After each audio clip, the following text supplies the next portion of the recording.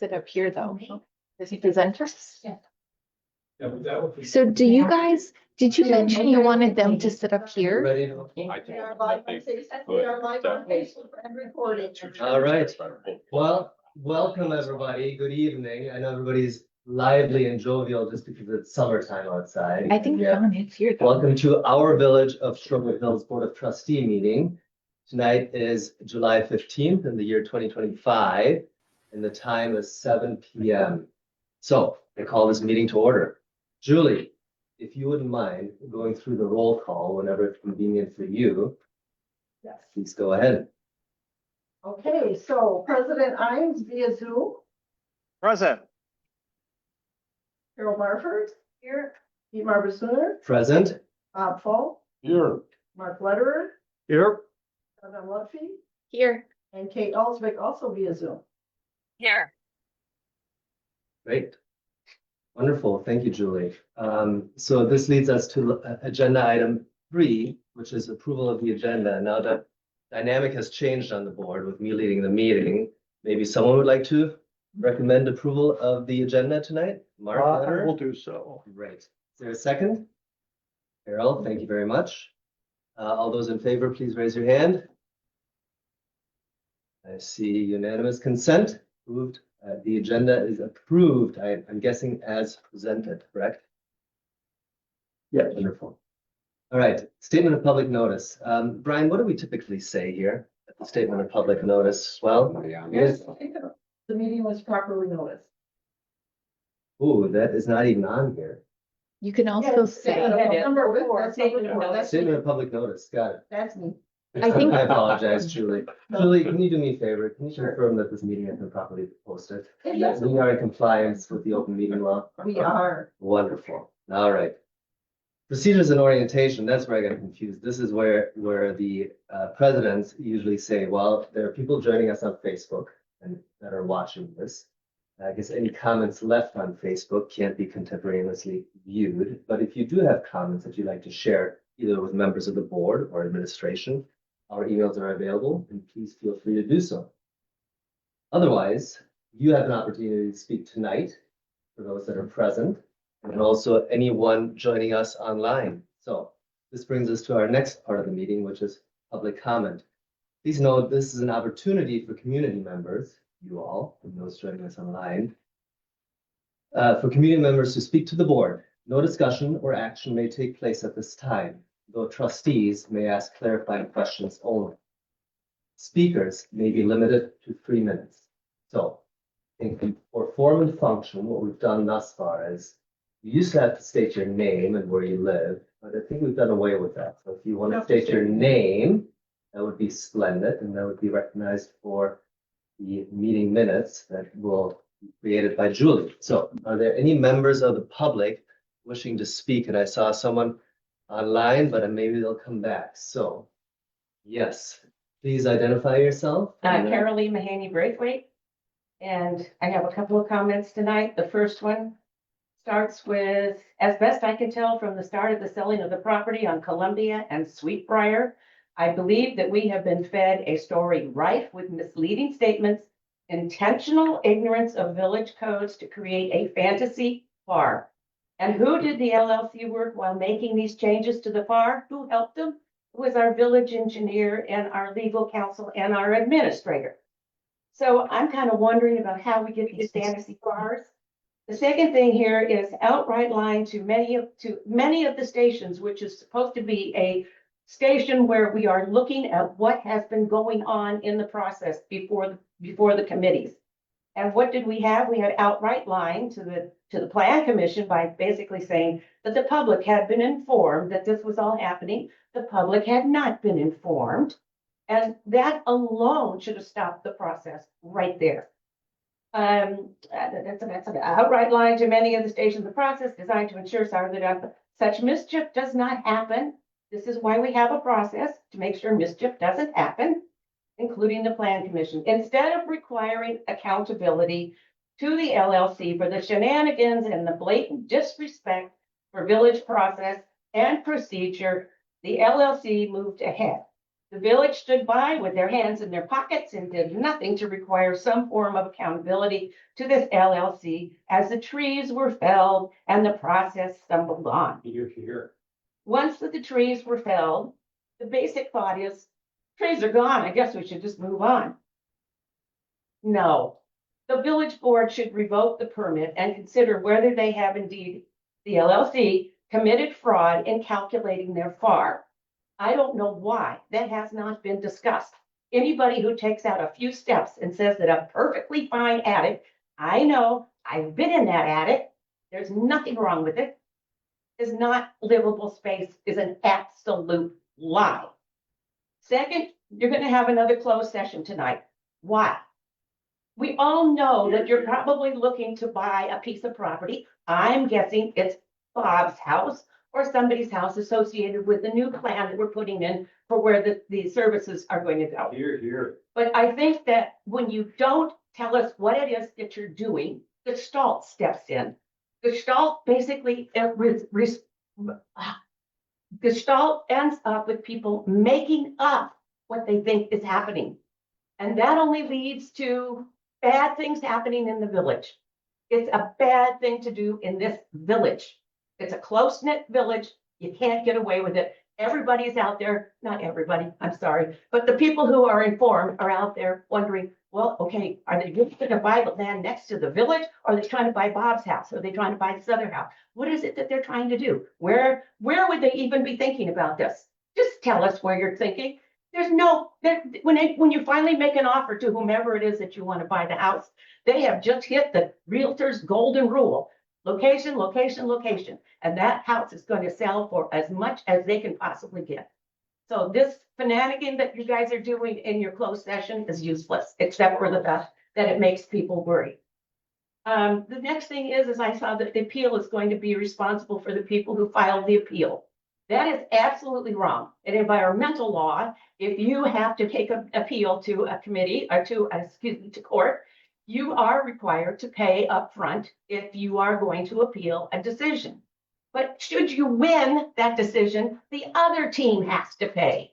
And that is not laid out in that letter. It basically says you guys are responsible for the money and you will pay for the lawyer, for the engineer, etc. Excuse me, this was not the village's problem. This was the village board's problem. The village board should recognize what they have done and they should go on and they.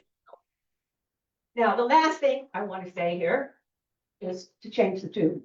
I am a village gardener, an avid village gardener, and I just want you to know that the village crew is fantastic. But other than that, I'm disgusted. So that's what I can say. Thank you, Fiona. All right, are there other members of the public wishing to speak? Yes, please identify yourself. No need to name an address, just your name. Okay. I'm John Clancy, but I live across from 2816 Columbia Road. I'm here because 2 months ago, there was a meeting of the village board where we went on for two hours where people raised significant concerns regarding the division of the property of 2816. Not necessarily about, there was also concerns about what's going before the ZBA, but we're not talking about it right now. We're talking about the division of the property. And at that meeting, we talked about a number of things. Obviously, the cutting the trees was a great concern. That occurring under your watch without thinking about the impacts of that and not addressing that. Even though the CSM's ordinance calls for considering impacts to open space. But what I really want to talk about is that we raised a number of concerns regarding a number of issues. One was, and this is all laid out in something that I put together because John Imes asked me to put it together, which was the document put together that went through the fact that one, Ryan Reber misrepresented the plan commission that he had spoken with the neighbors, which he clearly not. That's why some people showed up. It's why there's so much angst in the room now, but especially before, but still angst among the group. What we did, we pointed out in that document exactly where this occurred. When John Imes asked whether Ryan Reber had spoken to the neighbors, Ryan Moody said, I think he did, and they treated it as true. And then they turned it over to Brian Reber, and he said nothing to correct that. It's fraud by omission that occurred, misstatement by omission that clearly occurred there. Secondly, and this is what was talked about before, in terms of the FAR, the FAR analysis, which needed to be done in order to divide the property. Our village engineer acted in conjunction with Mr. Reber to have a partial, temporary, at least asserted change to the stairs. I've understood that he asked for a permit to remove 2 stairs on a stairway that was again pictured in what we sent to you guys, which you apparently have not looked at at all. All the materials that John Imes asked me to send in as a result of the meeting where he said it was his fault. He wanted it addressed. Here.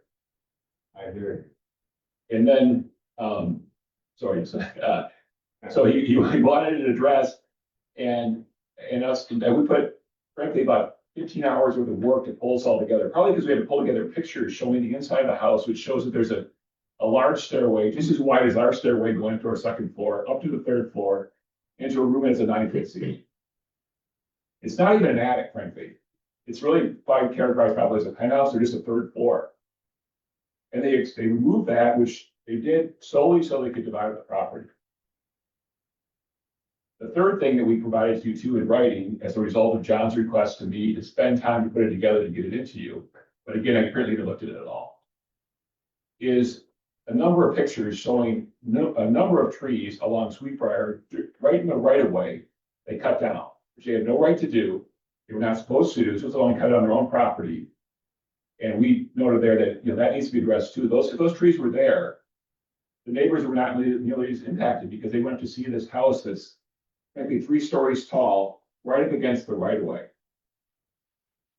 So what I'm basically noting is that one, this group, but actually a much larger group, is extremely frustrated at the board because you acted as if you were concerned about our concerns.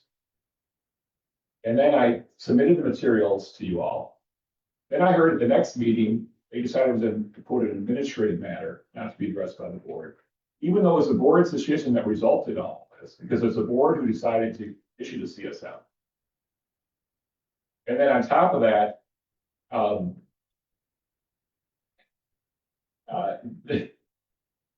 basically, on top of that, then when I heard it was administrative action, and even before that, I said, these are really not probably ZBA issues because they're all related to the division. And first, Brian, you said, well, you can raise it as ZBA, and he said, no, you can't. It's an administrative matter. I said, well, let's just talk to the attorney about it. He said he would follow up on that to get me in touch with the attorney so we could talk about it. And then he blew me off. And so I went to John Imes. He basically said, no, we're not going to talk to you about it. But to John Imes, asked him, and he said, yeah, I'll talk to the attorney about it. And then I had to bug him today. And then his response was, it's involved in the ZBA, which Brian Moody had already said it's not, we can't raise it in the ZBA. So, and now he's preventing us from talking to the attorney again. So our concern is really, I think, for you guys to do your job, to tell the staff they got to address this issue. It's an embarrassment for the village that you allow someone to get a CSM by a combination of fraud and fraud. First fraud saying that they talked to the neighbors that they didn't do. And the second fraud is by saying that the attic is inaccessible when it clearly is. And it's not just an attic again, it's a full 3rd floor. It's a nice, if you look at the materials I sent you, you'd see it. The materials I sent you also shows pictures of all the trees that were cut down that were within the 20-foot right of way. And so it's just very, very frustrating.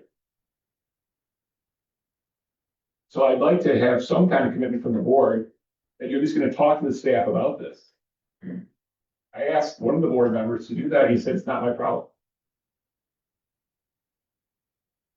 He said, I won't carry your water for you. So it was very, very frustrating. All right. Thank you, John. I'm just too disgusted to stay. I'm leaving. Yes. My name is State your name. Rick Bell. I will give my address, which is 1233 Sweetbriar. I've lived in that house and in neighboring house for almost 30 years. You can see that the neighbors, what we feel is neglect has given rise to a great frustration. It has in me, and I will try to keep. I don't think I'll use the same kind of emotional terms, but I feel them when I see village trees cut down. And when I see absolute lies stated as truth, and the reason why I say that the attic being non-residential is a lie, because Jeff Davis, when he first built the attic, when he first had it done, proudly showed it off to me. He said, boy, wonderful living space. And I agree. It was actually nicer than my current living. It's a beautiful area. And it's a beautiful mansion, formerly on a great lot for its size. But please, you have to pay attention to this and address it. John, I appreciate your admitting that some neglect has happened and your response in words, but you need to follow through on it. I've seen the planned house and it looks just like houses, for example, in Austin, with which I'm familiar. I bring it up because Austin also, Austin has minimal zoning and very high property values. And there's so many places, former habitable, very nice neighborhood, where clearly the developer wanted to maximize square footage, where everything is built out to the maximum maximum possible easement and square corners, maximizing square footage, and they're just ugly. And that's not show. I've heard a quote from one of you that infill is important, that we shouldn't discourage people from living here, and I agree with you when you said that. But size of the house doesn't add more infill. As far as I can tell, to use my terminology, there's no correlation at all between size of a residence and number of people who live there. In fact, that property that we're talking about, the main residence, has had one old lady living there. Well, one distinguished person living there for most of the last 30 years, different distinguished persons, and then a family of four. House I'm living in, which is very much smaller, used to have a family of five. So size doesn't generate inflow. My last comment is concerning my house. It's on 2/3 of a lot. It's on a substandard lot in terms of Shorewood. It's a relic. It's one of the many relics that we have. It's not big enough for a garage, and therefore I don't have a garage.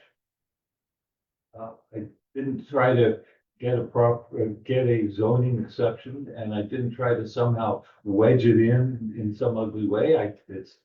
Property's not big enough to support it, so it doesn't have it. So please help us. That's what we're asking for. We bring up the past sins just as a plea for current aid, but we know you're volunteers and we appreciate your time, and please, you have to address this. Thank you. Thank you, Rick. Are there other members of the public wishing to speak? Yes. I'm not sure if this is the right forum to address this, but it also speaks to the issue on Would you mind stating your name? Nancy Volt. Thank you. I submitted an email attachment appeal in May to Brian, and I had no reply acknowledging its acceptance. And then on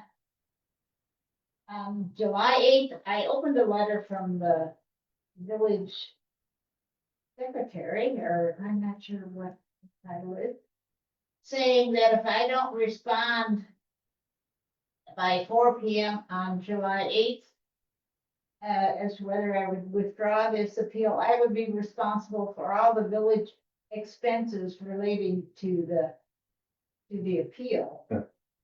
Now, other people who had placed appeals apparently didn't receive this letter, but I actually opened it an hour and a half after the deadline came. I mean, if you mail something on July 2nd, you really can't have a deadline of July 8th. There's no time in there to discuss this with anybody or even to get a written appeal to the village. So I am appealing the uh, situation of the appeal to be able to join a group appeal of the issues, which I think you're heading up, right?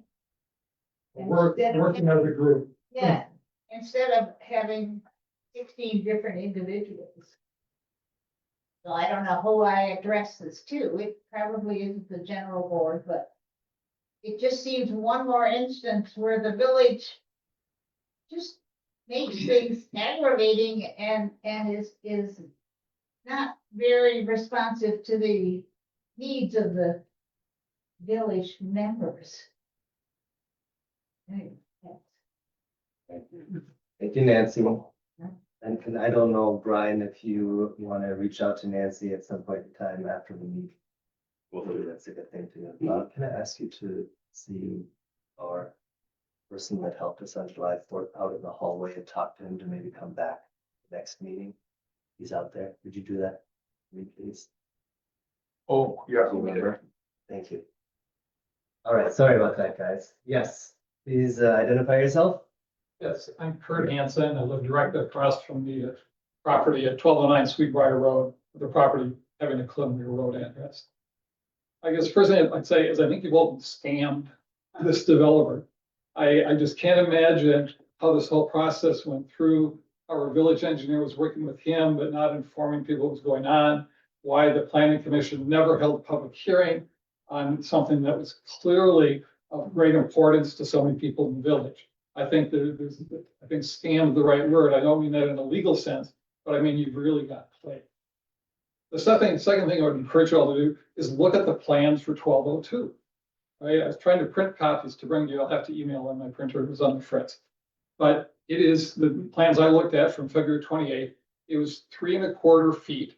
So under 4 feet from the village right of way. So this is, let's say this is 4 feet. And it goes straight up for 32 feet. It is a giant cube. And again, I couldn't get the pictures to print for you, but it reminds me of the Borg in Star Trek: The New Generation. It's just a giant cube jutting out in front of everything else. It is going to look horrible. All right. I'm gonna nickname it the Borg house. Someone buys it, they're going to realize they're buying the Borg house because that's exactly what it looks like. And so how tall is 30 feet? I'm going to guess this ceiling is 9 feet. Can anyone confirm that? It's certainly.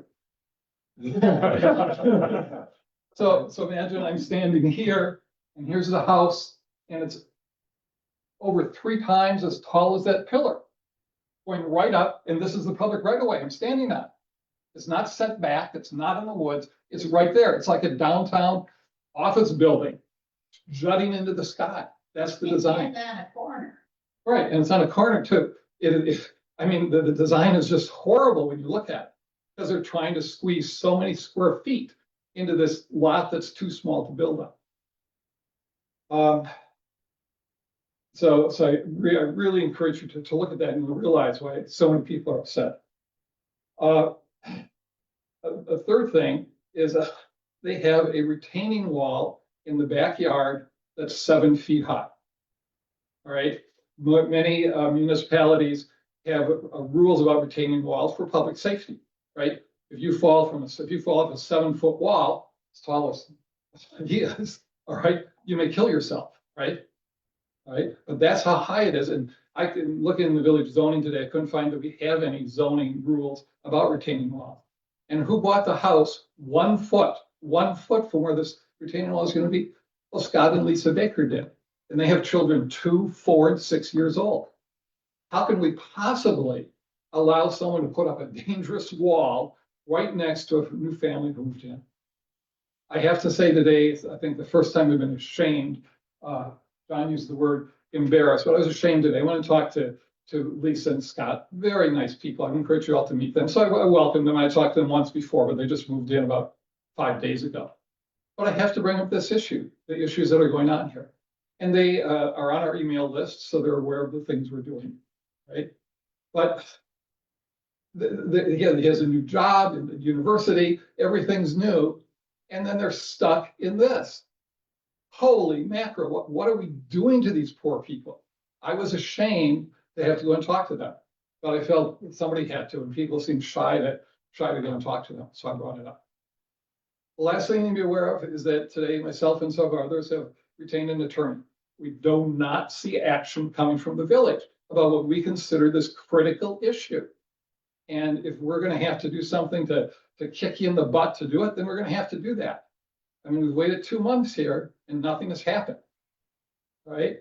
And the last thing I want to do is sue the village. And I've told the other people I'm working with on this, that we're not hiring the attorney to sue the village, where we want to work through the systems that are there.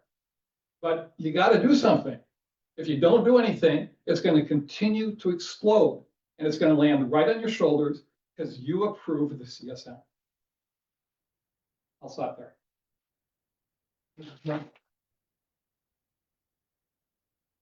Can I ask a question? Well, look, can So we finish public comment before? she could ask a clarifying question if that's. Is there any update that either a board member or the administrator is able to provide on this subject? Just that the notice that Mrs. Volk mentioned earlier has been given to residents. Right now, we're polling the zoning board of appeals members for their availability for a rescheduled zoning board of appeals hearing date. So the residents, you may not have received that update yet. We're waiting to ensure that we have a quorum of members met first so that we can turn around and then say what available dates might work as options. And Brian, So will- Brian, wait, Hold one on, second, just one second. Hold on. Are you finished? Yeah, that's. Brian, Please.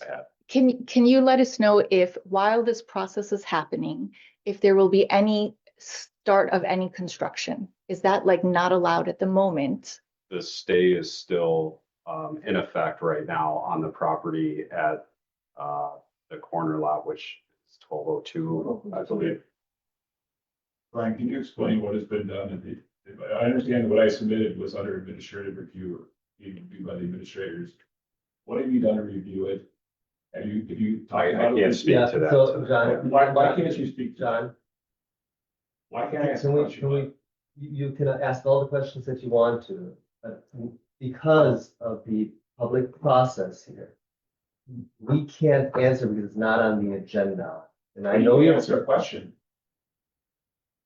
he may choose to answer the question, but it would disadvantage others because this is not on the agenda today. So if you would like to have a conversation with Brian or me or any other member of the board I outside would of like that to occur. I've been asking Brian to get back to me about what they've done with what I submitted. I would like to formally request me with Brian and John to go over that. I've been very frustrated in how you treated me. I am a resident still, although I'm happy to leave. Can I, Dietmar? Could I just control this a Sure. little bit? Thank you, John. Thank you for understanding. We'll go to you in just a second. Real quick. Shabnam, yes? Brian, were you told by the village attorney that because it's attorney-client confidential information and that is your reason for not answering? So I'm gonna just pause here for a second because this is in the public domain. I feel like I can speak to this. As Brian had stated, the ZBA meeting, which was scheduled for last night, 5:30 p.m., did not occur and needs to be postponed to a different date that works for all ZBA members. I'm sorry, I'll speak up into the audience as well. So last night was officially, or at a point in time, the ZBA meeting was scheduled for last night at 5:30. That did not happen. It needs to be rescheduled and will be rescheduled. David Sykes has sent out a doodle poll to request members to respond to it so that this can go, the stay, the appellant can go in front of the ZBA, complete their case. This is all general public knowledge, so I'm not sharing anything that's not on the agenda, but that's where we are right now, to the best of my knowledge and understanding. Okay, now, Rick, I believe, I'm gonna Just a question about process, a Sure. very brief question. Yeah. Will we be told about this new meeting and when it happens? It- I've received no communications from the village at all on this topic. Yeah, It's all been through a neighborhood mailing list, and we've had to do an end run around you Yeah. guys. it is noticed publicly, no different than any other public meetings in the village. So there are different physical locations where this is posted. It's also available online. And I believe, looking to both Brian and Julie here, certain residents within a certain radius of the property will be notified. Oh, And, good. and I don't know if you're within that radius or not, but that's the general process. But It- you it should might have help us received figure it out already. Thank you, though. Problem is you just. Hold on, John, one at a time. I'm sorry, can I finish up? with- Sorry, I haven't been notified of anything so far. So whatever that process is, it failed, but I'm glad that you're going to start it. Thank you, that's not accurate, but thank you. Keep going. Notice I heard people have been. It is accurate. I have not gotten That it. doesn't reach most of the people that are concerned about this. I recommend you go to a larger area. There's no reason not to give notice to a larger area. Understood. Because this is not a regularly scheduled meeting, time-wise, how much notice will we receive before this meeting happens? So I believe you are Kurt, correct? Kurt. Kurt, thank you. Julie, do you know the answer to that? What is, from a regulatory standpoint, what the amount of time required to put notice out there? Because it is a zoning board of appeals hearing, Yeah. it has to be noticed in the paper. Thank you. So once we have that date, we will be able to send out notices. It has to be 10 days, at least 10 days before the meeting that gets posted. So hopefully we can get the notices out at the same time. The final agenda only has to be posted 24 hours before the meeting. But the notices will be sent out as soon as we have a date. Got it. And we are waiting to get confirmation from the board members. And I zoning believe you board also stated that this will be publicly noticed, not only at the general village locations where things can be found, but also in the newspaper. Correct. Great. In the state journal. Thank you. I have a clarifying question. So I live near the site as well, and I have received letters to me as a trustee and also letters to Paul and Carol as residents of the first scheduled meeting. I got a letter, apparently written, and I also got a letter of the cancellation of the first meeting. So nothing. Okay. Good. Yeah. Mark, you had your hand up Yeah, before? and my question is just to Brian. So my understanding is that you have advised the board, following consultation with the village attorney, that the matter with respect to Sweetbriar is not before the board, but before the zoning board of appeals at this point in time. So what I hear and feel is all the frustration of the residents. I feel, yeah, okay. I understand that completely, and I think part of the problem is that the public is making an appeal to the board, which I completely understand, but the board has been advised that it doesn't have jurisdiction until the zoning board of appeals takes up the matter. So I think we all welcome and are hearing you with regard to your concerns about what happened on Sweetbriar. As far as Sweetbriar is concerned, that's a matter for the zoning board of appeals. And once that rules, we'll go from there.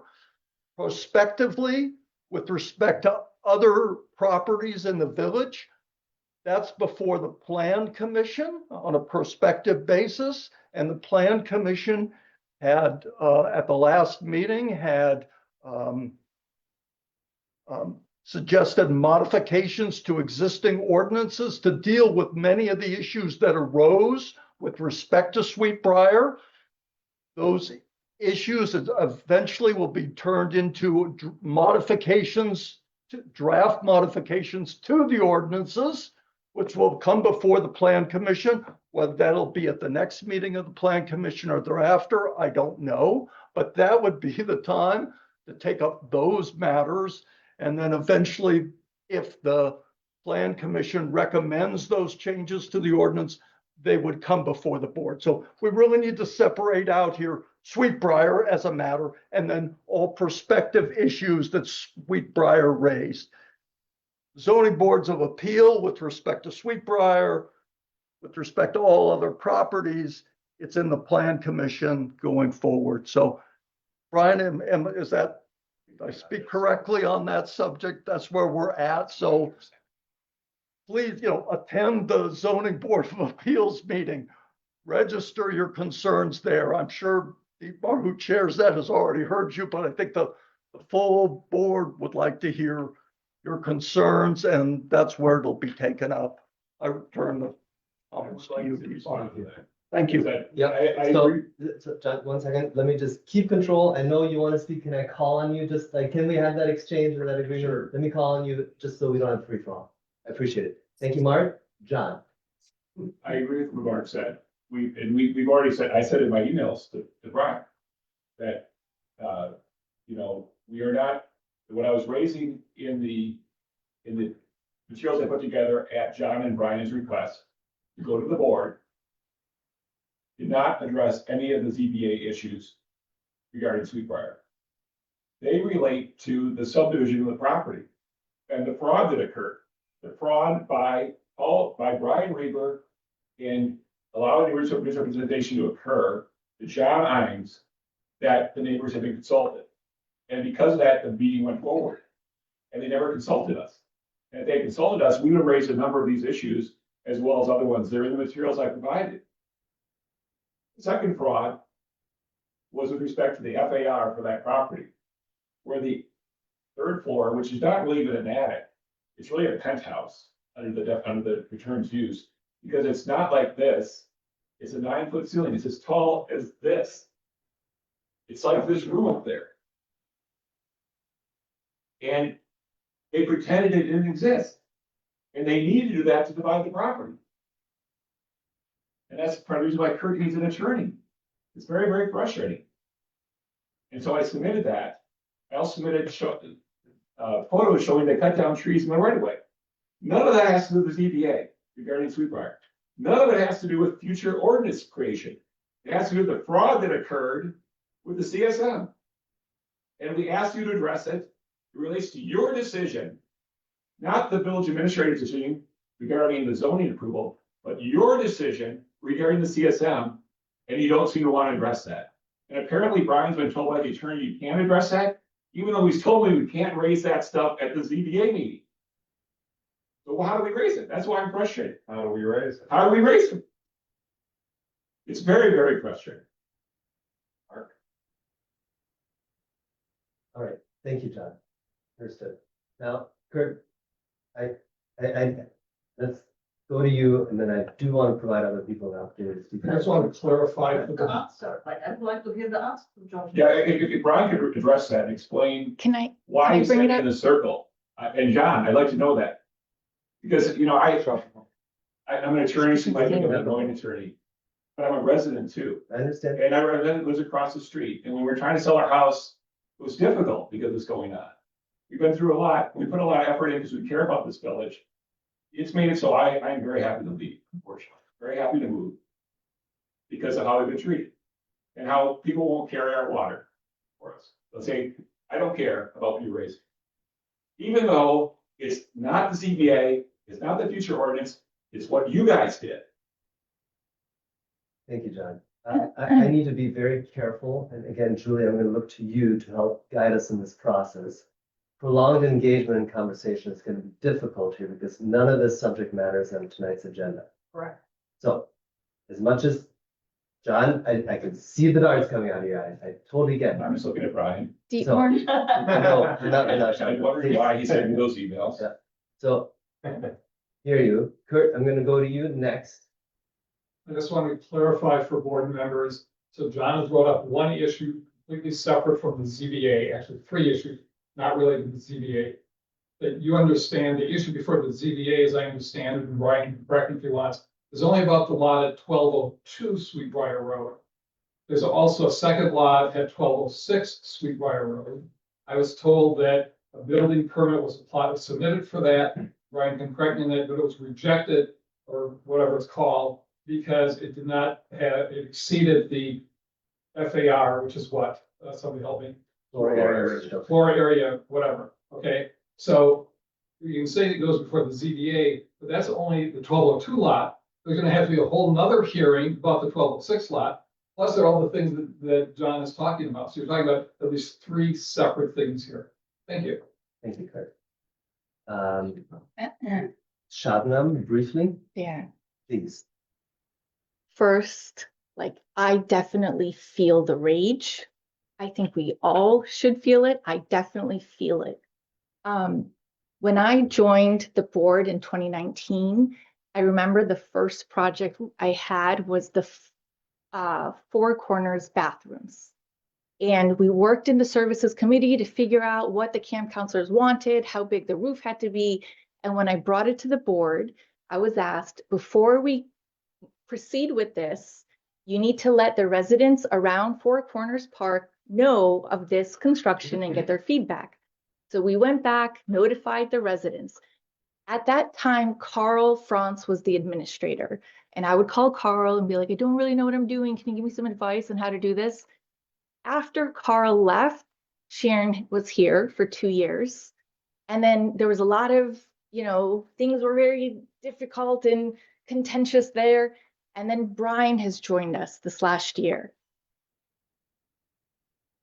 Giving notice to residents when there's construction, I believe, has generally been the standard that the village has operated under for decades.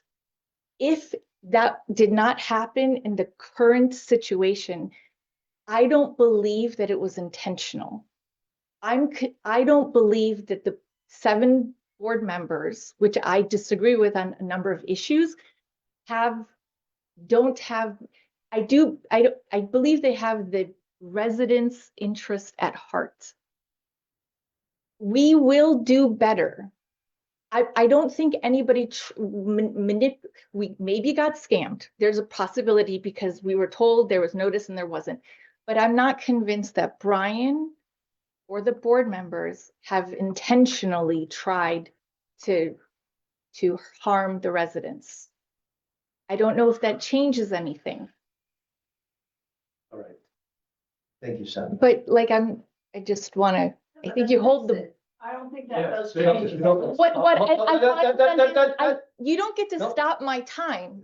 Shabnam, You don't get to stop. I'm not Shabnam, finished. please. I'm not finished. Then please. I'm gonna finish. Please I'm get gonna to the end. finish Please get by to the end. saying that I do hear what you're asking for, which is accountability on the division of the property. And what I can offer as a trustee is I assure the residents to put it on the board's agenda for the August meeting so that it can be discussed.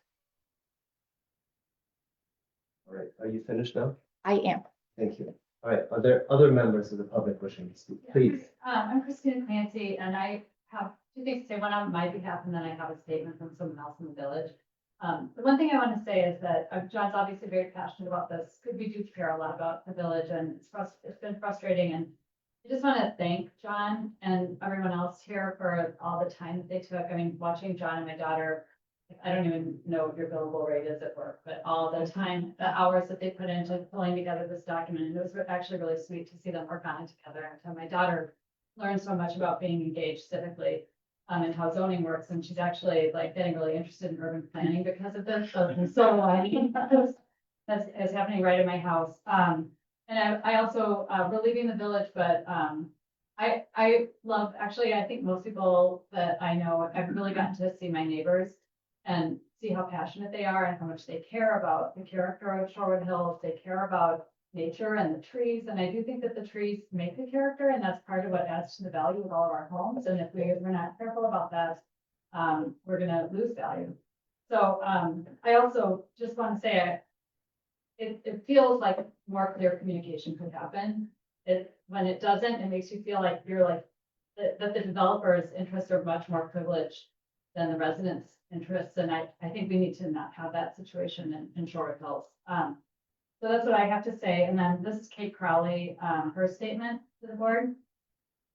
She said, I attended the board meeting in late May and listened to the public comment on the Reber proposal. After the meeting, I did my own research and reviewed information from the village through an open records request. Here are the key points that I think are critical for the board to understand. 1, our zoning code is full of ambiguities, and the village's legal counsel has advised that in such cases, the rights fall on the developer.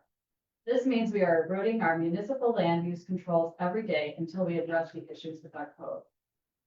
2, our development approval process relies too much on outside advisors. For example, with the Reber development, our engineer allowed finished space to be made inaccessible in order to adjust the FAR calculation. And for years, our engineer and attorney have allowed additional square footage in the FAR calculation for homes with basement level garages. These decisions by our outside advisors set major policy positions without any input from a village body. 3, our elected officials are being excluded from a conversation critical to the community. By following village leadership's guidance to stay out of this administrative matter, you cannot properly represent us. I encourage you to do your own research, and you'll find, as I did, that this is not a group of NIMBYs opposed to change, but concerned citizens who have learned the hard way that our zoning code and development processes are broken. We need your leadership to address these issues. Please engage with the city.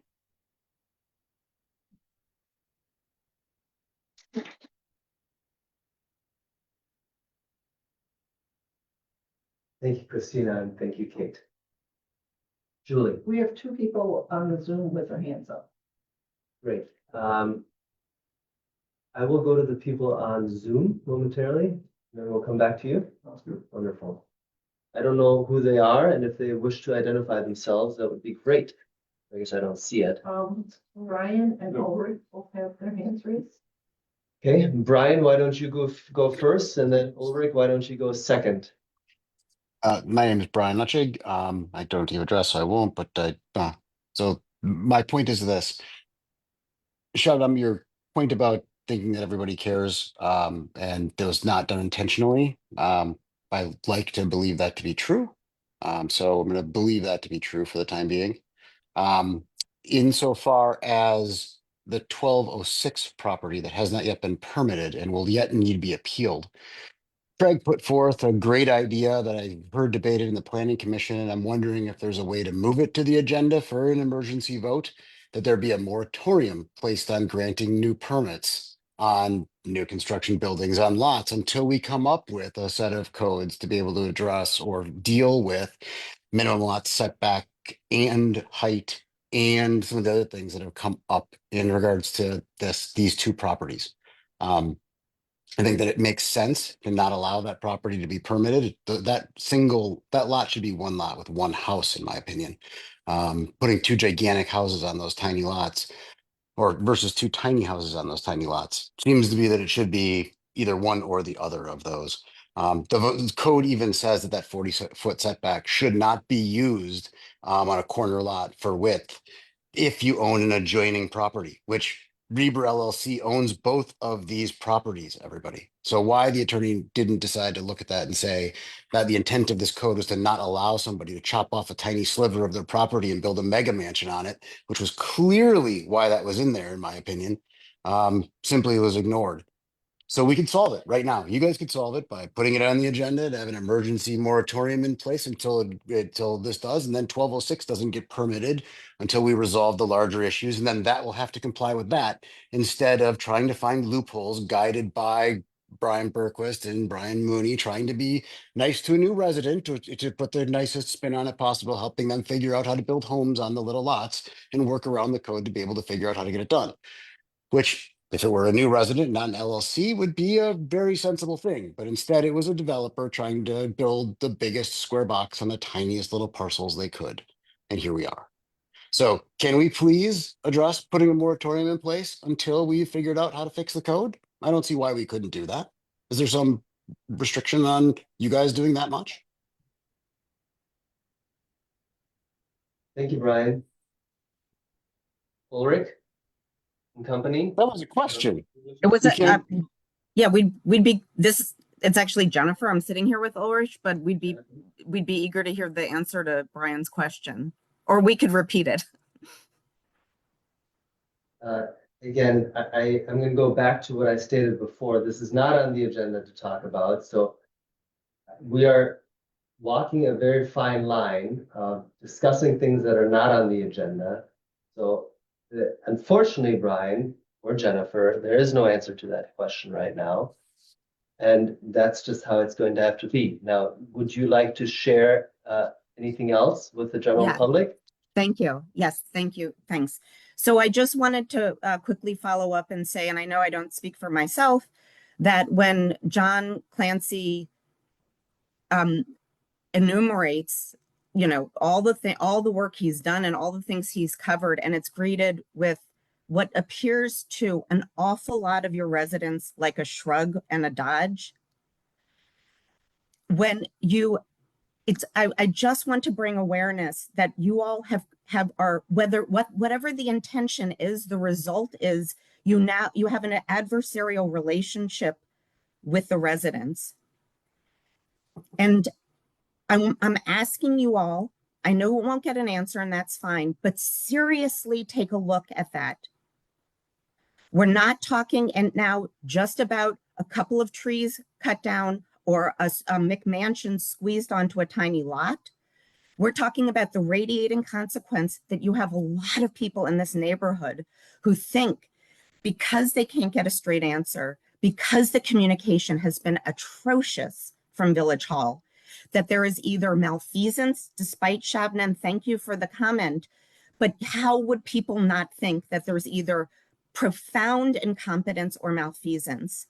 And I want to propose to you all, as someone who has lived here and loved this place through 2006, and we are not moving away, that I'm asking you all to seriously figure out what you need to do to handle the radiating consequences of at least one big mistake with lots of, again, radiating consequences. But as the open records is showing, there's actually quite a bit that's aberrant that's going on. And so if your neighbors are feeling that they are not in good hands with you, I'm trying to tell you that that feeling is warranted. It is warranted, and nobody wants to feel this way. You're our neighbors too. You know, we have great affection and admiration for the work that you're doing theoretically on our behalf. But I'm just asking you to seriously pay attention to the fact that you've got an awful lot of residents who where there is now growing distrust and worry, so much so that some of your residents feel that they need to even arm themselves with you know, a lawyer against you. And I just think that's really bad. I think it's really bad. And I'm asking, just again, I'll just leave it at that. I'm asking you all on that level to say, what do we need to do to persuade our neighbors that we're not hiding anything, that we didn't screw anything up more than they already can see that we did, that we're not dodging responsibility, and that we're not indifferent to their worry, not just that one corner or two places and Shorewood are going to change, but that in swift succession, the whole feel, the whole culture of this place is changing. You know, so that's all. Thanks for letting me talk. Message received.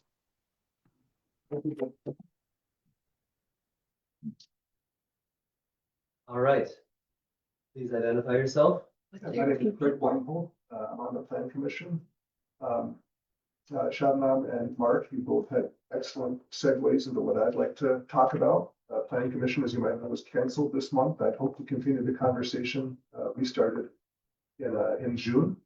I believe some things can still be progressed. What can the board do? I understand your difficulties, but what can be done? Number one, Brian mentioned it, is the moratorium. That was a strong ask last time. It may have been lost in all the conversation.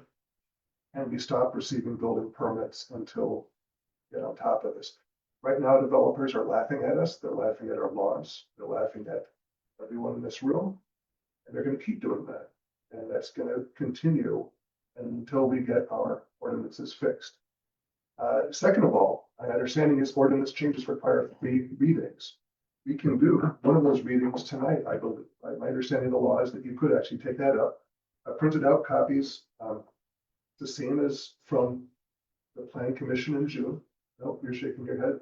It wasn't on the agenda, so no, we can't, See, you can't, okay. because I know anyone else in the village doesn't know that that's an option. Since there's 3 meetings, couldn't the first one be done now? And then they refer it to the plan commission for next month's, and then the plan commission, when they refer it back to the village board in August, then they could do the second and third readings.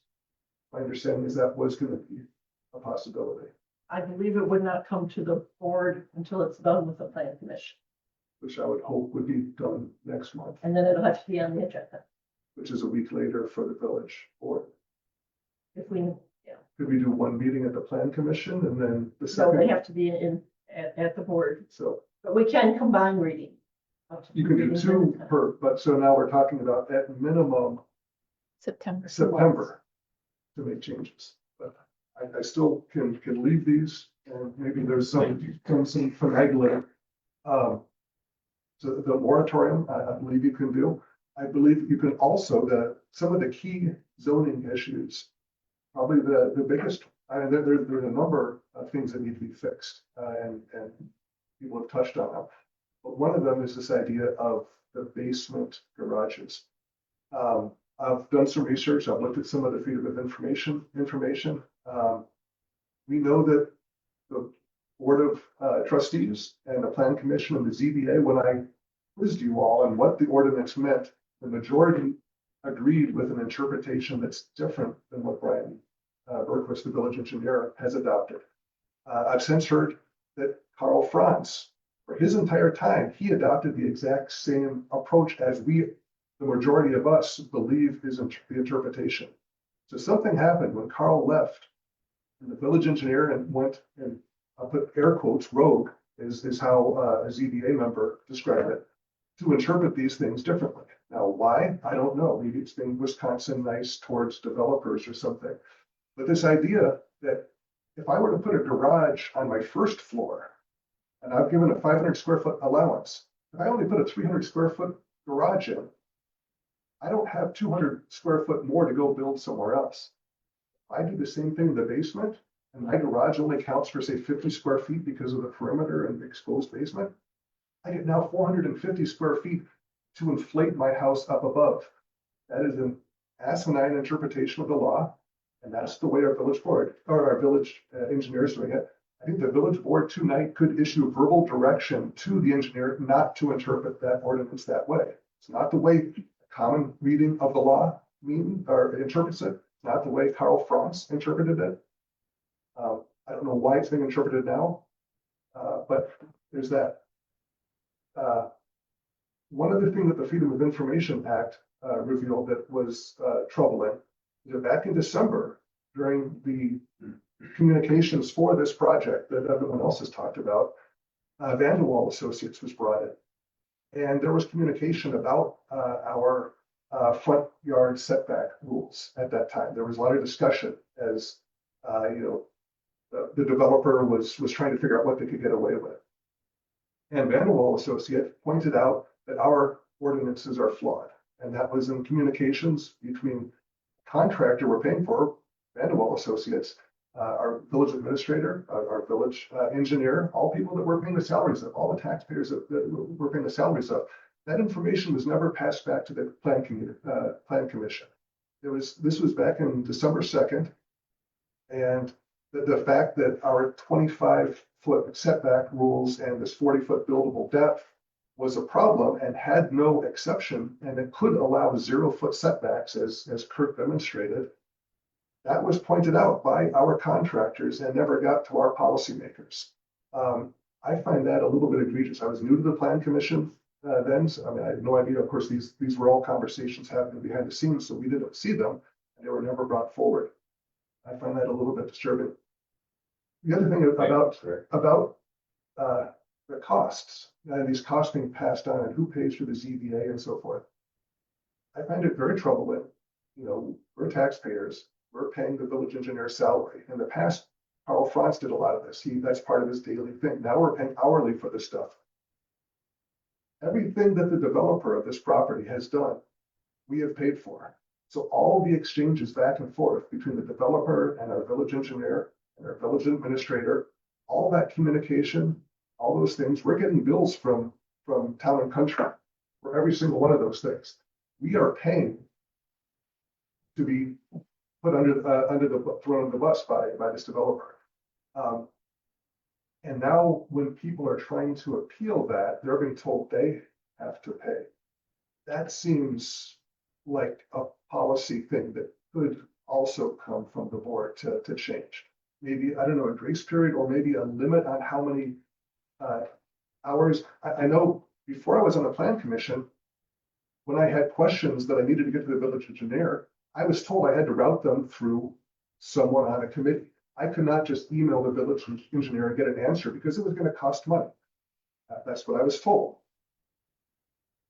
I find out now that people freely accrue thousands of dollars of expenses at our cost to do these sorts of developments.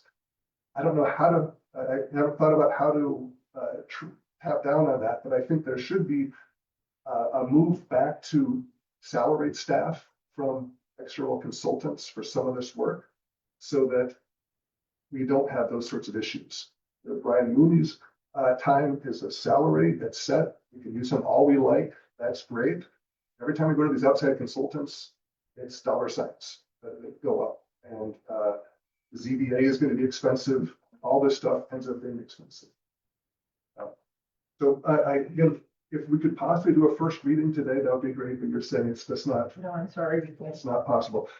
This constant canceling of meetings and things not getting on agendas. I tried to get this onto the plan commission agenda multiple times from January forward when we saw these things, kept kind of falling off the agenda. Meetings kept getting canceled. We've had 3 canceled plan commission meetings this year. How are we supposed to stay on top of these developers if we can't get ourselves together? So right now, I would ask the board to issue directives to the village engineer to interpret the law the way Carl Franz did, and also ideally to find a way to do a moratorium on accepting permits until we can get this resolved. Here, here.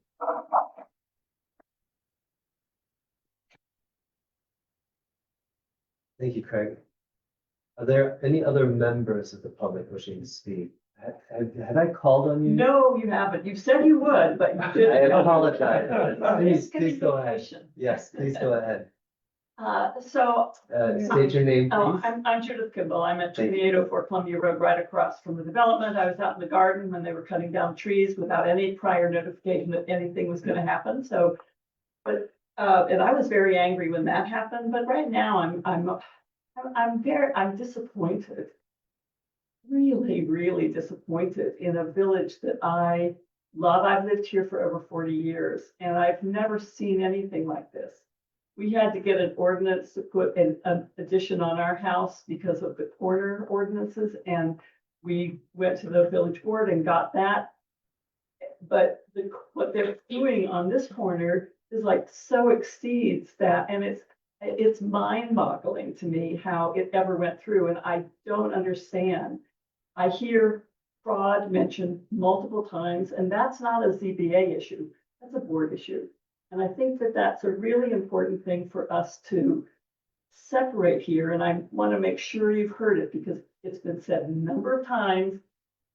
I'm trying to articulate it once again so it's really clear that there are different issues for the ZBA and the board. And the board is, they did make a mistake, and I'm sure it wasn't intentional, I would agree with that, but they did make a mistake in hearing that all the neighbors had been notified. That should not have happened, but the fraud that happened with this attic is unconscionable. And that, I think, is something that has to end up with rescinding this building permit. And that's your purview because you gave it. I also want to mention what the impact of this has had on property values around that. And I think it was already mentioned, my husband wants us to get an estimate before and after. I said, don't worry about it. It's not going to be worth our cost to do that. But I'm sure our property and the properties around us have lost value. The properties at, where there's the 7-foot retaining wall for little kids to fall over. How can that be? How can you guys support it? It's mind-boggling to me. So please take on the concern of fraud for this building permit that you can rescind. You gave it. If you now are convinced there was fraud, you can rescind it. Thank you.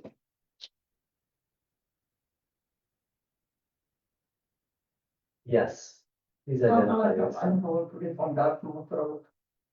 Oh, okay, so I'm sorry, could you start all over again, please? What's your name? Alan Hall. Thank you. I live on 1235 Dartmouth Road. What is puzzling me, I don't know exactly how the village works, but we have raised this issue about 2 months ago, right? And nothing happened since, like, I haven't heard anything except like there was meeting supposed to be yesterday that was canceled. But when this developer asked for permissions, it was very quickly and promptly assumed that in 2 weeks, he got all the permissions he wanted or needed. So how is it possible that residents raise questions and issues? These issues are resolved, not answered, and it takes months. And constantly, like my husband said, it's either postponing, cancel. Oh, it's not on the agenda. So I feel that you don't represent me. I voted for you, and I allow that this administrator is hired, but I feel betrayed. And either you are not doing your job, you are ignorant, naive, or someone financially is benefiting from this situation. Here. Because how is it possible to allow this fraud and that the engineer approved this and actually change this about the garage, about the attic, so that this property could be divided in 4 lots? And we raised this issue 2 months ago. We should have heard by now the answers. And you don't have the answers. My other question is, so we do all the work for you, my husband and John, because you didn't do it. And then John accumulated all this information. I would like to know how many of you read that paper. Did the paper was disseminated to you or not? Did you read it? Which paper specifically are you referring to? 30-page paper. It's John and Brian's request to submit to the board. Have you seen the paper? Submitted on June 1st to John and Brian. So I, as chairing this meeting, can tell you that I have not received a copy of that. That's what I was worried about. I have not received a copy. received You received a copy from Christie. So, She emailed not officially receive That's our copy. record on that. so hang on, guys, let's stay focused here. So please go on. The floor is still yours. So then it's either the administration failure that they didn't disseminated the paper, or our president, or I worry almost that our administration is sabotaging this thing. So everyone is afraid to point the finger on it or say the words, like. So we are walking in circles around it.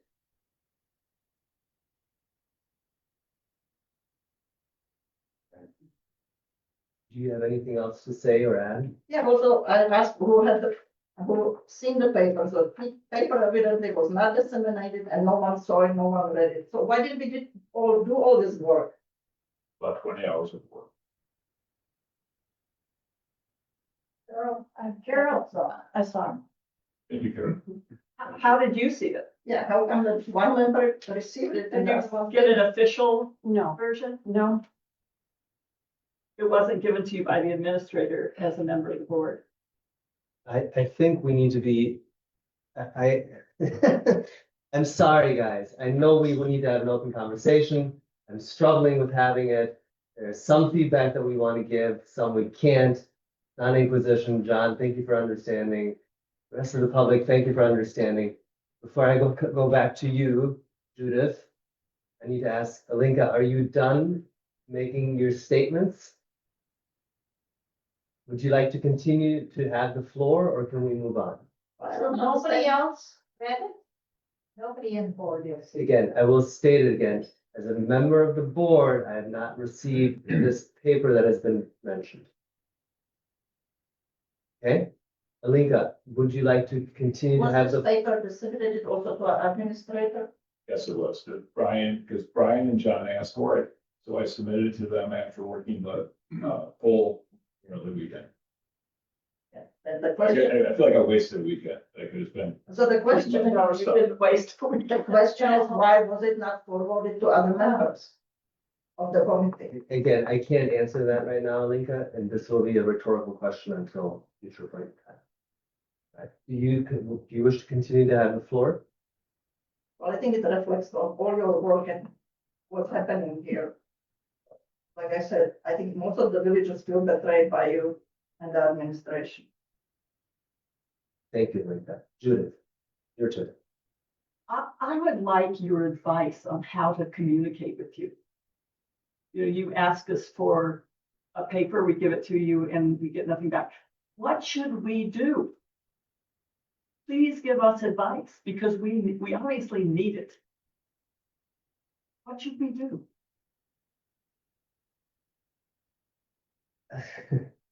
I can't give you that answer right now. You have my email address. Every member of the public has my email address. Every member of the public has Carol's, Bob's, Mark's, Shabnam's, John's, and Kate's email address. Those are ways that you can reach us. You can also get letters I would like addressed to me. Like a public statement of what we should do. I don't want something in a personal email. It's not a personal email. This is a Village of Sherwood Hills email. It's a way you can contact me or any other member of this board. Okay. Okay.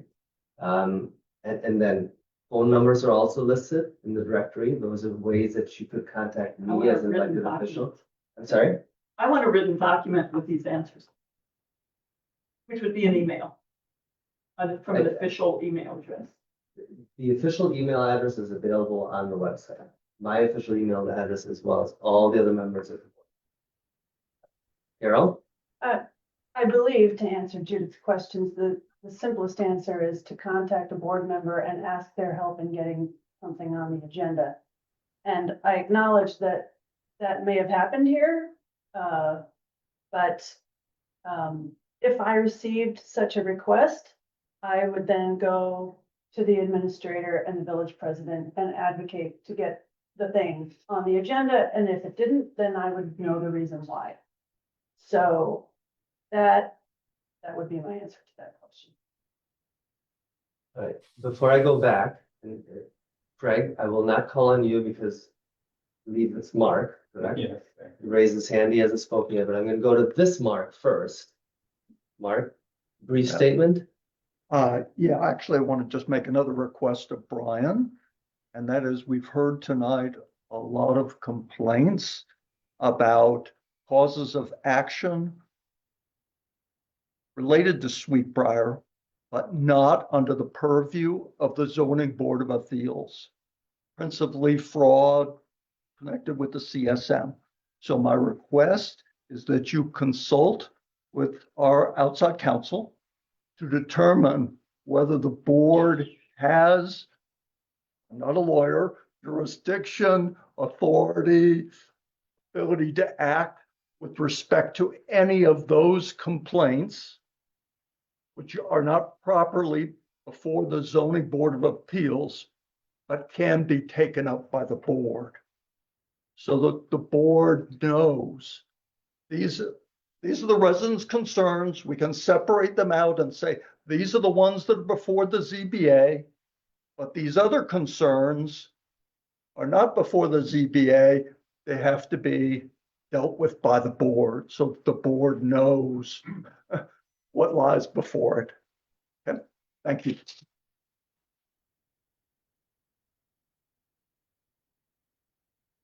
Thank you, Mark. Mark, State your name, please. Thank you. Mark Bailey, 3311 Hopping Road. Boy, I came here in the spirit of what you all are saying, prepared with 3 of my own speeches, and surprised by the vehemence myself.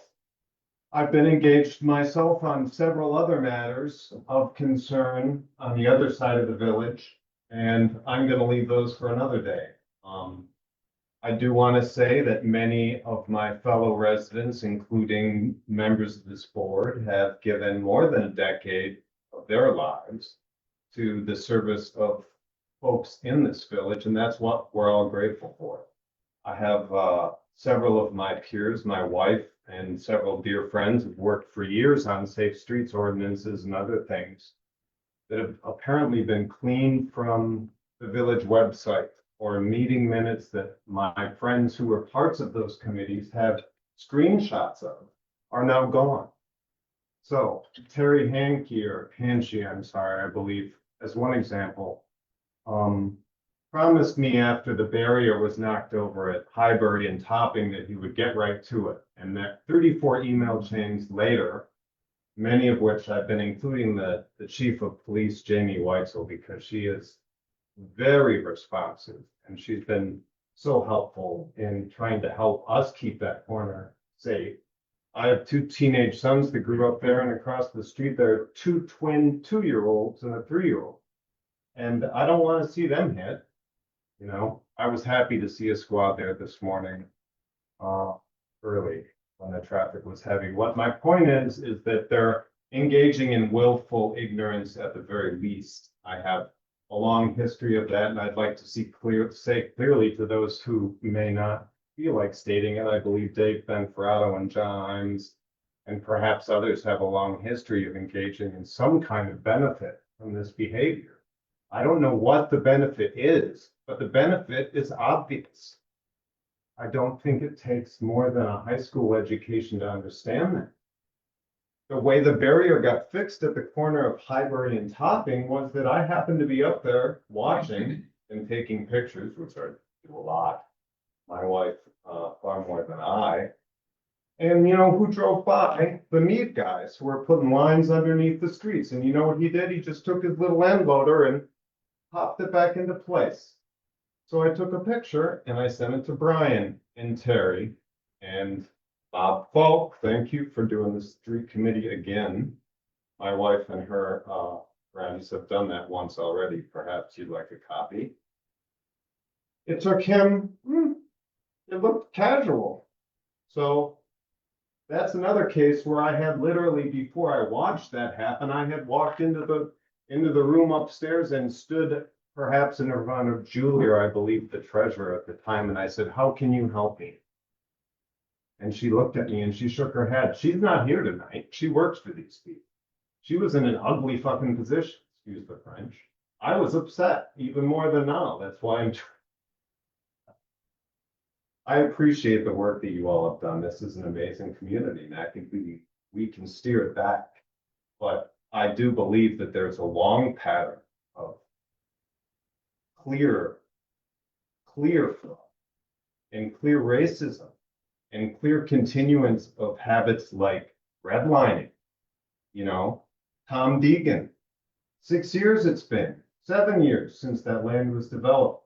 My friend Rick here, I haven't seen. Ask the board where they were during the floods. My wife and I were driving food around. You know what we did? We got it donated from Pick and Save. And we drove around with some other neighbors. And you know what we did? We gave them water. I helped bail mud out of Rick's basement. You're thinking of somebody else. Right? You are. I helped bail a lot of I things. appreciate the thought. Charlie Benferato and his friends helped for 2, 3, 4 hours. I didn't see John that day. I didn't see Dave. I'd like to see the members continue to speak up. If you all see, let me close with this. The way my mornings have begun lately, for the first time, I've tried to look for creative ways to protest peacefully. So lately that has been, I like to move cones. So about 4 or 5 days ago, I moved all the barrier cones on Dave Benferrato's street into the front of his house. And I noticed the day later, they were back where they started. So I did it again the next day. And guess what? The barrels were gone. So that pissed me off. So I found some cones and I stacked them in front of there. And unfortunately, I flicked off Carolyn Benferrato, which is unfortunate. I was angry and I walked away. 2 days later, Officer Robichaud was in front of John Arm's car when I was gathering cones and about to cone John Arm's car. Officer Robichaud talked me out of getting a hefty ticket back about 5:45. If you see cones around the village stacked in weird places, it could be. No, it's this is a place I cherish. I think the things we have here are incredible. People come from other countries to visit this neighborhood. I meet people from other countries on my corner. I give them bottles of water and I say, welcome. Other people on the board put signs in the yard that say, walk away. This is not a place for you. I want the residents to think about which place they live in. Do you live in the place that has the high rise, or do you live in the place that has the community? I'll be back next month. I hope you will be too. Thank you. Thank you, Mark. Are there any other members of the public wishing to speak? Craig, before I call on you, you already went. Marilyn, you haven't gone yet. Would you like to make a statement? I would. Please, the floor is yours. Hello, my name is Marilyn Townsend. And I wish to, well, first of all, thank you. I always do for serving on the board. To the trustees on Zoom and here in the room as a trustee who served for 12 years. I know it's not easy and it's I would always sit up a little straighter when residents came into the room, but I always appreciated that. And we had too many meetings where no one was showing up. So I think this is healthy on one level. On another level, the concerns are very disquieting. I would note that not often, but periodically during the 12 years I served, we would have a special meeting in between monthly board meetings, and you may want to give some thought as to whether that might be warranted. But my reason for speaking this evening is to continue what I brought up at the last board meeting in June, and that is my concern over the closed meeting without really informing the residents what the closed meeting was about. And there's another closed meeting tonight. And although I did a public records request at the June meeting, which was followed up by a written request, I'm repeating essentially what I said, followed up by another written request. I have no further information. The board is withholding from the residents all information to the possible purchase of real estate by the village for public facilities. Its justification, as stated by President Imes at the last board meeting, was in order to discuss the village's bargaining position with respect to its negotiations with the property owner in a manner so that the owner is not privy to the village board's direction to its negotiating team concerning possible purchase of real estate by the village for public facilities. As far as I know, the board has not made a decision as to what, if any, public facilities we are going to invest in. And I found that very puzzling to see we were thinking of considering purchasing property for some unknown public facility. While I understand, as a lawyer who has worked on public meetings and requesting public documents for decades, that a closed session may be proper so that the owner is not privy to the village boards, as President Imes pointed out, direction to its negotiating team concerning possible purchase of real estate or village public facilities. But I see no justification in the open meetings law for a session which keeps secret from the residents and the taxpayers of our community the identity of the real estate, the owner of such real estate, and the kind of public facilities that may be involved. At the last board meeting and in 2 follow-up letters, I made an open records request for what the agenda identified as the quote, session packet that was provided to the board members in connection with the closed meeting. I expected, based on my experience in this area as an attorney for many years, to receive some documents, some of which would be redacted so as not to disclose the village board's direction to its negotiators for acquisition of this property. My request was denied by our village clerk. She's always very prompt in denying my request. In an email dated June 25th. The denial simply repeated the reason the board stated for the closed meeting by reciting what President Imes said before adjourning into closed session. And I would emphasize the statute is very clear. Just because there may have been a justification for a closed meeting does not in itself mean that the documents that were presented at the closed meeting can be kept secret.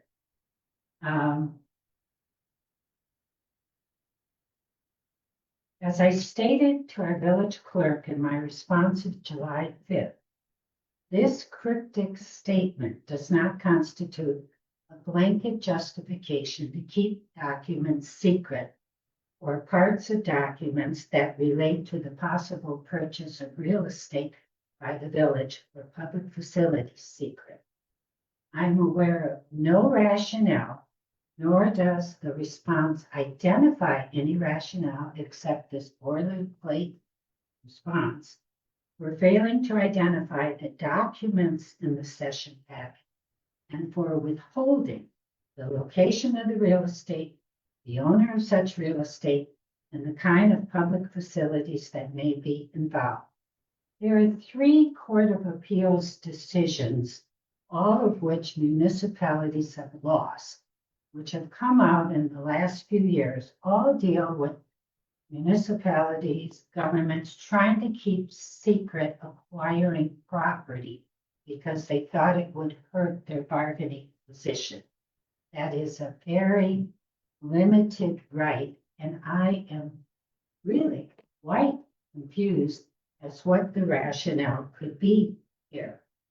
So let me say again, I object to a closed session tonight, apparently on the same subject, without any further information. I have heard folks tell me, well, Marilyn, eventually you will learn, and there will be opportunity for public input at that time. But that has been rejected in court cases that it does not remedy a violation of a response to open records or a closed meeting, that at some point down the road, residents would have the opportunity to give input. In closing, let me just say one other thing, because it does appear the board is listening to the residents. The closed session at the last board meeting lasted for 2 hours and 31 minutes. I thought it might last an hour because I thought, well, it's instructions to a negotiating team. How long can it take? I sat outside. There were other residents with me. During the first hour, I just heard raucous laughter coming from the room. I do not know what that was about. A resident left after the first hour. We went into the second hour, and I thought, well, how long can it be? And I heard raucous laughter coming again, not knowing what was going on. Suddenly the doors opened. People came out. I thought 2 hours, we're done. They said, well, it's a bathroom break. Fine. So then they went back into closed session. So 2 hours, 31 minutes later. I would say some of the board members are new. When you go into closed session, it's very serious. It ought to be quick. You ought to have proper discussion. Then you open the doors. Tonight, I brought a case I'm working on. I'm going to sit out there. And I'm just saying to you, I don't expect to hear raucous laughter, because that tells me you're not really working on giving directions to a negotiating team. And I would hope it's not 2 hours and 31 minutes.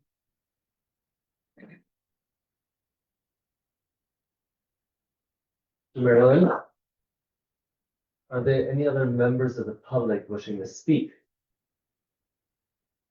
Greg, yes. No brief. And things you can do tonight. Agenda item 11 is you can suggest items for future agendas.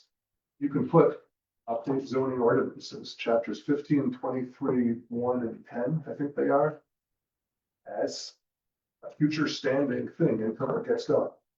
You could potentially investigate some of these, I don't want to use the word fraud, but some of these things that are borderline suspicious, you know. What is the course of action from that? That could be a discussion topic for the future. Maybe there's censure involved or changing of contract. It's just changed our village attorney. And maybe who knows? That's up to you guys to figure out. But these are things you could suggest for the future, and it would make me feel better if I look at the agenda for next month and see things on there that are related to what has been talked about so far. 11C, I have on there developing policy regarding subdividing developing properties. This is something I brought up 3 months ago.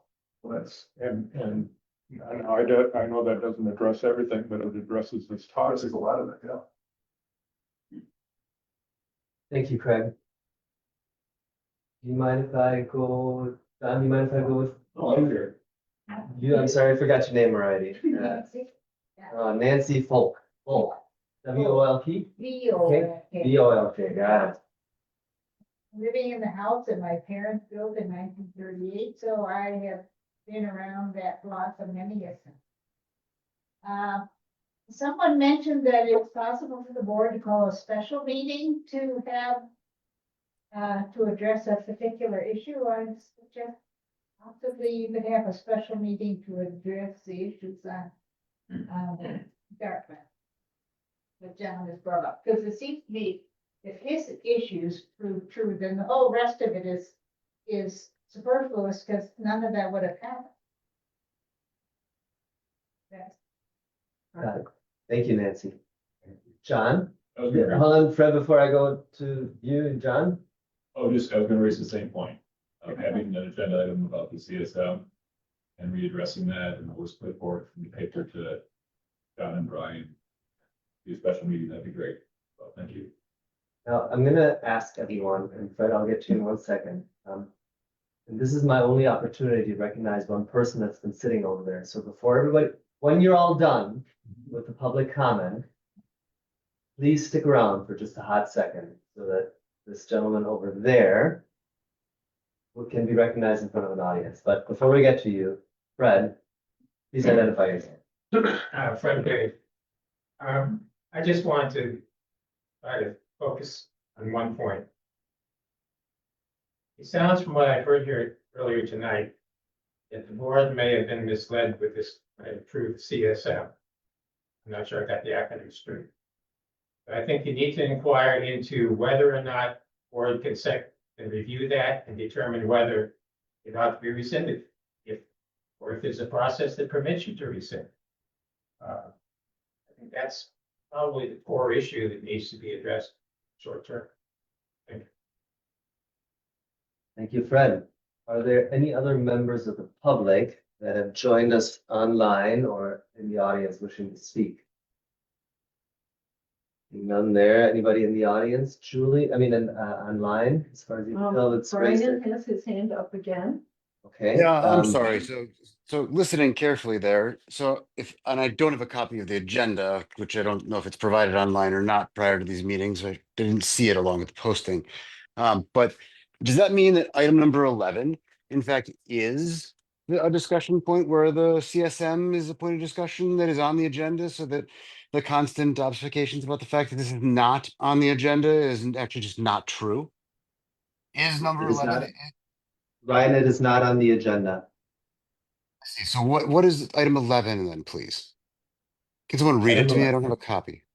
Yep, item 11 is a future agenda item. This is an opportunity for trustees to request an item to be added to a future agenda. No discussion may take place on any requested items at this time, and trustees should not make lengthy statements on their request. That's what those I see. items are. And So if let me, then, no, Ryan, please, I'm Ryan, let sorry. me Yes. Yeah, finish. go ahead. No, please. Yes.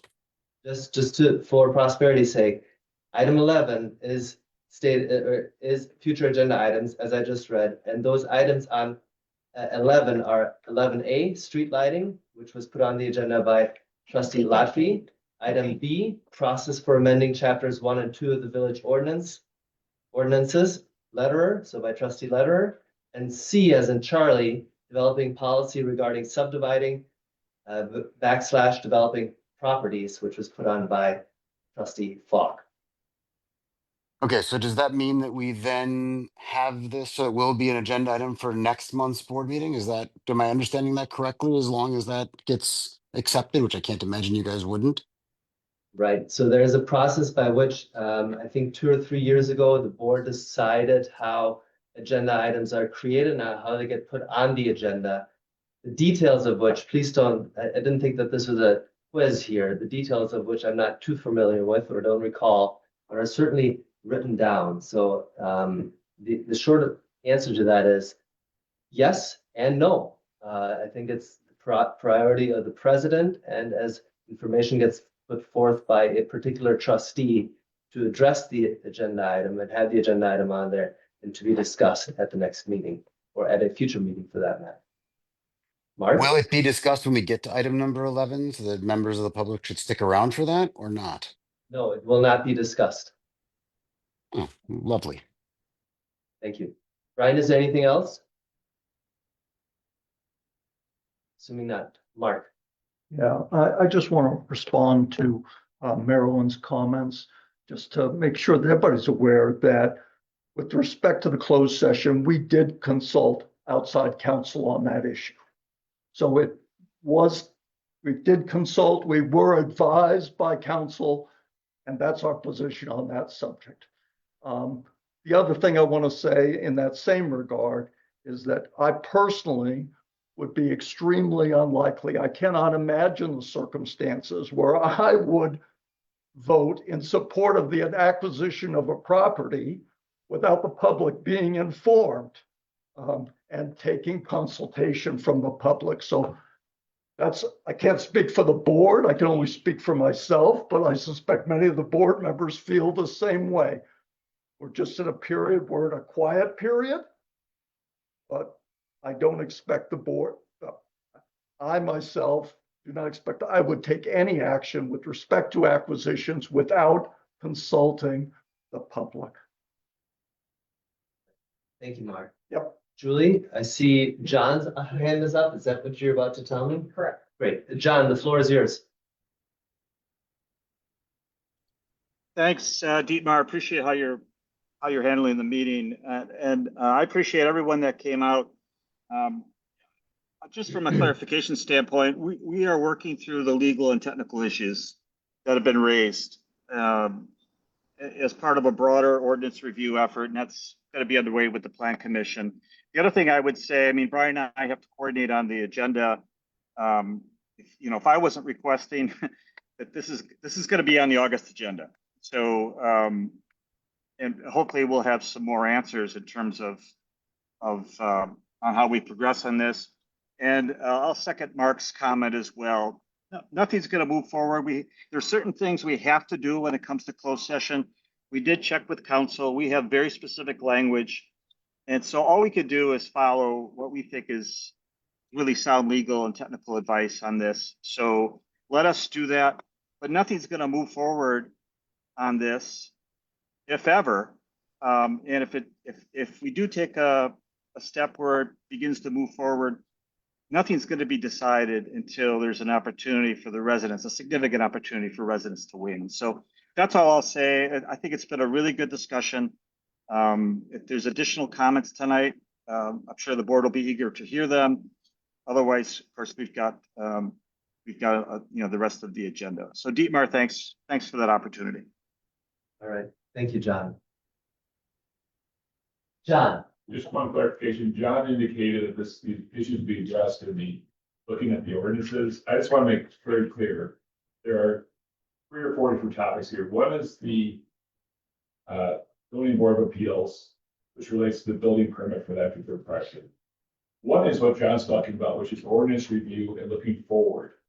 The third is the CSM, and in my mind, frankly, the fraud that occurred by the developer.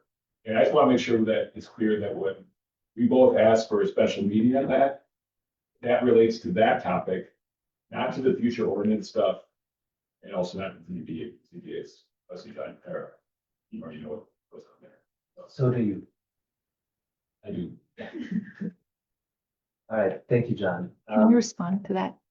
Please, Shabi. So just to clarify, when I said earlier to put the item on the August agenda, I'm referring to what John is talking about, this specific CSM. Thank you. Can I just end with, please, please think about the moratorium. It's been said many times, but I think it's nice to sort of cap this meeting with that because it's really important. I'm sorry, I didn't recognize you because I didn't call on. Oh, And you Josh. should recognize me. I All right, well, thank you very much. Now, I'm trying to look at anyone online. Does anybody online have their hand still up? No? Last call, members of the public wishing to speak. Yes, please. I'd like to be recognized. I'm Judith Kimball, and I'd like to make sure we cap this meeting by discussing the possibility of a moratorium. Thank you, Judith. Thank you. All right, now you got, yes. I have one more question. Who is on the zoning board? You said, like Brian said, that it will go back to the zoning board. If I'm, at the beginning of our meeting today. So who is on the zoning board? Yes, I can answer that question because it is public information. Great. I am chair of the zoning board. John Clancy is a member of the zoning board. Other members include, in no particular order here, help me out here, Brian. Mary Tepper. Mary Tepper. Then we have Jane Hamblin, thank you. I guess we're doing this by. Is this a quiz? So Jane Hamlin, Mary Tepper, John Clancy, Kara Coburn Ferris, me. And there's one. Gary Johnson? Gary Johnson is an alternate. That is that. I believe we had a 7th alternate, but I believe Garth is no longer on the ZBA. I'm not. And then this meeting already happened, or it's going to happen? The zoning board of appeals meeting, which was scheduled to deal with an appellant case, was scheduled for yesterday at 5:30. That meeting did not happen. It was postponed and will be rescheduled. The details as to why it was rescheduled, I can't get into right now, but it unfortunately is being rescheduled. That's all I can say about that. Judith. Thank you. I didn't finish. I'm sorry, Alina. I have one more thing. We already touched a little bit on the expenses, like for the people who submitted the appeals, they received letters that they will be responsible for the expenses. So some people feel threatened by it and withdraw their appeals. Understood. I can't comment. I don't have a frame of reference or the context as to why that is or isn't, other than I'm relying on counsel. That is put that forth. So that's all I can say. Are you finished, Alika? Done? Well, I don't know how to formulate that, but like if you send letters like that and tell the people that they are responsible for indefinite expenses related to the work of engineer and lawyer, or I don't know who else is involved in it, so then most of the people will then remove the appeal, right? Because they don't feel like that to be burdened like with this maybe ballooning expenses. It just again seems like that the village is not representing us and it's working against us for trying to acquire the people. So, thank you. Before I go to you, I'm gonna go to Judah and back. I just want to thank you for canceling the ZBA last night because it was a Zoom. And I was appalled that this really important issue was going to be done by Zoom. And I think an in-person meeting is the way it should be done. So I was very, very glad that this decision had been made. Judith, I can confirm that the ZBA meeting, which is scheduled to deal with the appellant's case at 1102 Sweetbriar, if I get my address correct here. 1202, thank you. Will be in person with an option to join digitally. Right. Yes. With respect to people who want to appeal being charged for legal expenses, I wanted to receive confirmation that the developer is also being charged for the resources that they've used. Under section 10.1.126 titled reimbursement of expenses, the code states any person applying for village review, action, or approval under the zoning code shall reimburse the village for outside service costs it incurs in connection with such application. This includes, but is not limited to, professional expenses for engineering, planning, and legal services the village may obtain to assist with the review, action, or approval. So has the developer been charged for the resources of the village, and can we see some documentation related to that? Christina, I don't know the answer to that. Okay. We will look into it. Thank you. And it was requested in our open records request. We asked for all communication with David Gordon, Brian Reber and Reber Family LLC, and no information provided that they were charged for anything. So either they didn't respond to the request, or they didn't charge them. Either them say they, the village. We were kind of shocked by that. Especially when we were asked to pay to try to solve the problems. When we're basically volunteers here. Developers. All right. Thank you, Christina. Thank you, John. Are there any other members of the public? Craig? Real quick point of order, maybe, if someone is serving on a committee and moves out of the village, do they have to relinquish their seat on that committee, and if so, how soon? We do. They do immediately? It depends on the committee. There are a couple committees that do allow non-residents. They're specified as non-residents. I'm thinking of the zoning board of appeals. They should submit information to the village, tell us what they need. All right, I'm gonna bring this to a close, and I'm gonna ask you all to stick around to at least recognize, and Bob, you're gonna have to help me out here to provide context to this. So some of you, and this is my only opportunity to do this because otherwise I won't be able to get to it based on the agenda. So some of you participated in the 4th of July, in the 4th of July picnic, at which trustees cooked for you. I certainly was there. John was there. Bob was there. Others weren't, and that's totally fine. That's not my point. But we found this person just roaming around. Why don't you come up here real quick? And remind me of your name again? Inshan. So Inshan was roaming around on the 4th of July. And Inshan, you live in Eagle Heights, is that right? Yes. And you're originally from Korea? Yes. I'm originally from Germany, so I'm also an immigrant.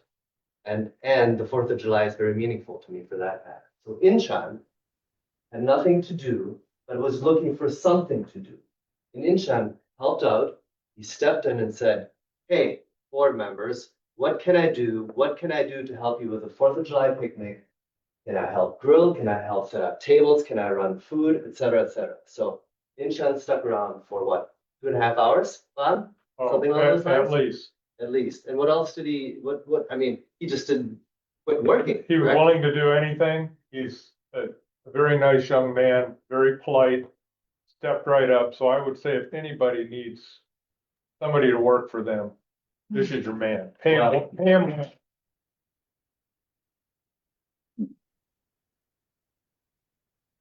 Anytime you may want to write down your name and your phone number or email address. And if anybody requests some help, if you'd like to work, we'll make sure they get it. Well, Bob, you're volunteering him to work. I will I'm do not that. sure that Inchan is old enough to work just yet. He's 14. Are you? How old are you? 14 years old. So there you go. I think there are labor laws that come with that. Right? I think it depends on labor. He could probably mow your lawn. But Inchan, if we can grab your name, number, then that way I can get a hold of you. Okay, so I'm gonna write that down over there. Thank you for sticking around. Thank you. This, I think, concludes our public comment period. And we'll move on to the rest of the agenda. Come on over here, Inchan. Why don't you write down your name right here, and number, and then we'll send you a little note or something. If we want Comment tonight, guys. Dietmar, if we Yes. want to send him something, can you put his address too? Yep. And then your address would be great, Sean. Okay. All right, does anybody need a bathroom break? Nope. All right, so let's keep going. I think I've run out of ink.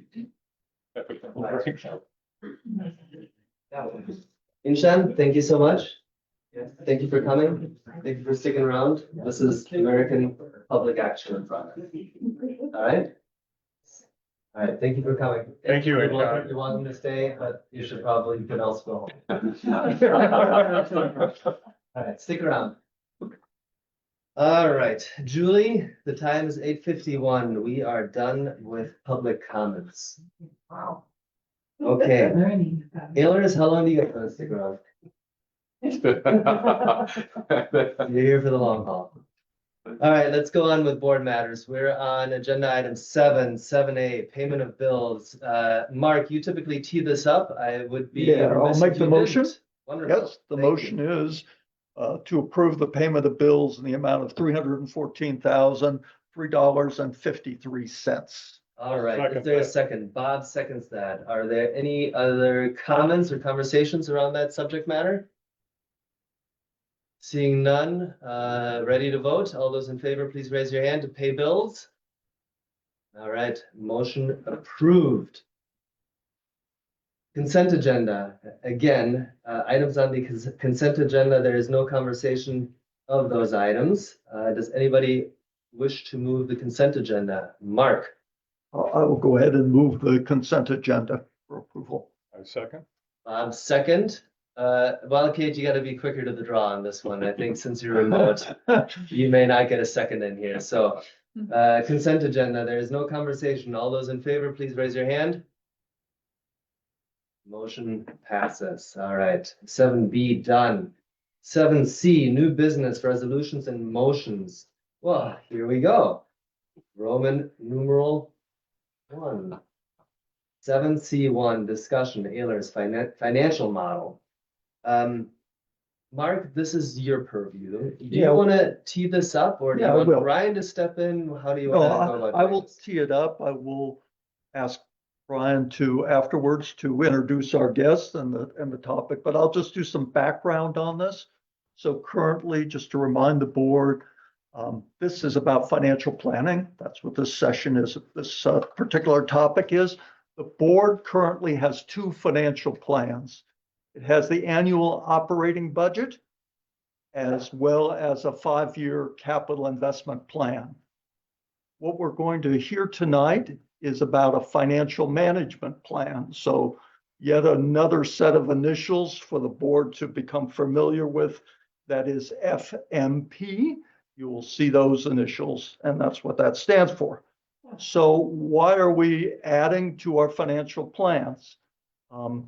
What we need to do right now, we have a 1-year operating plan and this 5-year capital plan.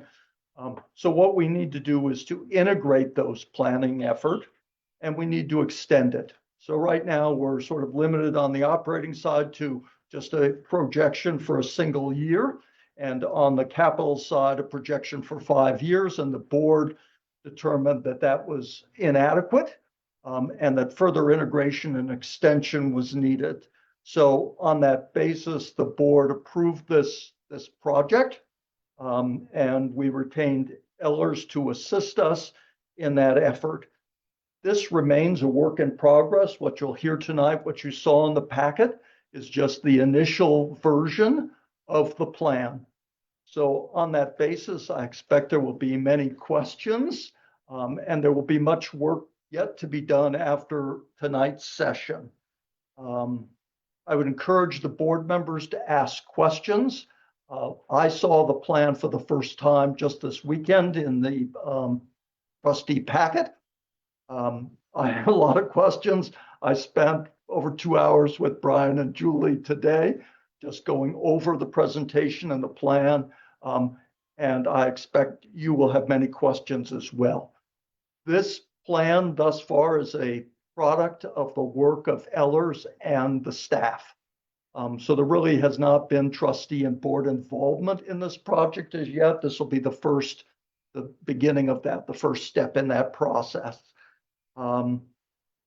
As to what I'm going to be focusing on tonight are 3 main areas, and I encourage the rest of the board to focus on these areas as well. The first is the assumptions that underline the plan. There's a lot of data there. There's a lot of numbers there. But I think it's going to be very important to focus on a couple of elements.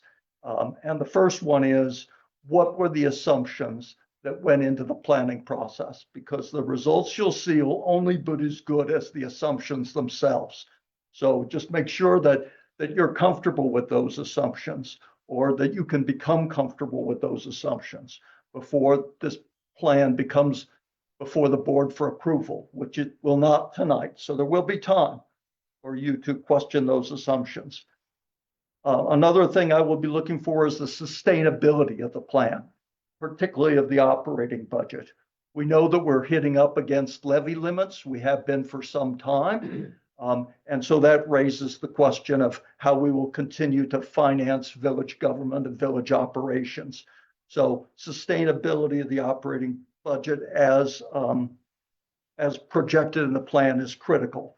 When do issues arise, and what is the amounts of the shortfall, if you will, if one arises, as I suspect it does, between our revenues and expenses going forward. The third issue that I will be looking for tonight is what I call the trade-offs. And the trade-offs specifically are the trade-offs between interest expense, okay, and project cost. So where we are today, we're a AAA borrower. Our costs are minimal. We are as good a credit as you will find in the market. And historically, what the village has done is, because inflation has been extremely low, like 1%, 2%, a lot of projects have been deferred at relatively minimal cost, because inflation with respect to the projects has been low. But what we found ourselves in the last few years is inflation increasing significantly.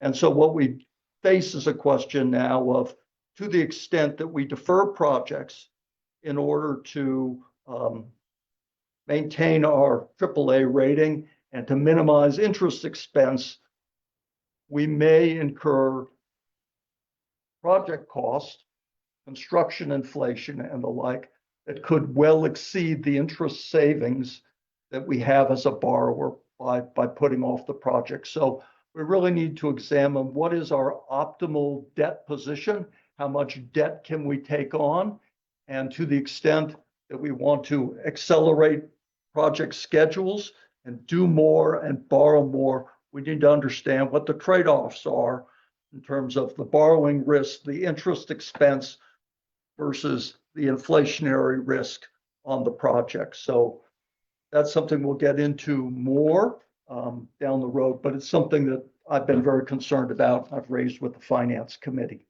So that's my quick introduction to the topic. Brian, why don't you introduce our guests and any additional comments you have Yeah, about no the problem. project? Thank you both to Ariana Schmidt and Greg Johnson for joining us this evening. They have both been collaborating with our team, asking good questions, gathering the information to put the financial model together for tonight. Some of the assumptions that are in there, I gave my recommendations on. I'm thinking they will speak to a few of those when those slides come up. But without further ado, I know you have been patiently waiting. I will turn the floor over to you and happy to jump in where needed. So thank you both. You want to come up or what would work? Ariana and Greg, how do you guys want to do this in terms of needing space to present? So I have the presentation on here. I can present via Zoom, and then I also have hard copies if you'd like, but comfortable for you, we can just pull up chairs. I will get comfortable. Okay. How does that sound? Sounds Now, good. Greg's gonna have to sit over there then. Because I don't think we've got, well, unless you want to sit at the head of the table.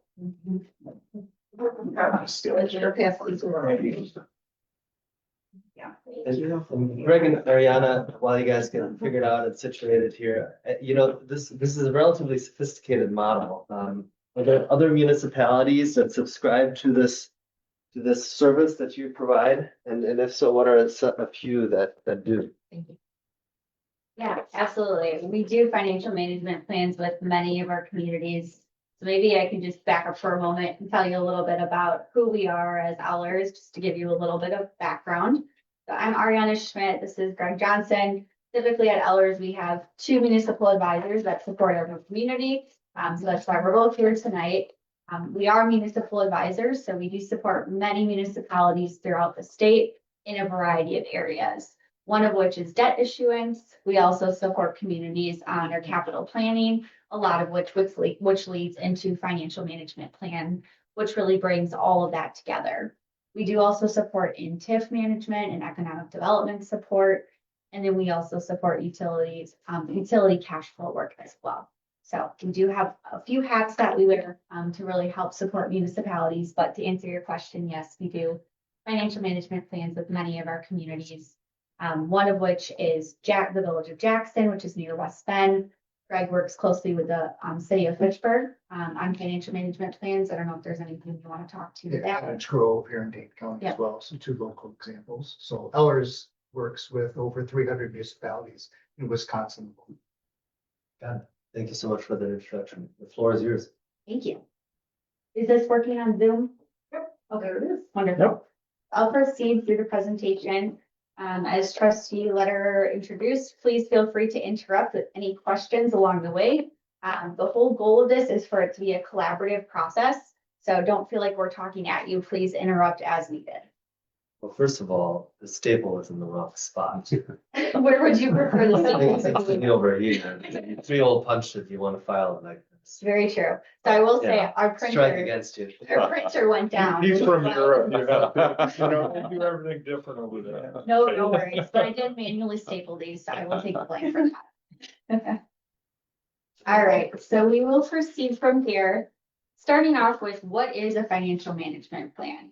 So as it was introduced, really what our goal here tonight is to be able to look at a forecast of multiple years, whether that be 5 years or 10 years into the future to help plan for any pressure points your operations may experience by analyzing all funds of the community. We're starting with 5 years into the future, so that's what you'll see in the projections tonight. A couple goals are really to look at decision-making processes of you all as the governing body and how we can incorporate those into the plan so that it can help dictate you all in terms of decision-making. So the goal of this is really to help guide decision-making points as a framework. We'll take a look at existing and future operating costs, comparing that to your revenues. And then we also factor in your capital improvement plan. So this is a very large portion of this that weighs into the outcome that you see in the projections. So we'll get into that a little bit further. And then we leverage the capital improvement plan to build out future debt profiles based on where your existing debt sits today. And we'll talk about that further as well. And ultimately, all of that leads us to look into this projection to see, is this sustainable given your current revenues with the anticipated expenditures and future debt to build into the profile? So building off of that a little bit further, some of the objectives that you'll see here are looking at future tax levy requirements. So what is the required levy necessary to support the proposed expenditures and capital projects that we have planned to fund? And again, these are based on a variety of assumptions, as alluded to earlier, which we will outline what those assumptions are. And those are movable. So as we get input from you all, we can adjust the assumptions accordingly. Really what we're looking for is an opportunity to allow you to make decisions before you hit those pressure points. So you can see where those gaps are going to be arising and shift decisions accordingly to ensure that you're able to put yourself in the best financial position. So you're being proactive in decision making rather than reactive when you realize there's a shortfall. And then really what we're trying to build is a roadmap for you all. So the idea is as we build this out, we update it on an annual basis. So that way, as you plan for your budget each year, you're able to use the prior year's financial management plan roadmap to really build off of those decisions. And that then layers into updates to your annual capital improvement plan, as well as your debt issuance process and your funding sources from there on out.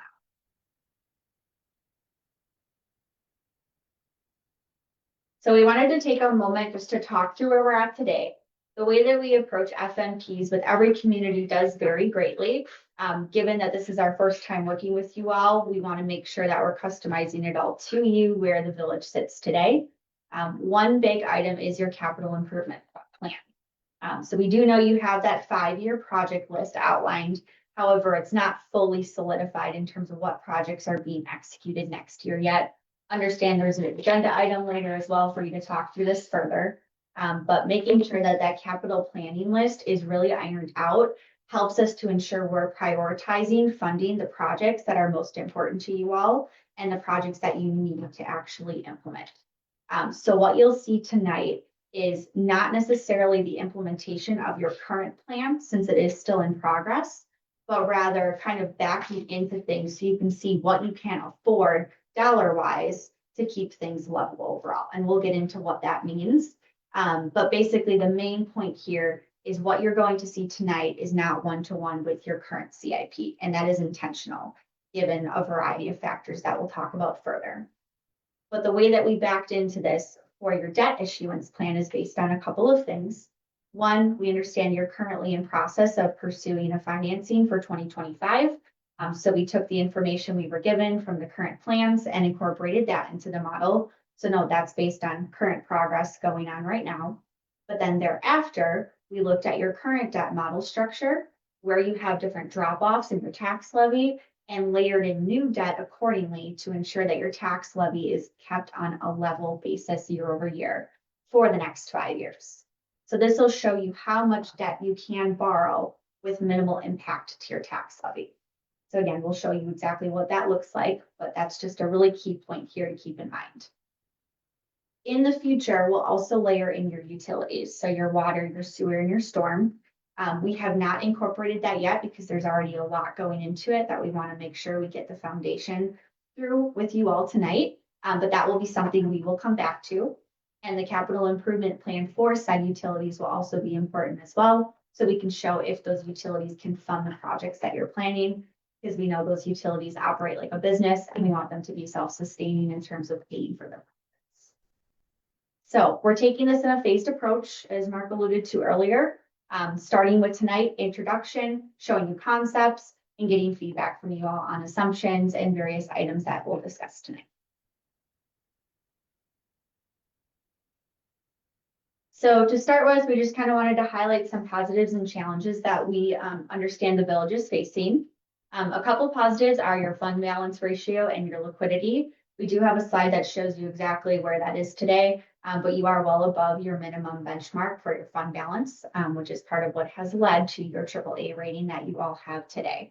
So those are some very great strengths. Your AAA rating does lend to lower interest rates when you issue in the market as well. Challenges are challenges that many communities that we work with and all throughout the state are facing today. Biggest one being levy limits. Additionally, net new construction provides minimal levy limit capacity. As you know, as we've heard from staff, there is minimal net new construction occurring in the village.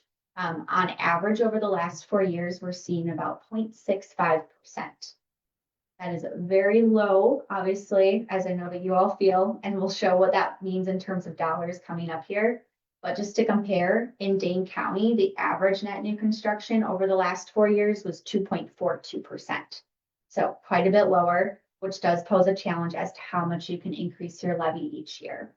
So part of this financial management plan at the end, we'll be talking about strategies of alternative revenue sources and how we can leverage additional opportunities to overcome that challenge that the village is facing. Can I ask a question? Yeah.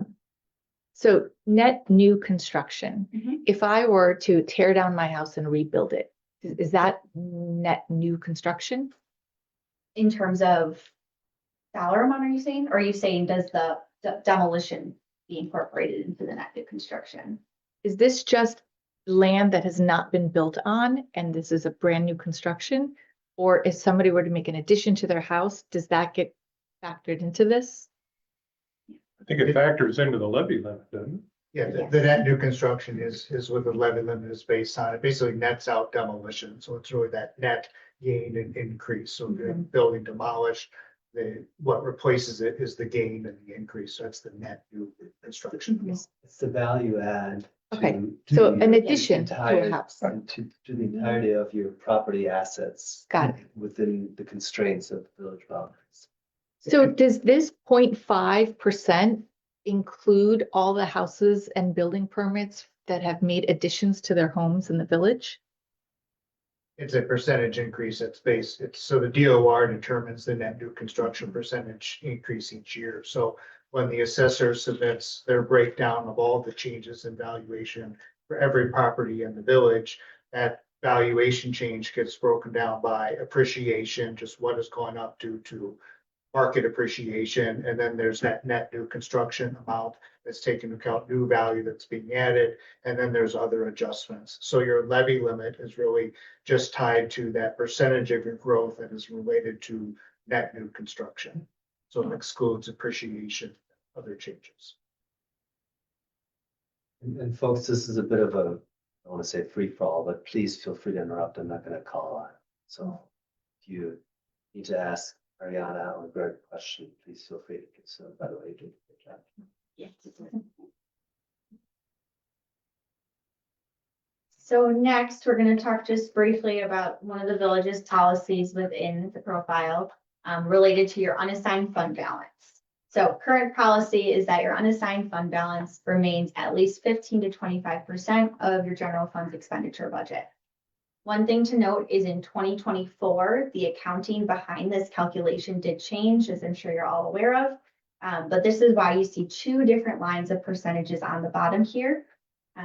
Unassigned fund balance on the green column was calculating this based on the percent of your general fund budget. So that's that line in green that says budget general fund.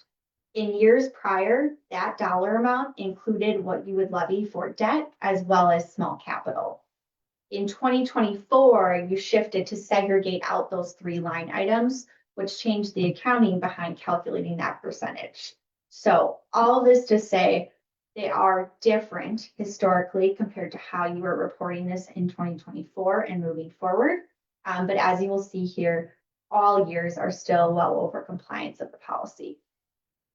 I think you should underline that policy shift. Not, I guess it was an internal policy shift, how we're accounting for it. Yes. I know there's a member of the finance committee in the audience that has brought that up at the last meeting, some version thereof, that there isn't funny math happening. It's simply the way that it's being accounted for is now different going forward and more in line with how it should be. It wants to be. Is that accurate? Yes, that is accurate. Because now we're identifying up front exactly how much you're levying for debt service and how much you're levying for capital. It's not being transferred out on the back end after, so you have to dig for it. You can find it very verbatim right up front, exactly how that levy is being allocated. So if we compare 2020 to 2024, we've gone to from 23% to 32% unassigned fund balance. Does that mean that we have more entropy in the system? We're more disorganized in how we keep track of our funds? No, it does not. Greg, do you want to elaborate on that? The denominator got smaller. That's all. as a result of what she said and change of accounting. Oh, Yes. Okay. Yeah. And just to remind the board that the reason we keep a unassigned fund balance is for working capital purposes. We need to have funds available in order, because of the mismatch of the timing of revenues and expenses. So we may plan revenues that come in late in the year. We have some expenses at the front of the year. So we need to pay them out of fund balance as opposed to waiting for those future revenues to come in. So we keep it for working capital purposes. We also keep it because it's rainy day fund essentially, and emergencies come up, and that's the fund that we would look to satisfy those. We don't have a line of credit with anybody, so we use our fund balance in order to smooth out those issues. The decision about the unassigned fund balance target, whether it's 15 to 25% over the expenditure budget, is a function, an internal guideline that we can change. It's not a state mandated thing. So this is one of the things that the village controls. We determine what kind of an excess, if you will, that we want to have over the operating revenues. So it's something under the village's control, and we need that flexibility. It's there for us. And this is something that the rating agencies do hone in on as well. So being in compliance with that policy is important. And also this is a very similar benchmark that we see in many communities. So this is very on par with what most communities use as a policy for fund balance.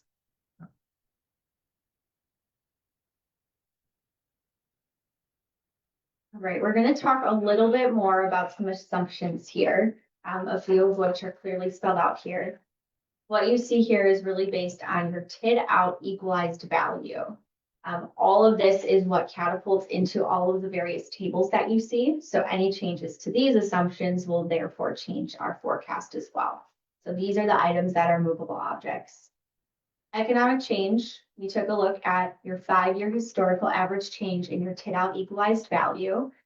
We take about 55% of that average. And the reason for that is because we don't want to assume you're going to increase at the appreciation level that you've seen historically and then not perform, because that will drastically negatively impact the projections.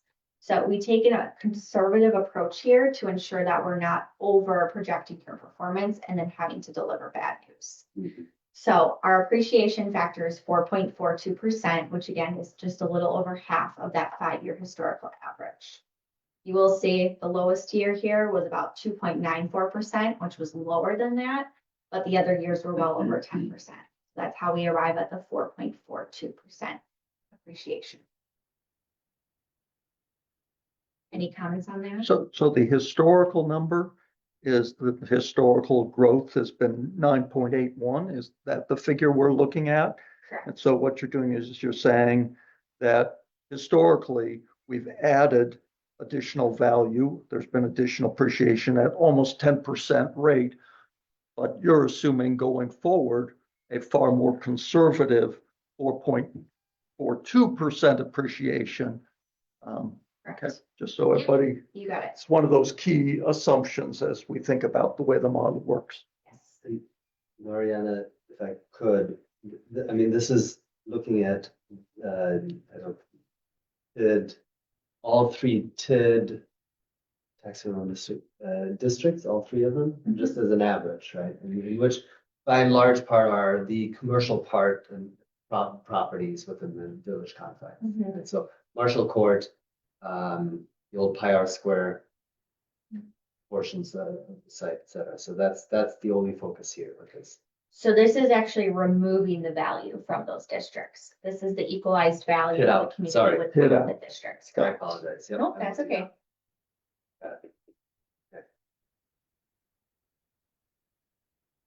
The next assumption is based on your net new construction. So as we just alluded to earlier, your average over the last 4 years is 0.65%. We took a look at that average and we have assumed a continual increase of 0.58% for the future in terms of your growth. That is what we then can leverage in terms of the anticipated increase to your levy limits on an annual basis. which equates to between $13,000 and $14,000 a year added to your levy collection.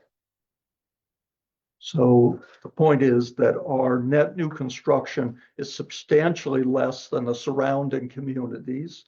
That's point one.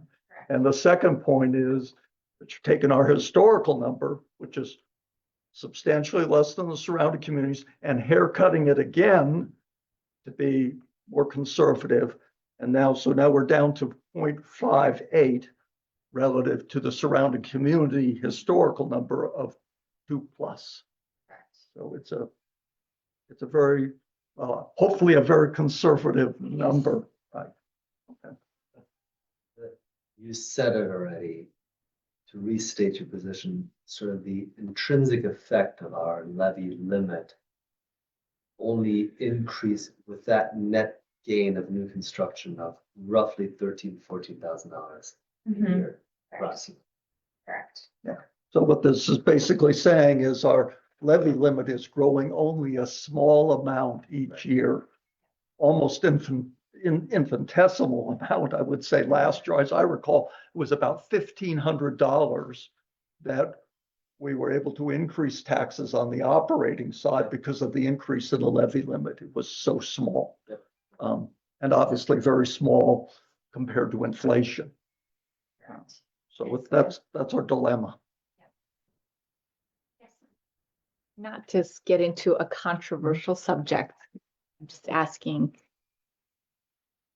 do we have an influence over, do we have an influence over net new construction? I mean, I know we're landlocked, but is it something that we also we choose because we don't want bigger houses, we don't want certain lots built on? Like, I think there is a, if I may answer this, there's a policy component to all this and an opportunity component, and really ties back to the focus of increasing density among areas within the village that drive up much greater value. So vis-a-vis the University Avenue Corridor study, Yellowstone, that's really the more on point issue here, is developing more intense but thoughtful use of the existing real estate than properties.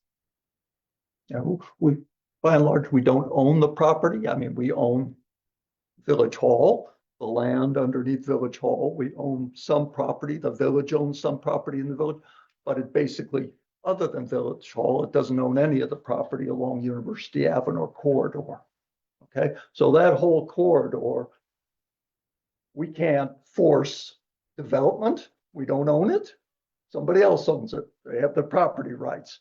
What we can do as a village is we control the rules and regulations around that development. Okay, so to the extent that we have very tight rules, tight legislation, says you can't build over 2 stories or whatever. To the extent we have those kind of regulations, we can certainly discourage development of the area, whether intentionally or not intentionally. So we have that indirect control, but we do not have direct control because of the lack of ownership.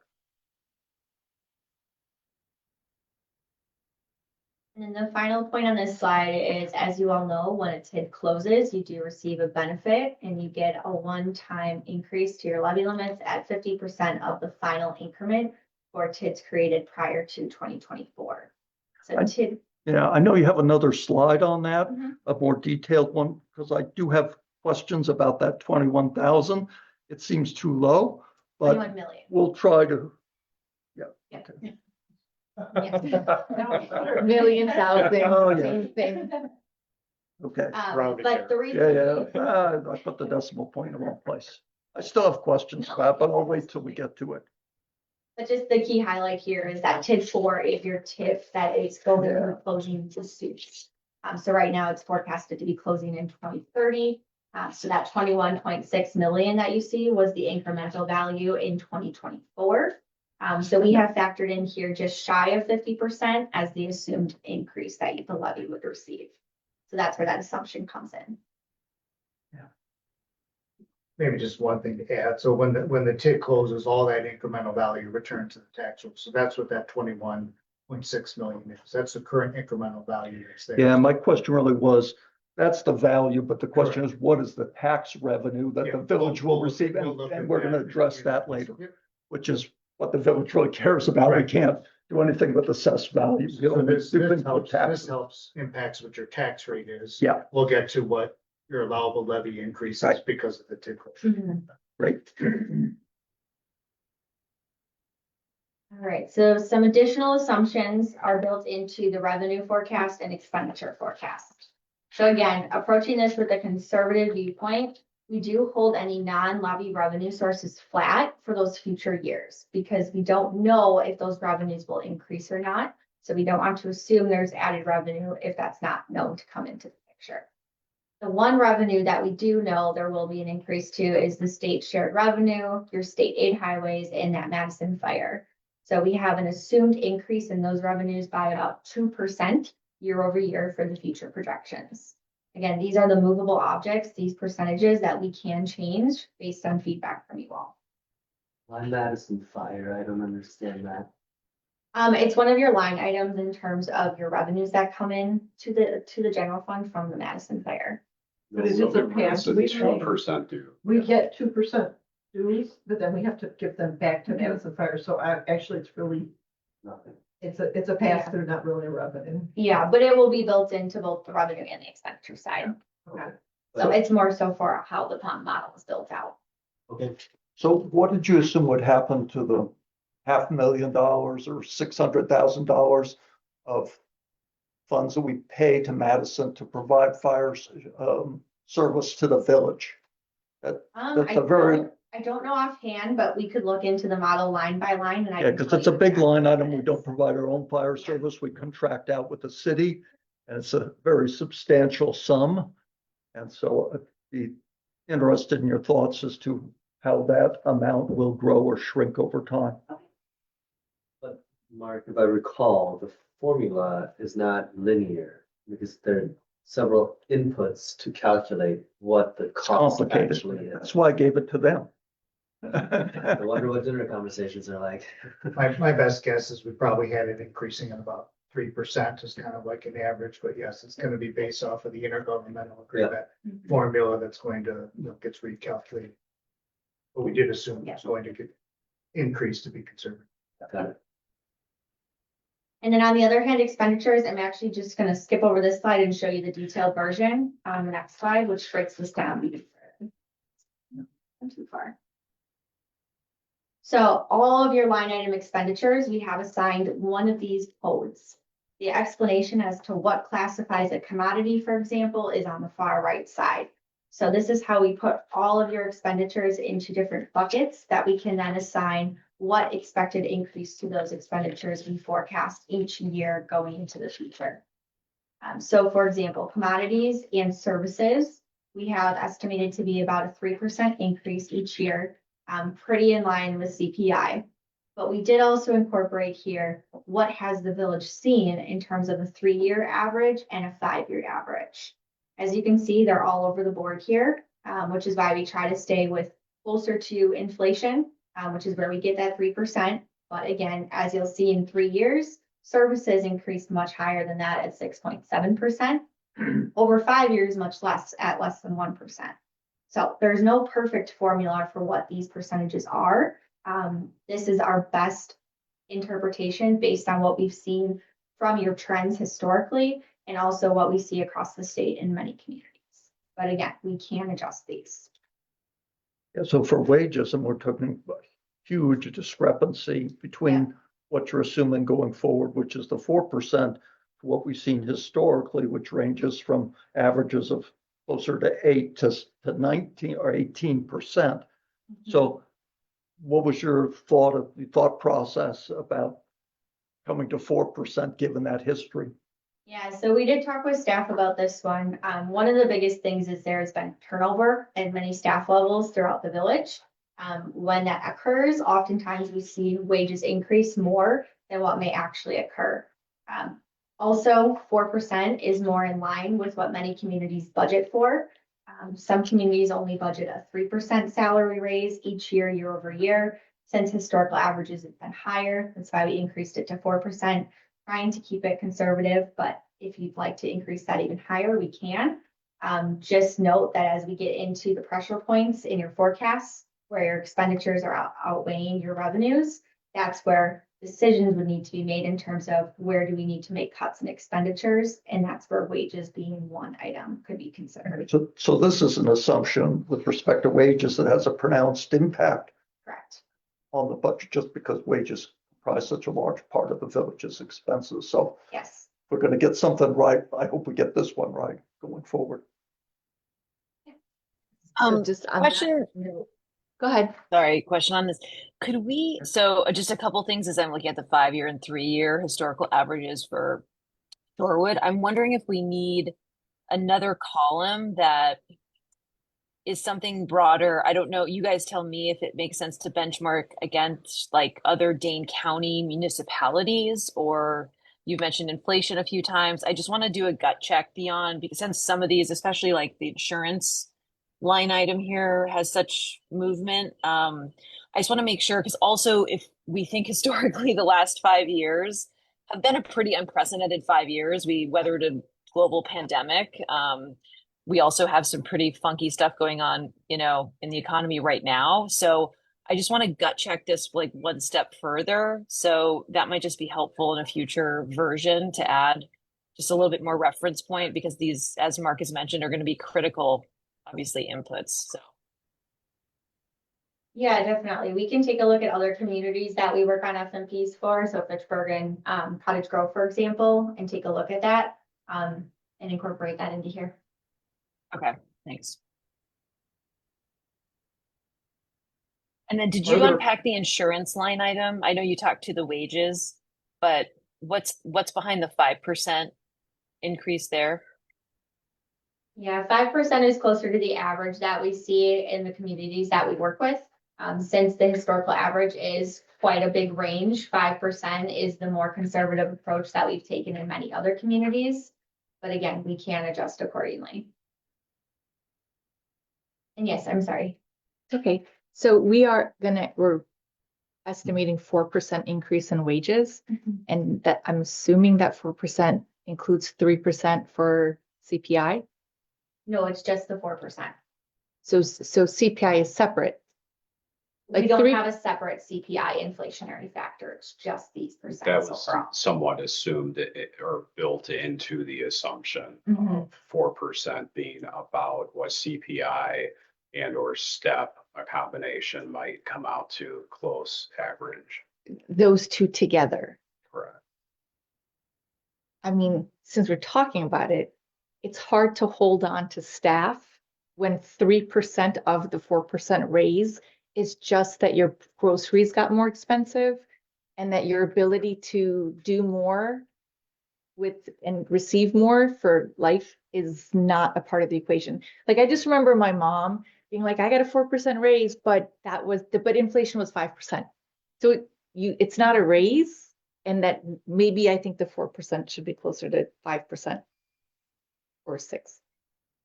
I think the other thing we have to weigh is when the ad hoc policing study was done, it indicated that our police department, that we were one of the lowest compensation in Dane County, and that it would cost as much as $200,000 to bring the department into a competitive situation with the surrounding communities.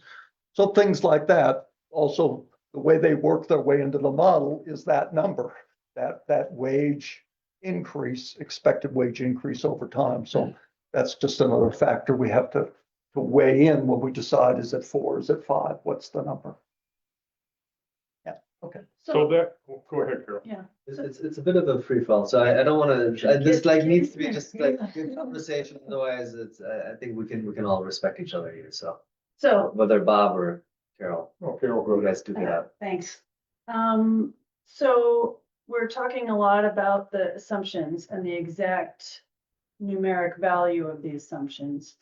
In my professional world, when there's a model or a simulation, there's a formal sensitivity testing that exploits the measures of variability around the value.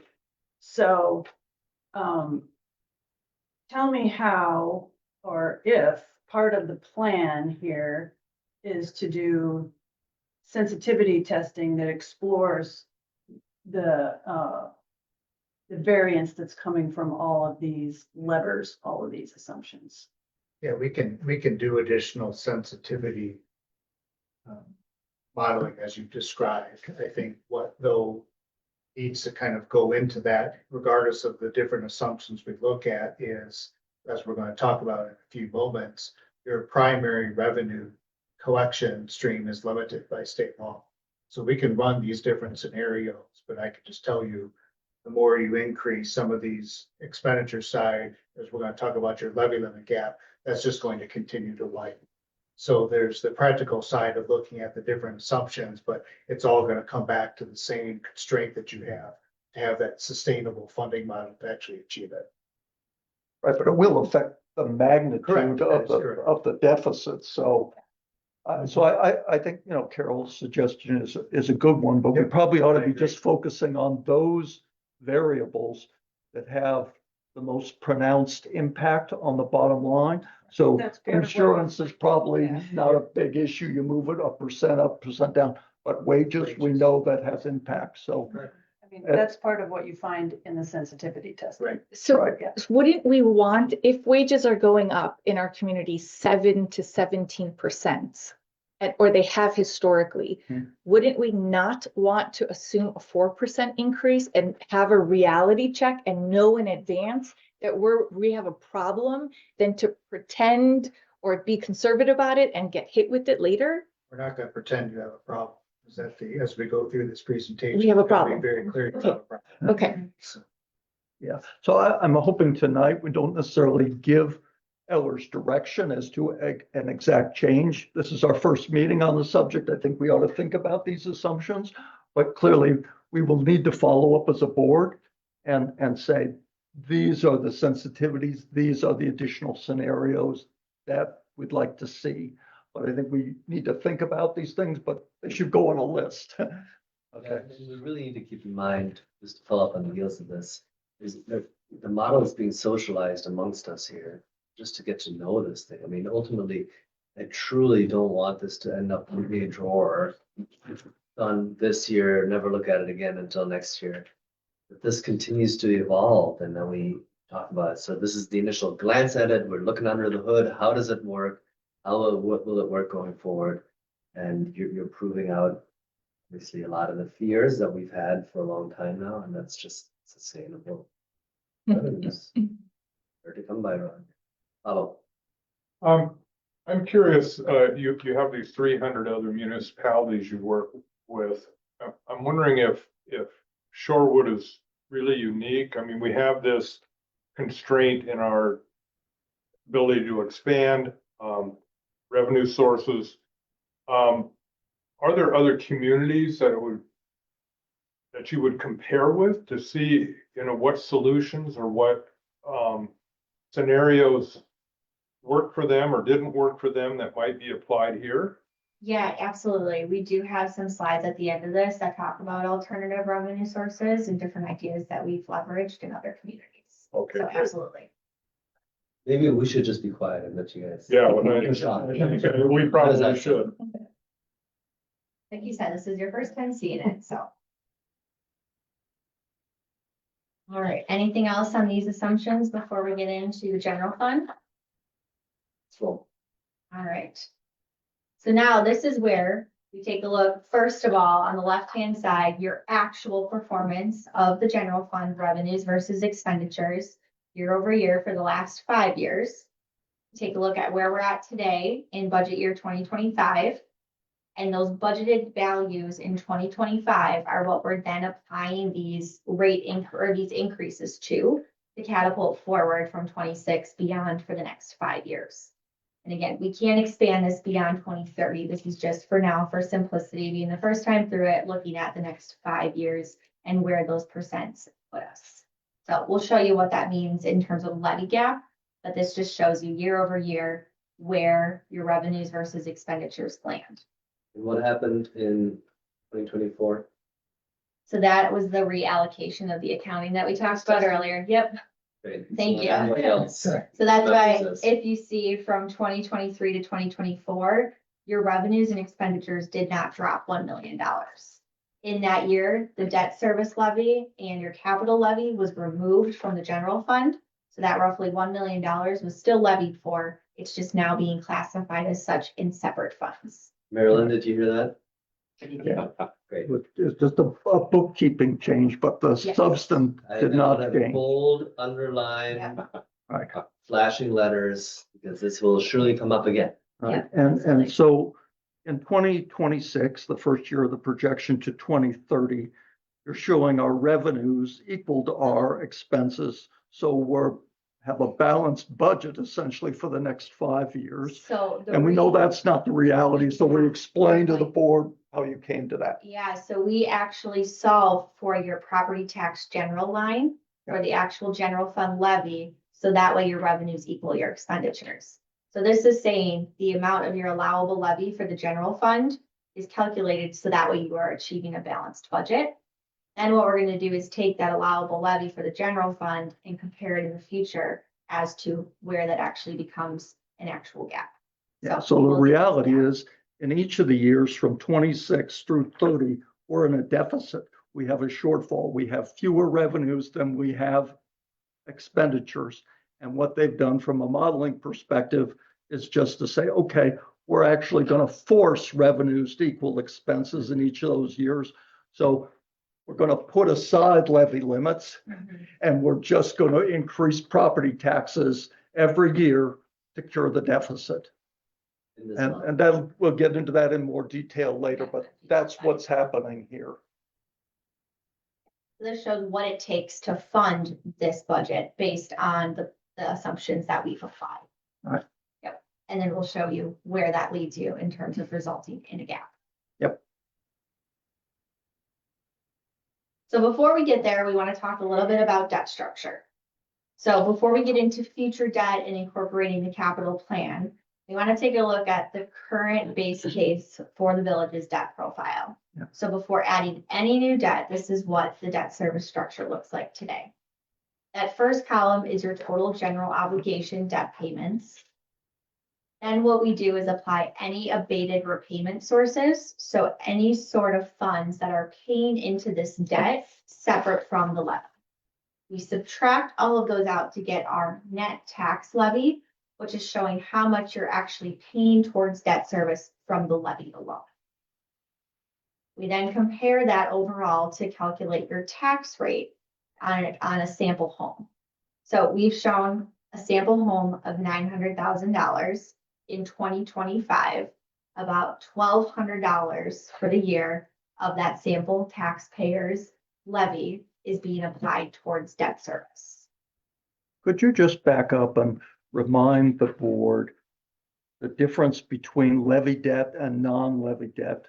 Because that's the distinction here, but it's not made explicit in the chart. So we're just saying, this is all the debt of the village and this is all the debt service that's required to pay that debt in each and every year.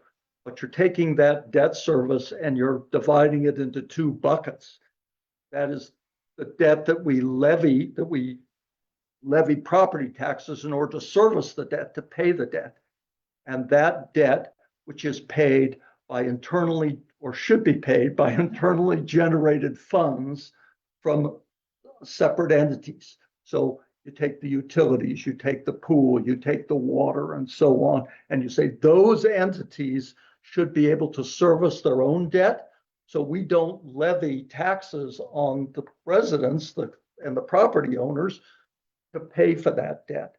So that's the distinction that's going on here. So what they've done is they've taken the total debt service requirements, and that's what appears in that first column, total GO debt payments that we make, and then subtracts out the amount of the debt service that is paid for by those funds as opposed to taxing the property owners. So we can figure out what is it that the property owners are responsible for as opposed to other debt that is sourced from others or the other sources. Yeah, If that makes any sense. Yes, thank you for that clarification. Oh. One other thing I'll add is this is just general obligation debt. So this does not include revenue debt. And we have no Yep. other debt other Yep, than general, but exactly. yeah. Just to clarify, in case we ever do in the future, I just want to make sure that clarity is provided. And what we're seeing in the third to the last column is tax rate per $1,000. So what we're seeing is that the residents have to pay this $1.34 per $1,000 to service the existing debt. But over time, you can see that number continues to go down. And that's because this is just a runoff of the existing debt. So today we own, I'll make up a number, $12 million, $13 million, whatever we owe in debt. But over time, we pay down that principal and interest. And that's why the tax rate that the property owners have to pay is also declining over time. Can I interrupt? Yeah. I'm sorry, this is a No, little bit okay. couple No. above my pay grade. So in the first column, it's got that $2.6 million. That is our total debt. Not debt, that's the debt service. That's Total not debt the, service payment that's owed in 2025. that's the principal and interest that is payable in that year, Total. And then, so let's just take the pool because the pool has its own fund. It funds itself, it generates money.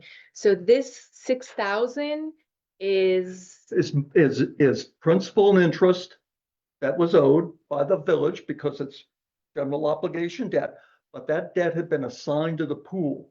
So the pool is now responsible to pay the principal and interest. And in that year, there was $6,425 of principal and interest that the pool paid out of their own fund. And was that for work done on the pool or just general debt payments that we have It's to a make? portion that the pool pays towards our debt. We assign, right? We assign the different, Yeah, so we're saying So- about $2,624,000 in interest, principal and interest that the village had to pay in 2025. $6,425 So was we paid did- by the pool fund, Okay, not the general so fund. we just asked the pool fund to pay that money. It wasn't necessarily related to a pool expense. Yes, it was. Well, it was I'm- because the money was originally borrowed to do something at the pool. Hey, right, please. I got it covered. So Greg, I got when it. we issue debt, we say what it's going to be for. So Brad had given us, like, for this year's debt, we were doing the 1.1 million, right? It said this much is for general fund, this much is for the pool, this much is for water, this much is for TID, whatever. So when you issue the debt, it's divided out which funds are going to pay which portion. And then it gets spread out over the number of years of the debt. So they only pay their portion and then it continues through. And their portion is Is determined by what we borrow. By the So project that was done in that. By the project. So the pool needed $6,000, well, or more. Okay, so these are all separate buckets for work that those separate water sewer needed. They got the Bottom is benefit. total debt. What you're seeing up above is just that year's. That payment. year's. If you look at the very bottom, that's the total debt that each fund owes. For projects in that fund. Correct. Okay, Yeah. So it would have been decided at the time of the borrowing that those different revenue sources were going to contribute towards that debt. got it. Yep. Got it. However, that debt is pledged by the levy. So if for whatever reason the pool fund doesn't have those revenues to pay, the levy is responsible for paying that Got it. portion because your general obligation debt is not subject to levy limits. And can you just do that $900,000 home thing again? Yeah, so for a $900,000 home for 2025, of the total amount that they pay in taxes, $1,200 of that goes to pay for debt service. Oh, okay. So what you see here in 2026 is you have a lot of debt dropping off, meaning a lot of debt is being paid off with your 2025 payments, resulting in a much lower debt service in 2026.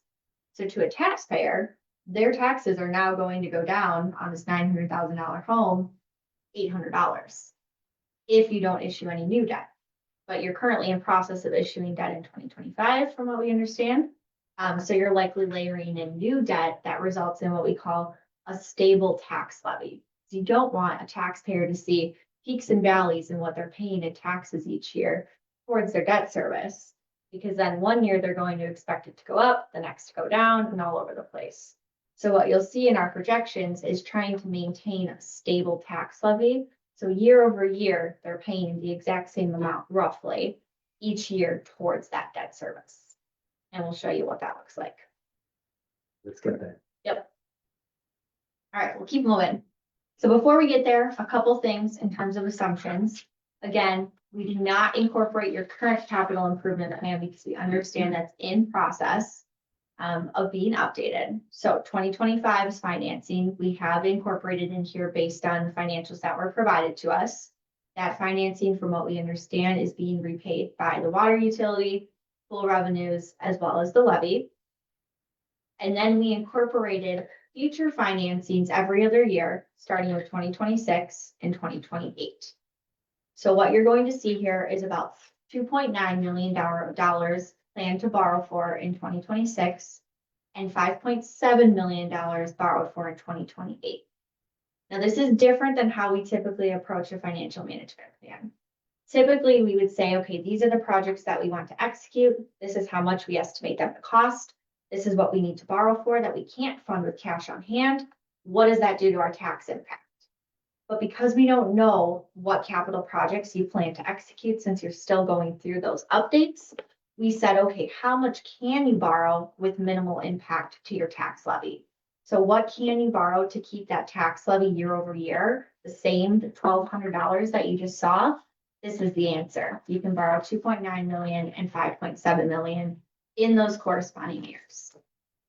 This does not include, for example, the facilities project that you've been discussing or any other capital projects. So we can change this, and we will change this to reflect that of your capital improvement plan once that decision has been made in terms of what projects you want to prioritize. But this is why that capital planning is so important, to be not just a wish list, but okay, what can we actually execute? What is most important?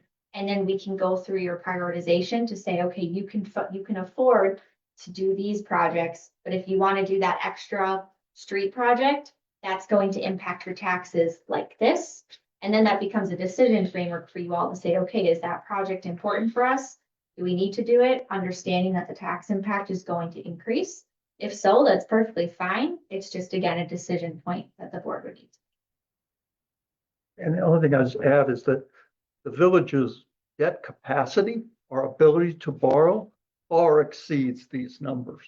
Yep. Okay. And so the question that I tried to raise earlier, but not very artfully, was the question of how much should we borrow? We have a large backlog of projects, Yep. streets, buildings, you name it, we've got it.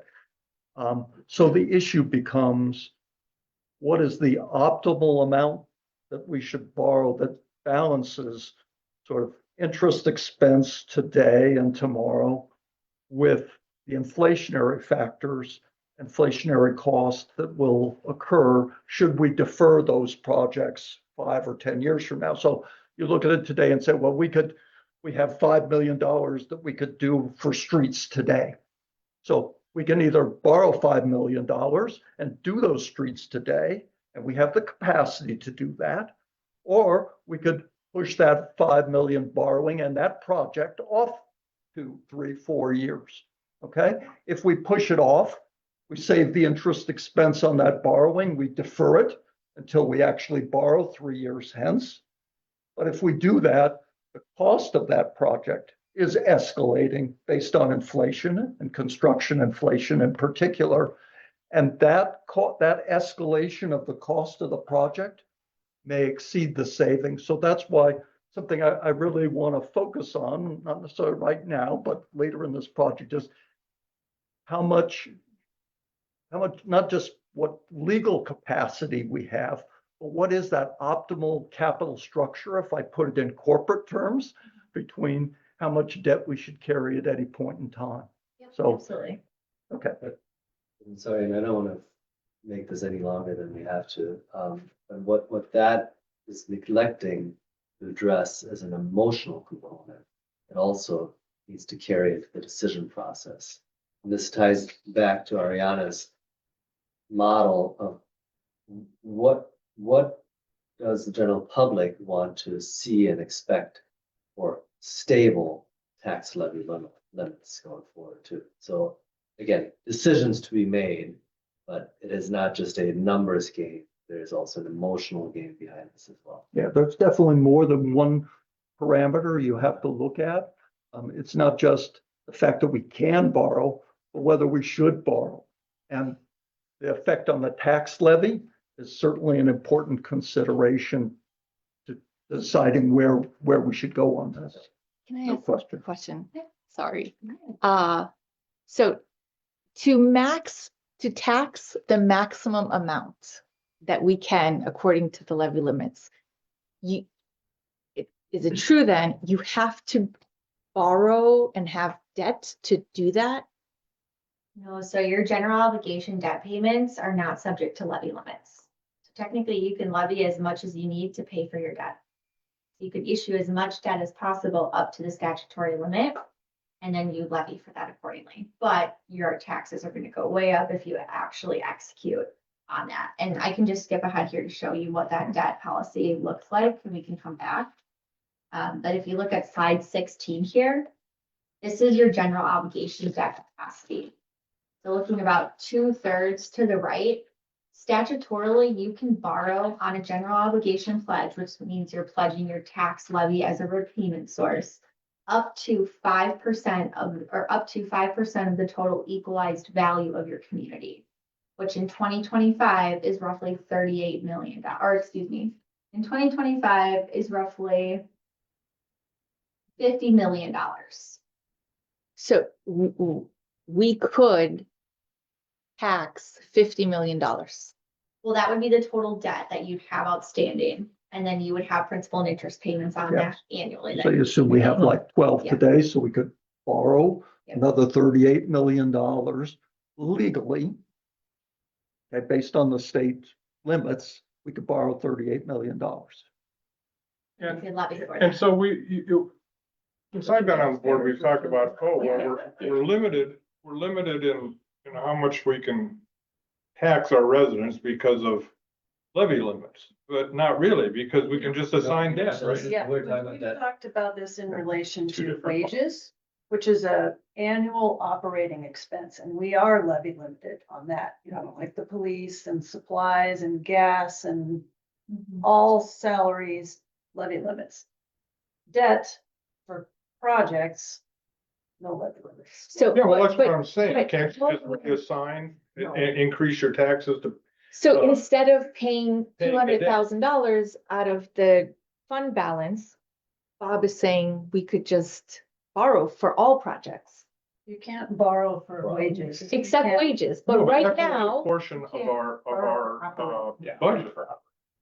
You can't borrow for operating. we do pay out of the fund balance for capital improvement projects. The equipment we buy, the truck purchases, we could borrow for those and we choose not to. I'm just trying to get the facts straight. I'm not arguing. Actually gonna talk about that as kind of a levy limit strategy. in Okay. a few minutes. Yeah.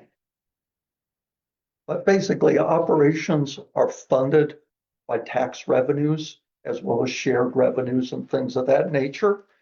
And our capital projects are funded by debt or borrow.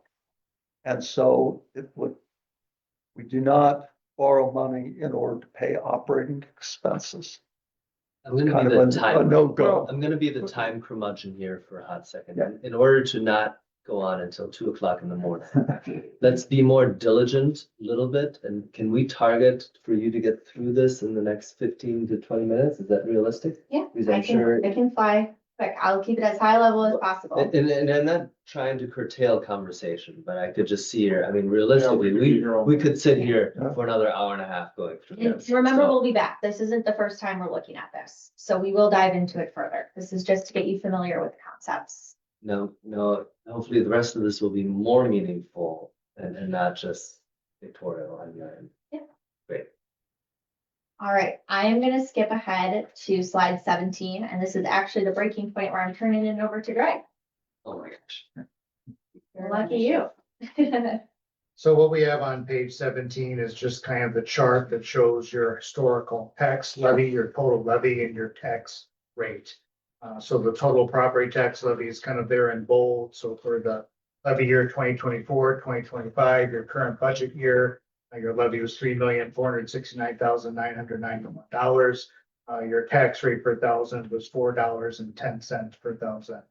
So for a $900,000 home, as an example, in village taxes, they pay $3,693. So it just shows how that tax rate has changed historically and how the village's tax levy has kind of fluctuated over the last couple of years. So that's just for historical context. Yeah. So the next page, on page 18, kind of brings a lot of this all together. So this is kind of the big picture, kind of one of the key takeaway slides.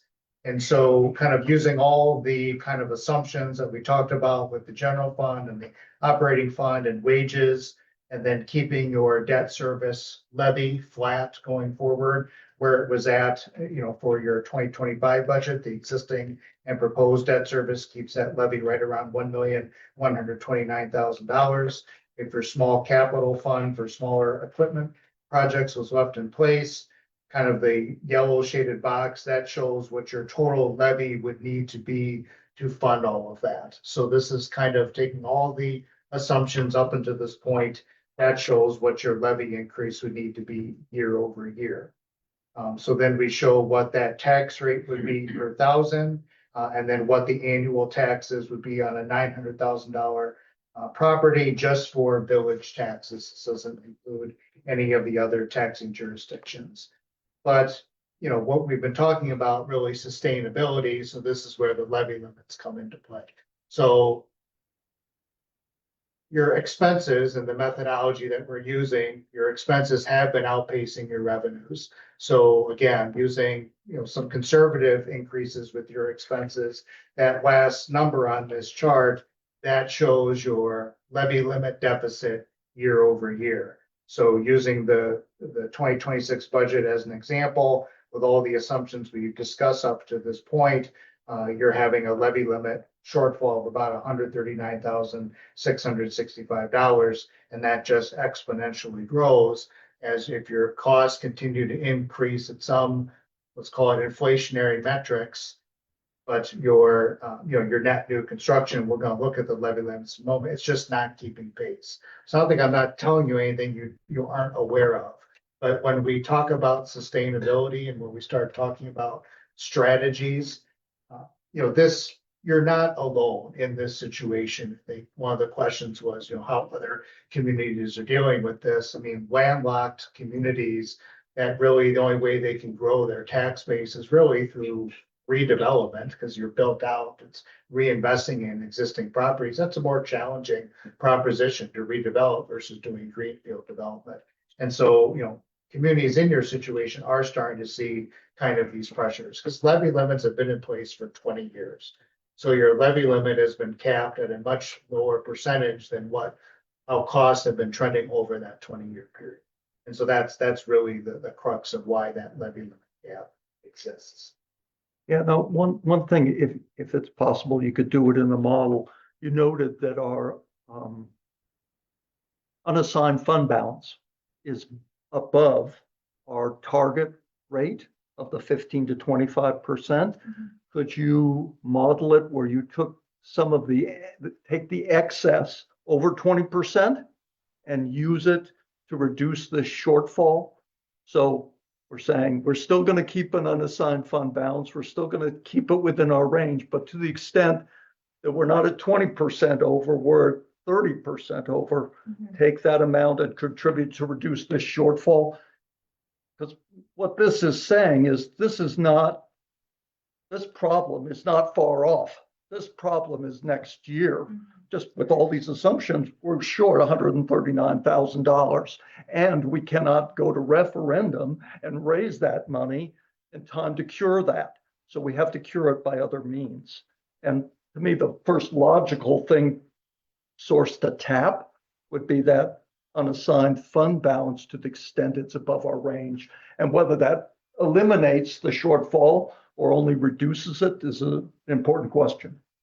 We can certainly do that. I think Yeah. the thing I would add, though, is that what's really primarily driving this gap is operations. Because again, the debt service is automatically exempt from levy limits. So while you can certainly use unassigned fund balance to plug that gap, it's not gonna be a sustainable strategy. And I know you're saying I'm just you trying to buy Yeah. time No, I until think we as long could as go it's, to a as referendum. long as it's. If we in don't that find other context. solutions. So even if we buy ourselves 1 year, that would be helpful. Okay. Understood. Would the amount, this 130,000, be less if we didn't assume 5% growth, but assume 10% growth? What? Property values? Because we're assuming 5% No, when we're it's subject, no, it's 9%. the input in the formula, it's not the growth of the value, because the pie is only so large. And so it's a distribution within that, it's a bad analogy, It's how the to, expenses, it's not the equalized value that drives the levy. it's the Okay. way the levy is Got it. calculated to Got drive it. greater revenue You streams. you need net new construction. That's the That's- crux of the formula. And that's what we don't have. And the mere appreciation of property in the village doesn't get you there. Because it all appreciates equally in the. But for example, if Garden Homes was developed over the next 2 years, that would count as net new construction and be a pretty big boom Construction. Precisely. for for example. Yep. Or we put a density. I would suggest we keep going. So I think to just kind of jump ahead to kind of page 20, which is kind of the big levy limit chart. This is just the replication of the levy limit worksheet. What I want to draw your attention to is kind of in the center of the page where it says enter, assume net new construction percentage, that 0.58% that we were using as the average. Right above that is that dollar amount that Ariana cited earlier, where you're really only seeing that levy increase, $13,710 up to $14,000. That's what that net new construction percentage yields you. It's obviously not enough to keep up with your costs. Yeah. But that's really the problem in a nutshell. Now, Greg, I assume you are gonna tackle TID next. Yeah, so the next page is to kind of answer kind of the question of, when a TID closes, what does that net you in terms of ability to increase your levy? So this is just an illustration. This obviously didn't happen, but if, your TID District 4 had closed, prior to adoption of the 2025 budget, using your current budget year as an example, what could you have increased your allowable levy by? And the answer to that is an additional $30,350. That's what you would have been able to increase your levy by if the TID had closed. And that's a number that confused me, because if you go to the 2023 annual report of the TIDs and you look at TID 4 projections, it's showing that the increase in annual tax collections just by the village alone, when the TID 4 closes, the increment alone is $117,000. So how is it that TID 4 is dissolved and your projections showing only 30,000 when I look at the projections that have been done in the annual report, which indicates 117,000. So there's an order. Is there some kind of a discount or a hair? No, we're talking about kind of two different things. They're Okay. related, but they're two different calculations. So what you're looking at in the annual report is the total amount of tax increment collected. From a levy limit perspective, it's a different calculation. They're taking your total incremental value of the TID. So if you look at this calculation, page 21, your current TID incremental value is 19,901,800. So if you take that and apply the TID out value in the year of closure, and then you cut that percentage 50%. So you get a 1.3% increase in your allowable levy that's applied to your adjusted levy. So that's $30,350. That's not equating to the total amount of tax revenue you're collecting. It's a different calculation. Okay, we'll do it offline, but we'll talk more No, about we can that talk because more about that. I it's understand. 5 years off, but it's a huge issue. Yeah, no, I understand. And the number you're looking at is correct. It's just the context of how it's applied. to Okay. limits. TID 4 is also the smaller TID. Right. Right, TID 5 is the big one. Right. Bigger one. Three. Got three. 3, sorry. Thank you, Julie. I think that one's farther out. I think 2033. Yeah. Is it one more year? Yeah. Yeah, because we were looking at a fairly large windfall when these TIDs closed. Yeah, that's That- the distribution of excess increment. That's a separate number from the allowable levy increase due to a TID closure. Those are two different things. Got it. Okay, offline, but it's 5 years out. It's not an immediate issue, but it will be an issue. Yeah. Yeah. So I'll just touch on a couple of levy limit strategies, just kind of jumping ahead to page 24. This just kind of illustrates, how many communities got here.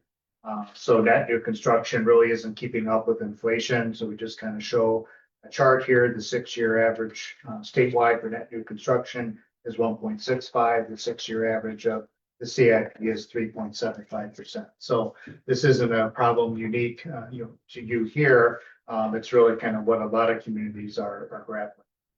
Could you just add a third item to this chart? Right now, what you're plotting is the statewide average and then the CPI, but could you put in the village number? Sure. So our net new construction, what we've been able to do, what the state average can do relative to inflation. Sure. Perfect, thank you. So in terms of kind of, options to kind of deal with, levy shortfalls due to levy limits, I mean, we've mentioned it. Levy limit referendums. No, they're not, generally politically popular, but we have seen a substantial uptick in the number of communities that are going to levy limit referendums. It's really a general byproduct of what that chart just showed. We're 20 years into levy limits capped at a percentage that's far greater than costs are exceeding. The primary revenue source to fund local government in Wisconsin's property taxes. So as your costs go up to fund day-to-day services, invest in your, some capital, those, your ability to raise revenue to keep up with those costs are capped at a lower percentage. It's the most sustainable way to address a operational day-to-day services, because you can request a levy limit for a specific number of years, or it can be ongoing to kind of help address, day-to-day services going forward. So when you do a levy limit referendum, you have to state the amount of the increase, what it's for, and then specify how long it's going to be in place, a year, multiple years, or if it's going to be ongoing. Timing of levy limit referendums is an important consideration that's summarized on page 28. Because as was already mentioned, you passed the deadlines to do a levy referendum in 2025. So we kind of show some timelines for elections next year, just for information. So the bottom line is the earliest we could raise the levy limit and actually see the money and apply it to a budget would be 2027. So next year, it's not an option. We can't raise the levy limits, but we could hold a referendum in 26 and receive that money in 27 and use it for the 27 budget and thereafter. So that affects the timing, because as I understand, it's not just a matter of the election, but all the preparation that would be involved. So if we wanted to, for instance, if we assumed that in 27 we needed the money and we wanted to receive the increase, and when would we have to begin work? When does the process have to start? When does the board have to direct the staff to do the spade work to get us there? It's short turnarounds. I think that's, municipal referendums are relatively new. You look at kind of the chart on page 28, you look at the deadlines to kind of get on, spring elections. I mean, they're coming up right here at the end of the year.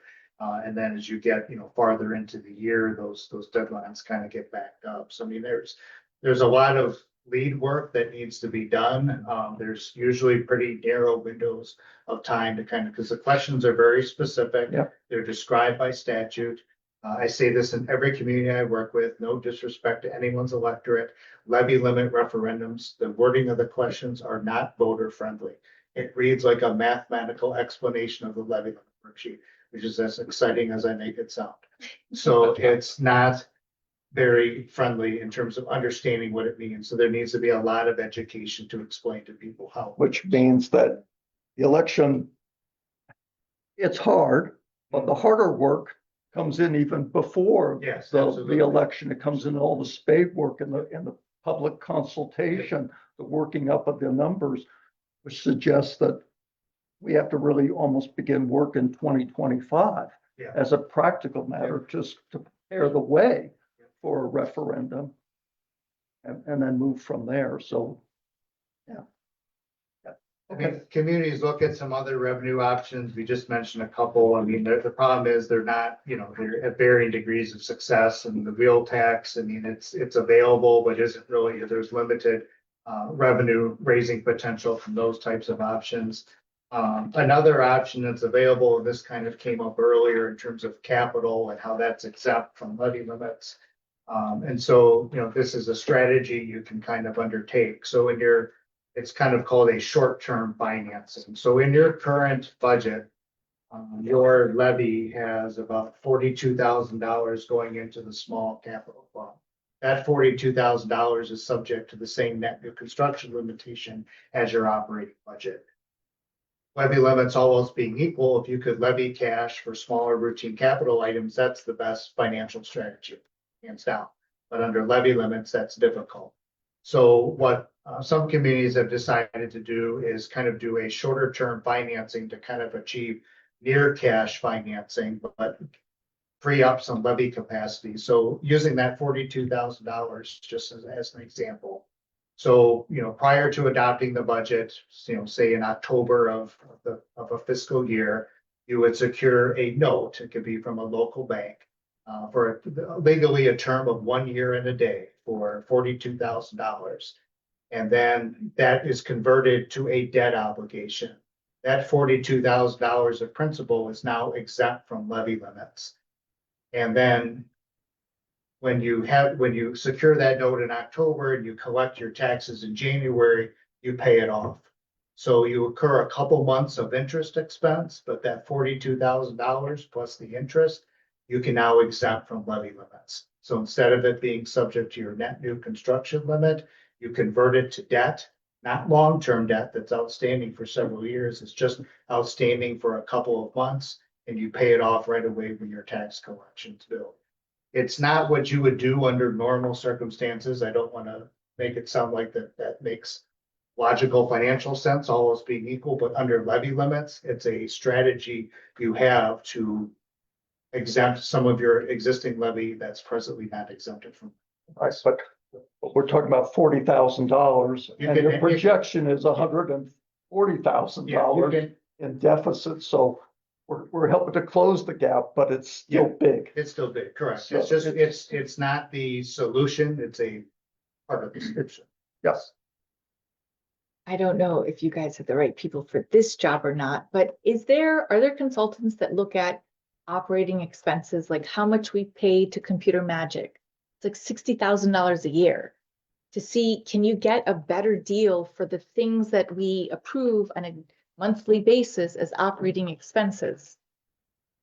I mean, I think that's part of kind of overall a strong budget management strategy in terms of just looking at, existing services,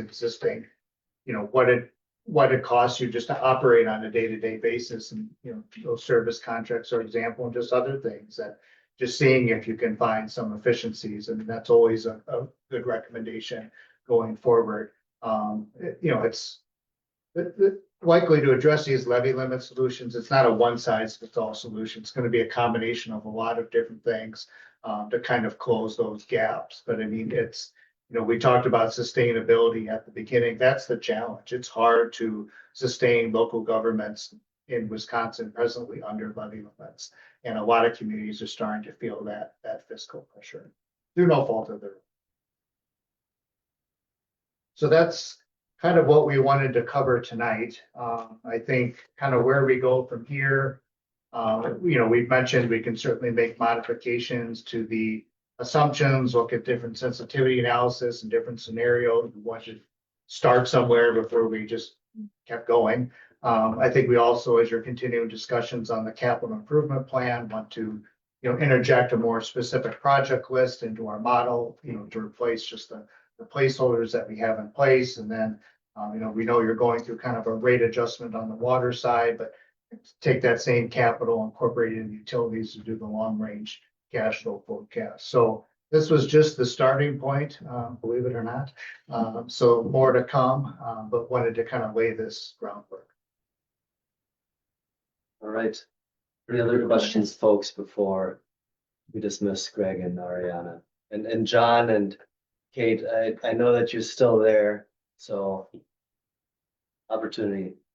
I'm to going pose to a say question. Please something. go. And I John. really want to credit Marilyn, because Marilyn has been saying over the years that we couldn't at the time figure out what to do with garden homes, but we need to revisit it and try again.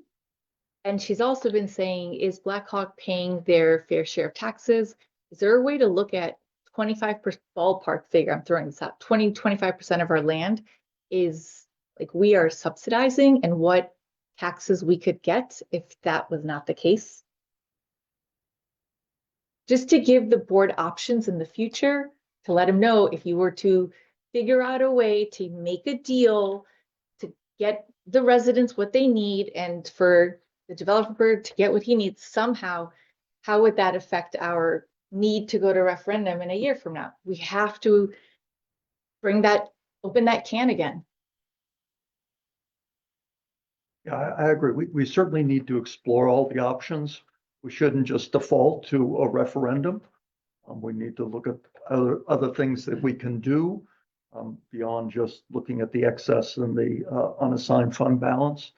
And not be afraid to look outside the box a little bit, try to be creative. Right, but time is of the essence, because if we need to go to referendum, that process has to begin very early. That doesn't necessarily mean we have to go to referendum, but we may have to begin the work for a referendum. Hold on, guys, sorry. You made a comment. Mark responded. I'm gonna give John the floor, come back to you, and let's close this out. John, the floor is yours. Thanks, Dietmar. I just wanted to point out, this is a great tool. And so I appreciate the work that Greg and Ariana have done on this. The board went ahead and, made this an expense, and I think it's bearing fruit.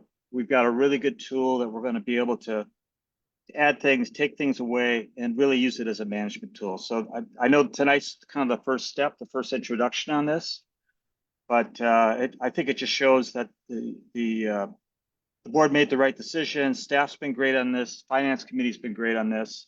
And I look forward to the good work we're going to do on this moving forward. Thank you, John.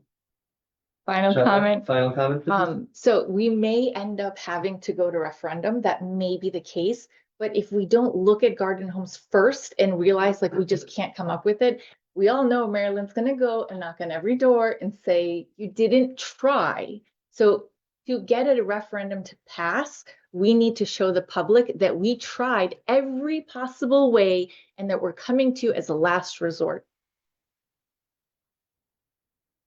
All right, thank you, Shabnam. Kate, any comments? You've been quiet. Good, shaking your head. Thanks. All right, Ariana and Greg, we'll see you at some point in time in the future or hear from you. Great job. Very educational. Mark and Brian, Julie. Thank you so much, Thank guys. you for having us. Very. Marilyn, I know you're not part of the dais. Was that very informative? Member of the finance committee. Appreciate it. It's a real reality. Complicated. I know people and everybody tells me different stories. All right. Talk to you about that. Folks, let's get back on track. The time is 10:23. Let's try to get out of here the next 3 hours. Hell, let's just go a 24-hour marathon. All right, this is not City of Madison. Yeah. All right, does anybody need a bathroom break? Are we ready to keep rolling? Let's do that. We'll time you 3 minutes. I can do that. So as long as it's All right, folks, we're taking a quick break. That's right. They're still on Facebook Live. We're taking a quick 3-minute break. Thanks, Julia. Sorry for people. Well, Fred, what say you? I say you did an amazing job managing that comment session. Oh my gosh. Big time. All right, the bathroom's getting busy. As a pro tem under fire, first time we We didn't warn. loved your comment on the sensitivities. Oh, that's just what occurred to me. Yeah.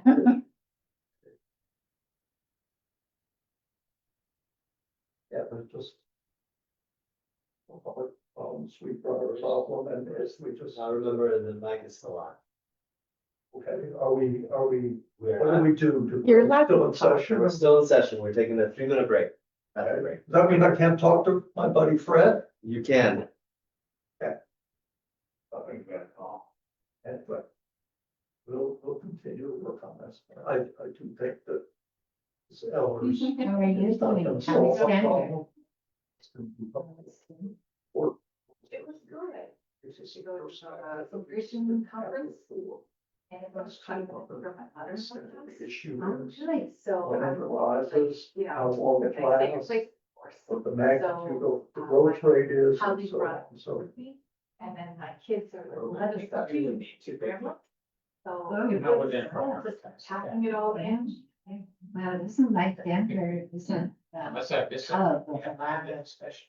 Well, you have it because the budget, just like the capital budgets, if you will, are still are assigned to the staff and they're still working on it. And American now Christian presented yet a first draft. to the 16,000 board. attorneys that are. But I would expect Every year they have the an operating annual budget conference. probably get a first And about draft. 1,000 come. September. I mostly go to my And CM. probably the operating budget as well. maybe in August. But some point will be a draft that will Yeah, be but the whether board, they update the those. actual board is probably Yeah.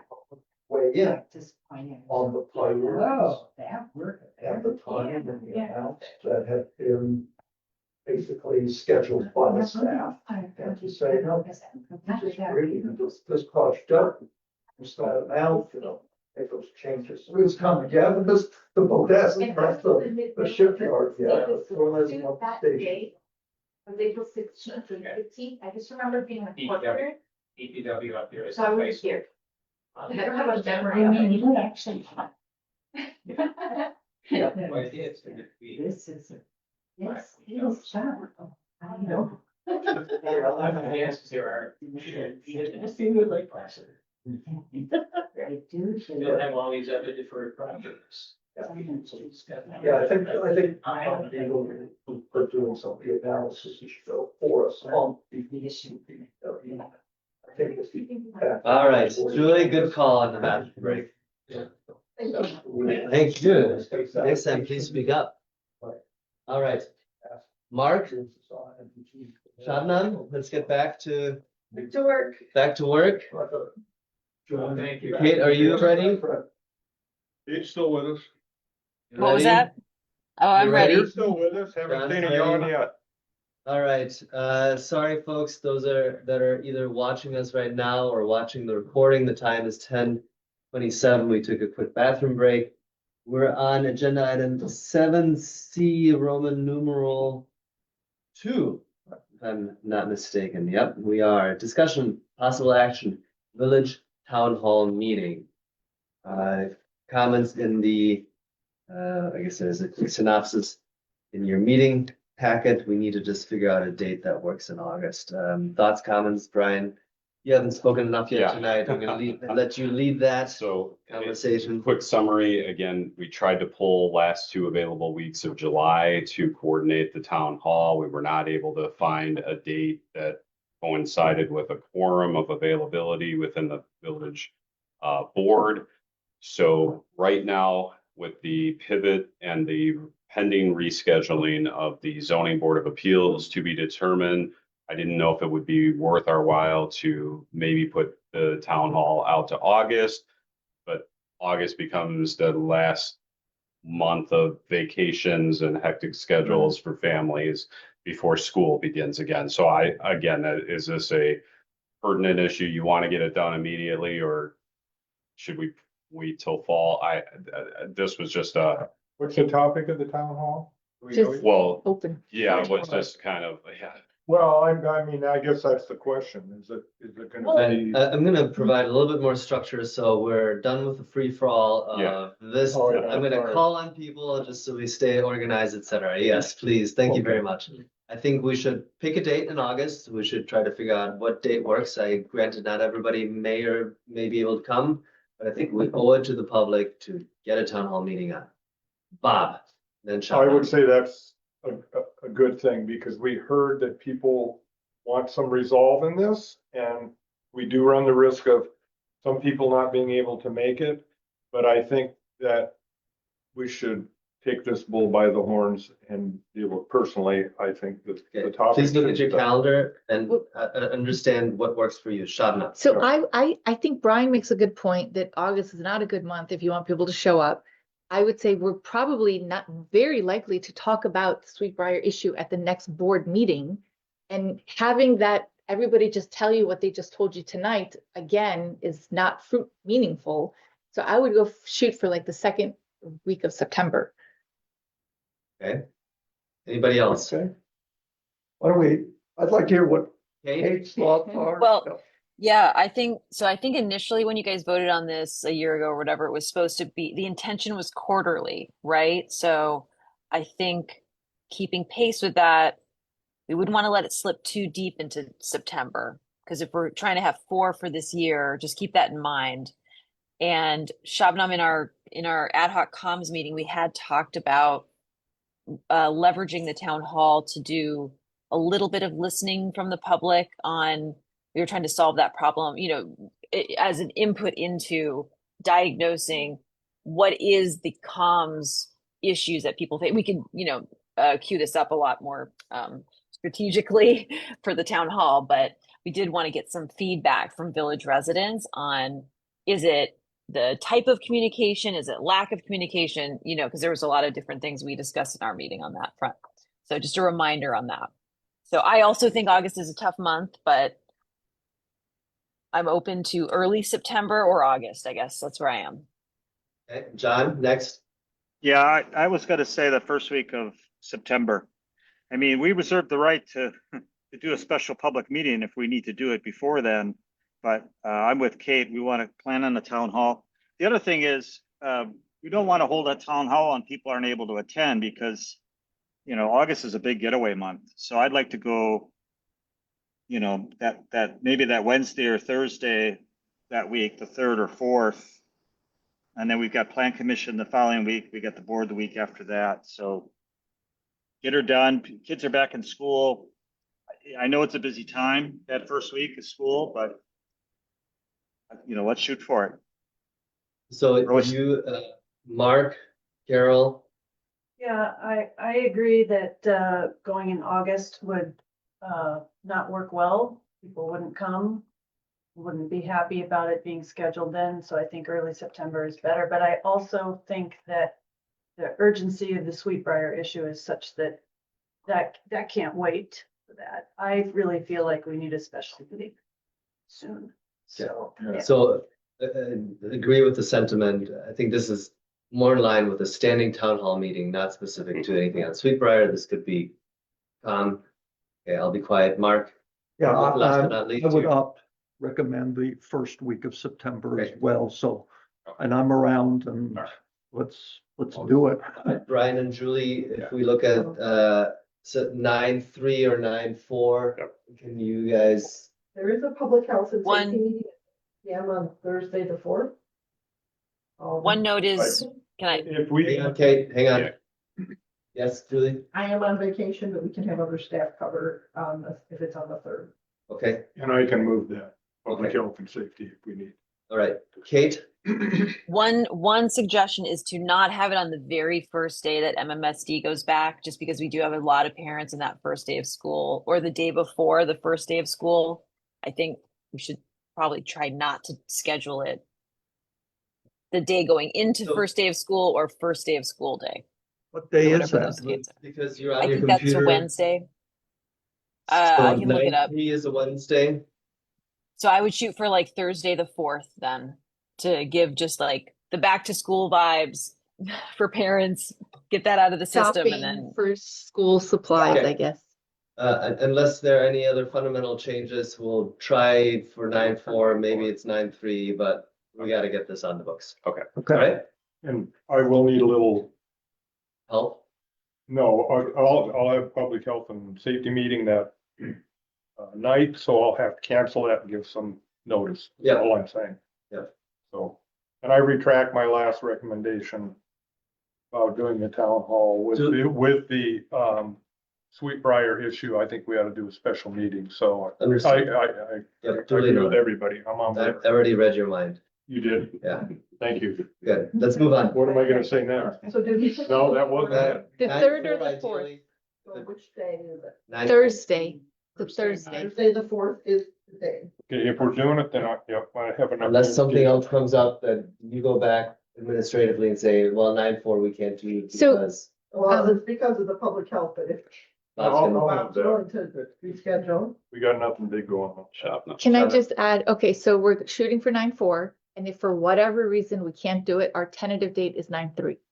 That's what I just said. Yep, exactly. 9.4, initial date default is 9.3. August fourth would work best, Bob will reschedule. September. September, 9.4, September 4th. Oh, sorry. Thank you. You're welcome. All right, moving on. 7C, Roman numeral 3, discussion, Village Hall staff updates. Okay, Right.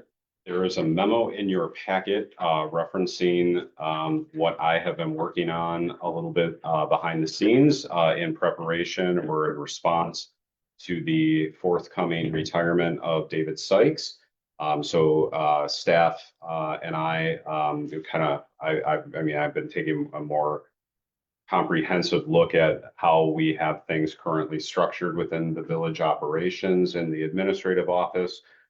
Have made a few recommendations here. I've not acted on anything. I wanted to just run this by everyone to let everyone know what I am kind of thinking about doing to align skills with needs and possibly address the forthcoming retirement and ensure that we have continuity of operations and best alignment of skill sets with those various needs through a change or a restructuring of sorts of the job descriptions and changes with a vision planning of the future needs that are coming somewhat on the heels of what we just spoke with Ellers. So I have some suggestions included within that for your review and your feedback, and I am all ears if you'd like to share with me some of your thoughts or concerns. Okay, I'm gonna call on people. And you're not first. I'm kidding. Of course you're first. Please. is there someone behind me? That's right. Open up your listening ears. All right, Mark, go. Okay, so the first immediate thought I had was this makes sense, but I am a little concerned about assigning HR responsibilities to the treasurer. I just think there is so much on the finance side and the accounting side of the village that if your thought is that it's the financial human resource issues that is kind of being assigned there, that maybe makes some sense. But I think I'd like to keep the treasurer out of all the policy issues just because I think that person, Julie's plate is pretty full, just dealing with the accounting and the finance without getting into human resources. Yeah. But if it's a money issue, I perfectly understand. So that was my thought. Yeah, just to elaborate on that point. So right now, HR is more or less, I think, housed within the administrator's purview. But a lot of the details behind some of the paperwork, the exchanges with WRS, ETF, some of the enrollment for Wisconsin deferred compensation, direct deposit and everything do overlap right now primarily with the treasurer position. So they're in some ways still going to be involvement in that capacity with those exchanges and some of that information sharing. I just wanted to be upfront and saying that that is still part of what I'm thinking will remain as part of that Yeah, job. and I think it makes sense as long as you minimize the policy kind of involvement, which we know is very time consuming. Yeah. And that you delegate as much as the HR administrative stuff down to deputy treasurers. So that it's only the higher level stuff that the treasurer has to deal with, just again, to keep that workload manageable. Kate, any comments? Questions, concerns? Yes, I do. Yeah, question, Brian. Part of David's role right now is he does do some of the comms work for the village. Is that right? Like, does he write the village bulletin? Correct. So Absolutely.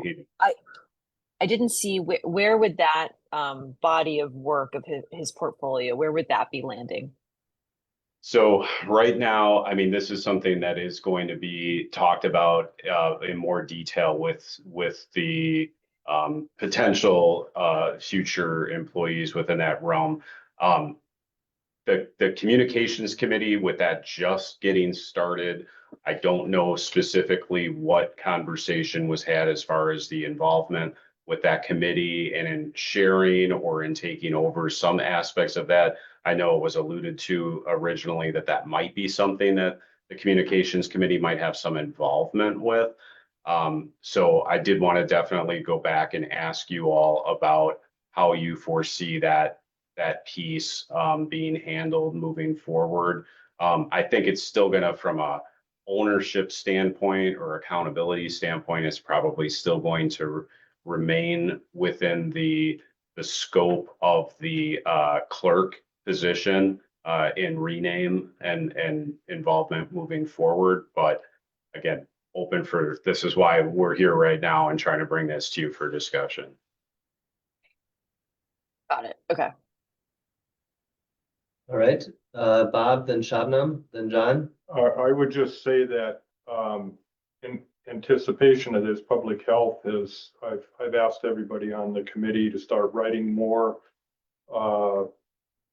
monthly articles on public safety, so it doesn't put, because I know David did that in the past, and so maybe we could try to coordinate with some of the different committees to take some of that load off of staff by making some of that contribution. And with AI now, you can write it, doesn't take much effort. Thank you, Bob. Shabnam? Well, I be honest, I really don't know who does what in the village hall. I don't think I can offer meaningful input besides just agree with your recommendations. I don't know who does what. I think there's going to be a lot of things that we realize upon David's departure that David was doing. It will only come to light upon him leaving, but we take for granted everything that David does right now. He's a phenomenal asset here. Permits, permitting. Yeah, licensing, permit, yeah. All right, John, you're next, then Carol. Yeah, the only thing I'll say is, we gave Brian discretion on this. Brian, you've discussed this with staff and they're on board. That's one question. And two, I think, as an organization, this is also a growth opportunity for existing staff. David's been wonderful. We want to make sure that he transfers all the knowledge that he has. And then this will create new opportunities for existing staff. And I'm in favor of that. So, but staff's in support of this, Brian, as far as you could tell? Yes, yeah, right now, everybody I've spoken with is on board. I mean, some negotiations will still be forthcoming on final numbers and whatnot. But yeah, everybody that I've talked with thus far is on board with this plan. All I had. Thank you, John. Carol? So I got a couple questions. So as you said, you've done your best to map all of David's things that he does and put them onto somewhere in your plan. So my first question is, how much is going to the clerk and how much is going on to this new person position, that will be listed, looking for somebody new? And what can you say about that position listing and how senior of what kind of person are we looking for?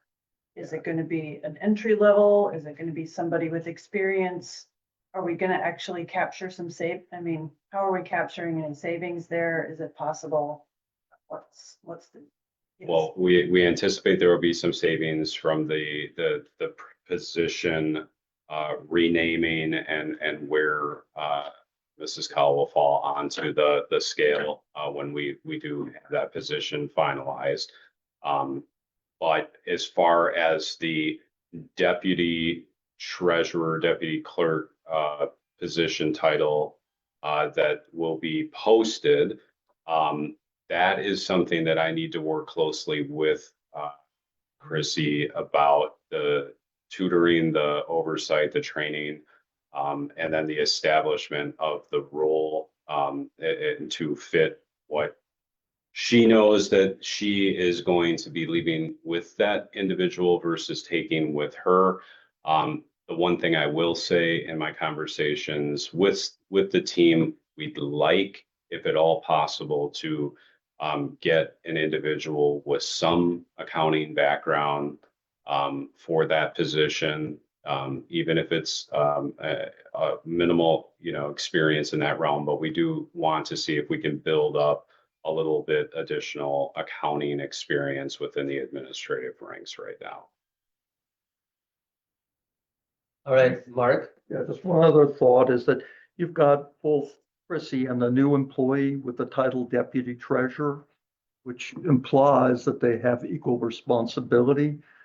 And perhaps they won't. Maybe Chrissy has more experience and has things that we're comfortable that she can do and authority to do things that the new person may not. So consider maybe Chrissy, that title being clerk assistant treasurer, and maybe the new person is the deputy treasurer. So the titles are different, so that when you assign different responsibilities, you can say this is a job of the assistant treasurer, this is the job of the deputy treasurer, as opposed to naming individuals.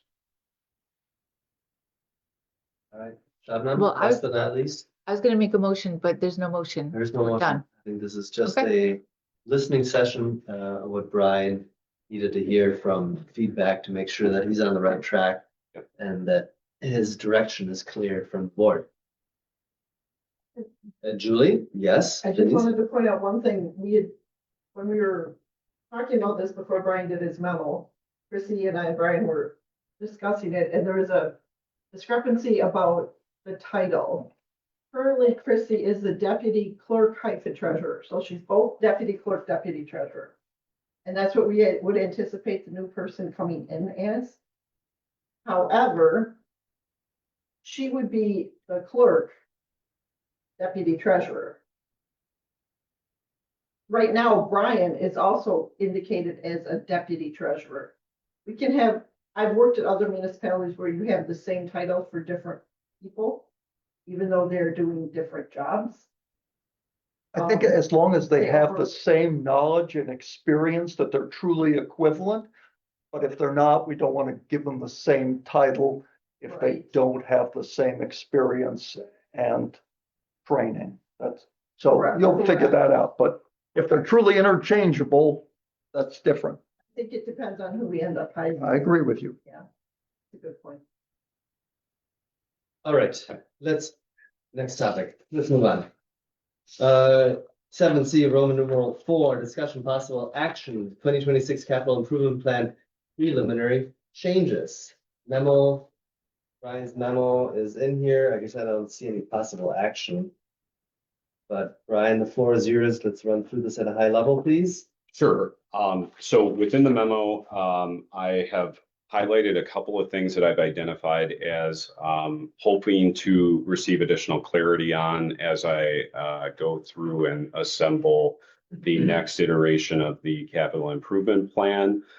So within the memo or the no-see agenda, I had a couple of different letter bullet points that I wanted to kind of walk through step by step here to just bring to your attention.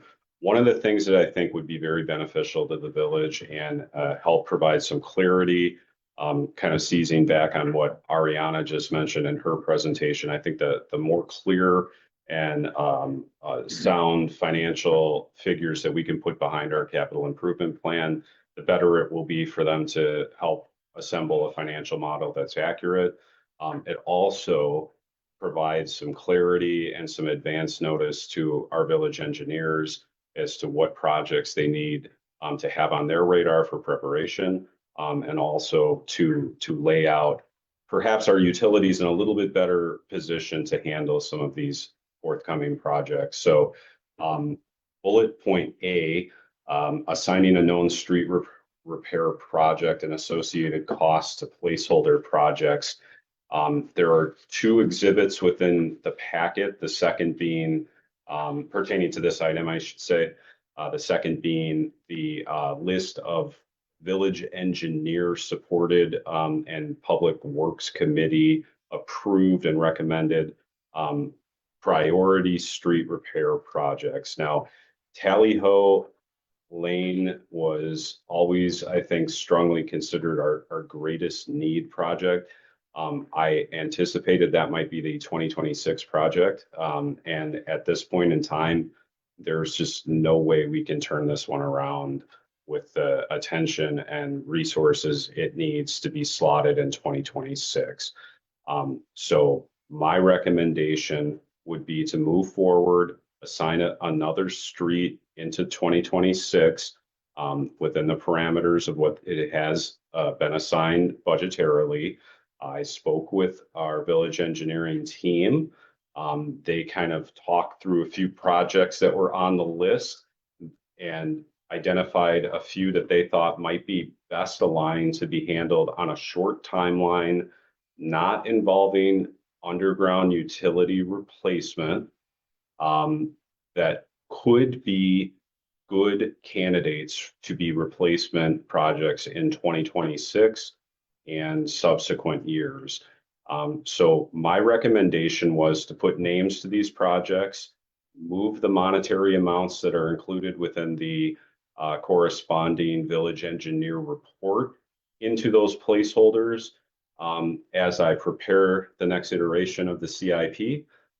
So if, and this is again open for conversation and discussion, the recommendations of moving the Hunter Hill project that is highlighted on that report into the 2026 slot and move High Close into the 2027 slot. And we would be moving Tally Ho out to 2029. Now, 2028, 2029, we might have some flexibility about how we want to approach things, and Tally Ho could be moved within that. So I didn't assign a project in 2028 just yet. But I think if we move Tally Ho back from a priority standpoint, left some flexibility, it could be addressed in 2028, 2029. That is our biggest need project. It does involve utilities covering their respective share of that project, which we are on a path of getting our utilities reserves somewhat established to handle these types of projects. The other two road projects going in on 2026 and 2027 do not have utilities involved with them. So this gives us the benefit of an extra 2, potentially 3 years to build up our utility reserves so that the corresponding utility proportionate share of the Tally Ho project can be built up and covered at the time that we engage that project. All right. I guess all of this is to say is you are, I guess part of the board packet is an updated CIP or proposed updated CIP to lend a little bit more direction. And if what you just stated resonates with the board on a directional path, that's the question. Yep. These were the recommendations by the village engineer. They were confident they could turn these other 2 road projects around in that short of a timeline, given the lack of other utility components, other village resident feedback involvement that's needed to get the project completed timely, and they can start their preparations accordingly now. in advance of what we're anticipating doing. Before we get to questions and answers here real quick, you just focused on the streets here. I guess there are items C, D, and E on here as well. You Yep. want to talk about I'm gonna go that those next. next? So we do want to tackle the street questions Yeah, right now. open this one up for conversation or Bob questions. and Carol? I have specifically streets. So in the beginning, you said it's just not possible to execute this in 2026. So you're saying that the $2,050,000 we're just too late to be able to execute that in projects that can Be involved in engineering done. time to put together the pre-building plans or design all the plan. design, everything involved. Yeah, Okay. and we do not have the utilities in a position. So to basically what you're gonna do is take that money, you're gonna use a portion of You're the gonna money use a towards portion of that. that money, what is it? Lesser Hunter Hill is project. 142 and high class is 47, so about 200,000 of it you're gonna spend in 26 and then Next 2 push, years. Yeah. 26, 27, and then push the rest of it forward. The rest would be Are we available borrowing that? or open for consideration to be utilized towards other projects then, and not necessarily road projects. That is a board choice. Okay, so we're gonna borrow the money. All of these are To do CIPs. these. This is Yeah, a- this this is So the we're CIP. gonna borrow the 2 million, but we're only gonna spend 200,000 in the next 2 years. That- Unless we find on roads. Is that what I'm understanding? Correct. Okay. That would leave open the possibility that that money could be reassigned to other needs that the board thought were the priorities. Gotcha. Such as? I'm gonna follow form, Carol, then John on this. Thanks. So, I believe that Tally Ho has been at the top of the queue for a while. So I'm kind of surprised that we're caught out, not ready to go. And it seems like there are two components. One is the design, and the other being that there needs to be some money from the utilities involved. I guess I was unaware that the finances of the utilities could be a barrier to a project like this that's financed by debt. I didn't know that there has to be some of the debt coming. I mean, that some of the contribution has to be from the utilities. Has it always been that way? Yeah, if you could explain why that is, that we have to have money coming from the utilities for, I know they're part of the reconstruction, but are there rules against funds against the kind of shifting that Bob I mean, we can shift the money that we borrow to other projects, but for some reason, it seems like we must use the utilities money for part of this project. So what are the rules that we're dealing with here? I don't want to go on record saying I'm confident in the quoted number, but usually a proportionate share of each of when the utilities are involved in a road project. Like this would be a full replacement of those existing utilities on Tally Ho. They would be expected to contribute a proportionate share of their project costs towards those replacements. Right now, those utilities, I would say we are on a pathway to stabilizing from a reserve standpoint. So I don't think it necessarily is disadvantageous to push this project back a little bit to just ensure that reserve has been replenished in anticipation of the project. I don't think you're wrong. I think we could still borrow against and take out debt to those utilities, but we're on a path where we're trying to make sure we're getting everything back and stabilized. So it might not be the absolute worst time to prioritize 2 street projects of a lesser monetary amount that don't involve utilities, with an eye to we have it in place for full replacement when those utilities are short up. Half that cost of Tally Ho, sorry, is utilities. Shabnam. So if we're spending 200,000 on roads, what's the other 1.8 million spent on? That becomes a question at the time that we have other things on the agenda yet tonight to talk about, that could be, potential candidates, as far as, or So- direction, we could leave it as a contingency. And So does the project have to start and end in a calendar year? Like, why can't, I guess I don't understand why we can't still work on Tally Ho. so one Even of if the other it's delayed? considerations with Tally Ho, there was a lot of resident notification, a lot of participation from residents to let them, be a part of the process that needs to take place, and buy-in as to when you're going to do it, how you're going to do the project. The other roads that are targeted on this, if we were to use and pivot and change the focus, don't have as many residences associated. So the engineering crew was confident they could get to those people, build a consensus as to how to complete that project without inconveniencing and or delaying the project outside of next year. They just did not think it could be turned around in this quick a fashion at Tally Ho for next year. The other piece of the complication that I was trying to be mindful of is that Tally Ho has had multiple rerouting of Shorewood Boulevard traffic detours through it throughout the entirety of this year. I don't know that necessarily it maybe would be beneficial to have a little bit of a delay to not have them encounter another big burden like that.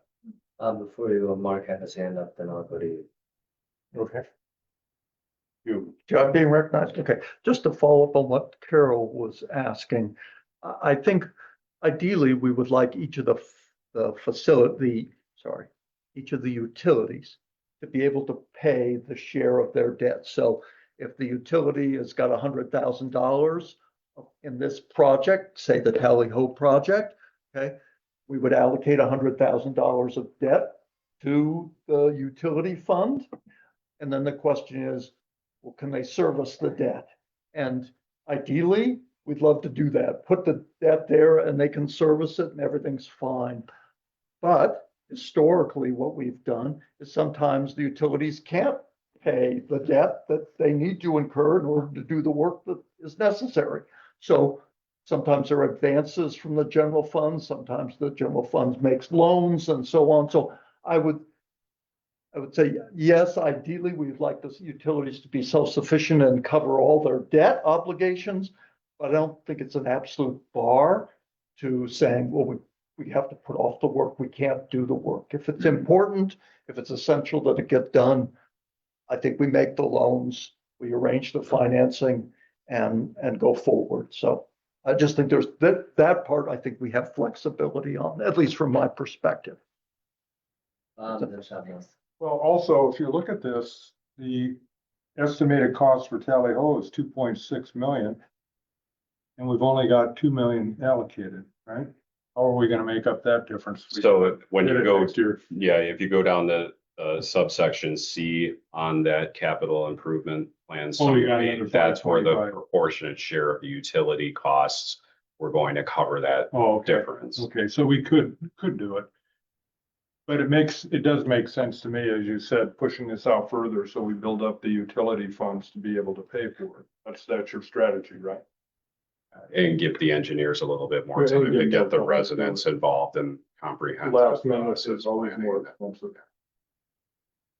Shabnam, then Mark, then Kate. So could we consider Highbury as the replacement? Because I think residents, I've repeatedly heard complaints about Highbury. Is that something that maybe Public Works would have an input on for which street to do?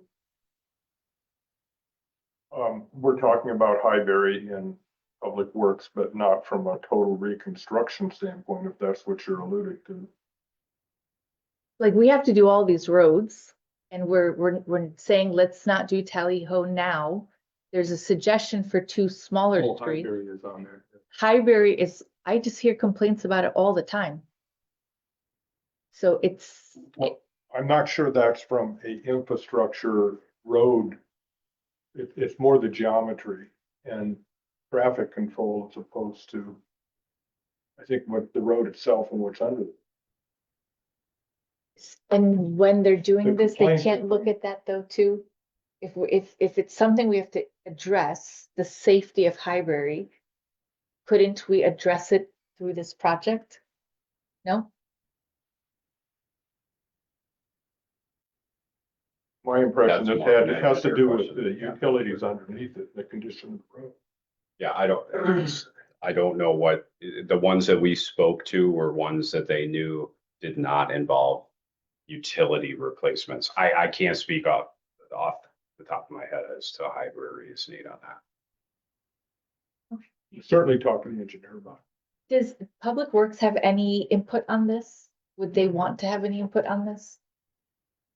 Well, this was created before I got on Public Works, but I have talked to the engineers about it, and this is their ranking based on utilities, based on road condition, and all that. And as Brian said, Tally Ho is right at the top. It's just a big, expensive one.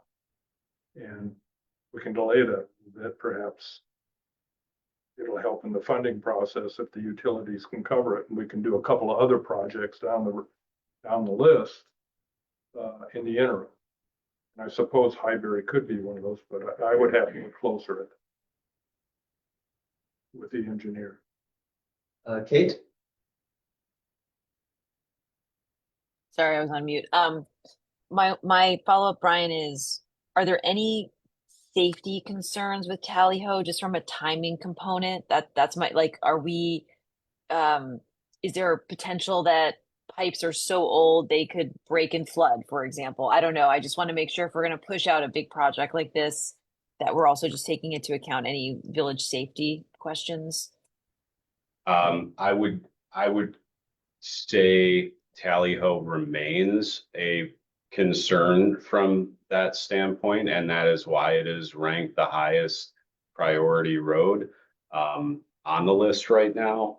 And I think I'm not going to try to put words into the village engineers' mouths, but I think they would still say that you need to make sure that that is still rated and ranked as one of your highest priorities. I just know they did not think there was any way we could turn this. They needed to be working on the plans and the village resident participation in the process of doing the redesign and the concept designs of a reconstruction of that magnitude by now in order to be on schedule to complete it next year. So it's not in the cards right now for that to be done next year, no matter what. I see. All right, I'm gonna go to Mark, then John, and I think I feel like we're not gaining traction on this topic, or maybe we just continue to circle the wagons in the same way. And I'm wondering if we, after we get through Mark and then John, table this and go through the rest of the bullets here, and come back to it, but I feel like we're just going around in circles right now. So Mark, then John. Okay, just two quick remarks. One is, if we didn't begin the planning process soon enough, we need to correct that in the sense that going forward, we need to be thinking about these projects earlier, right? So that in fact they are planned so that they can get done when we want them to be done, as opposed to having this period where we just can't accomplish it. The second thing is, to the extent that we deviate from this list, and this list has not been approved by the board. This is just a recommendation of the engineering. So we don't have to follow it. We can skip around, but to the extent we do, we just need to make sure that we have adequate contingency funds or operating funds available to address breaks on Tally Ho, breaks on streets that are old, and that we're saying, well, we're going to run a risk. We're going to go do something else rather than do this, even though we've all agreed this road is in need of repair, and just make sure there's money available to at least fix those breaks and do the kinds of repairs that will come up over the course of the coming year or until such time as it does get done. That's it. Thank you, Mark. John, the floor is yours. Yeah, I'll just, I share Kate's concern. I mean, if we've got failures there, I think that changes the timeline, but as far as I know, we haven't had failures there. So, I kind of agree with what Mark is saying, make sure we've got enough reserves there to address things if they pop up. In general, I support the changes that Brian is advancing. The other thing I would mention is Highbury was redone as a street 3, 4 years ago. So we wouldn't want to do anything more there, but Bob's right, that turn issue, that access issue is something we could look at, and maybe some things that we could do with signage to slow traffic through there. But we've already spent real capital there pretty recently. That's it. All right, Brian, I don't know if you feel confident that we have consensus here. I don't know that everybody else feels confident that we have consensus. The straw poll. The straw No, poll. we can, I mean, again, we can revisit this. I can have it on future. I just think Yeah. it will help our village engineer to plan accordingly in advance, knowing that there's a named project there for them to know. Next year, we're doing this one. We can get started now Yeah. on a timeline that fits. Yeah, I completely. mean, in all fairness, you're right. There's been no direction given to you or the village engineer to say, charge ahead. Right? I mean, that's just not reality. We're talking about it for the first time now. So I think we need to take that in context. I will just say that I think your proposal makes a lot of sense and I would be in support of it. Well, I think we should bring this up again Okay. to drive Fair enough. consensus forward and not just close the lid on this. But I think this all intrinsically ties together with some of the other enumerated items on your agenda here. So I'd like to get to those as well so that we understand the broader picture. Sure. Well, Shannon, I was just gonna say, if we're not gonna do tally ho in 2026, because we can't, then we should do in 2027. I would not support it being in 2028 or 2029. There's a lot of residents on that road. Like, let's push it off 1 year, but not. Thank you for that comment. Brian, if you want to go through, let me see, I guess you would be on sort of the C, D, and E component of all of this, right? So yeah, I will skip over B right now. And then C pertains to what year tally ho would be selected for potential rebuild, and I would slot the capital projects corresponding share of those projects into that year that is ultimately assigned for that project. So moving along to the last two, letter D, which is another handout on your, or another exhibit in the packet. This was an item that, again, we had brought up as an issue that needed to be addressed. And again, I'm not saying we have to have a solution to this evening, but it is something that we just need to talk about. So the pool has been assigned, much like Ariana and Greg were talking about, $950,000 in borrowing that they are going to be expected to repay on an annual borrowing basis as displayed in the exhibit in your packet. Now, right now, the pool is not in a position financially to handle that figure, but it is a piece that is still a part of the CIP. And I just want to make sure the board understands that we need to have a conversation about how we are going to potentially solve that issue, because as it stands right now, the pool is just not in a financial position to raise the revenues necessary to, without a significant conversation about how to do that or whether it's even prudent to do that. It is not in a position right now as currently situated to handle repayment of those, that amount of debt. Mark. Yeah, so we've known about this issue, I think, for some time because the pool reserve fund was greatly depleted by COVID when it was closed, and then followed by the pool liner, which was like $350,000, which the pool fund paid entirely on its own. So it's been hit pretty hard. there is the report that the board commissioned from Raymaker as to the condition of the community center. And there is I would say, a lengthy list of repairs that need to be made. And the community center and the pool are an asset of the village. So what I think we don't want to do is to say, well, the pool doesn't have the money, so we're just going to allow the community center to deteriorate. We're not going to do the repairs that are needed because the pool doesn't have the money, even though it's our asset. We're just going to let our own house burn or leak or whatever it is. So I appreciate that we need a strategy, a financing strategy for the pool, but to the extent, and I believe probably on the August agenda, will be the Raymaker report with the recommended repairs and associated costs with those. And the board will, if it makes a determination that, hey, the pool we need to invest $500,000, $900,000, and to fix these things, or it'll only get worse. They can't really be deferred.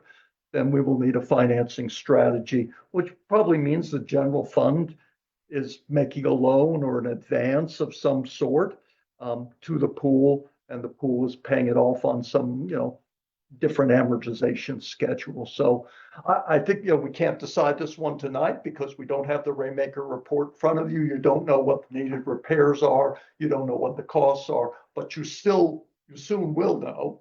And if you decide that you want to invest $950,000 in the facility based on that report, then we will have a strategy as to how to finance it. And tonight was just a precursor to letting you know, these are things that we'll need to discuss.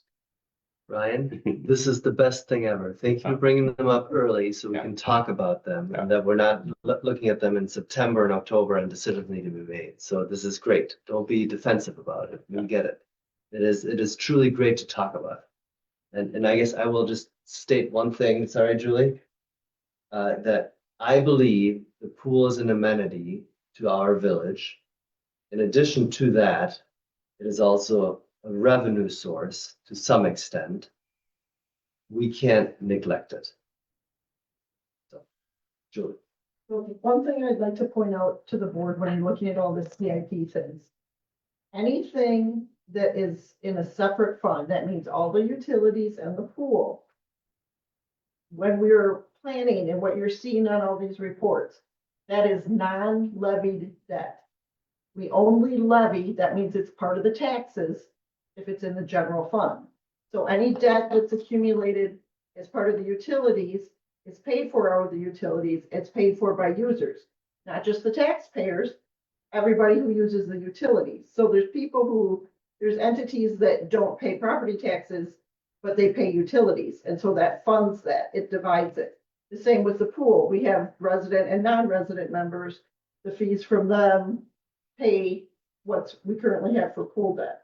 So when you're talking about shifting things, keep in mind, if you're shifting it to the general fund, that affects our tax levy. So that means we either have to increase our levy if you do that, or remove something else that we currently have in our general fund levy to accommodate that. And that's all up to the board's discretion, but I want to make sure that you keep that in the back of your mind. General fund debt is tax debt. The other is paid for in another manner. And Julie, you at the last finance meeting, you said that exact same thing, but you also said it, explained it more eloquently, and I think you used an example of water users. Mm-hmm. So there are entities within the realm of the village that are not burdened with property taxes, but they are water users. Like the schools, the churches, the university. Yep, exactly. So it is a broader distribution of those costs to a broader audience and more purposeful and more appropriate. Try to push it into those funds, Right. if at all possible. So that's the context behind it. All right, Shabnam. So I love the pool, like everybody here does, and I want to make this happen. I want us to have a plan on how we can get this money through fundraising and donations Is there somebody that wants to work on that? There's a lot of pool members that are waiting and begging for this building to get updated, and it's in need of love. So can there be a plan to ask, to email pool members and see if they would contribute, to speak to wealthy neighbors who would be interested in having a brick with their name on it in support? And I want to make this happen. I don't want to be here 6 months from now saying we don't have money. We have ideas, we need action.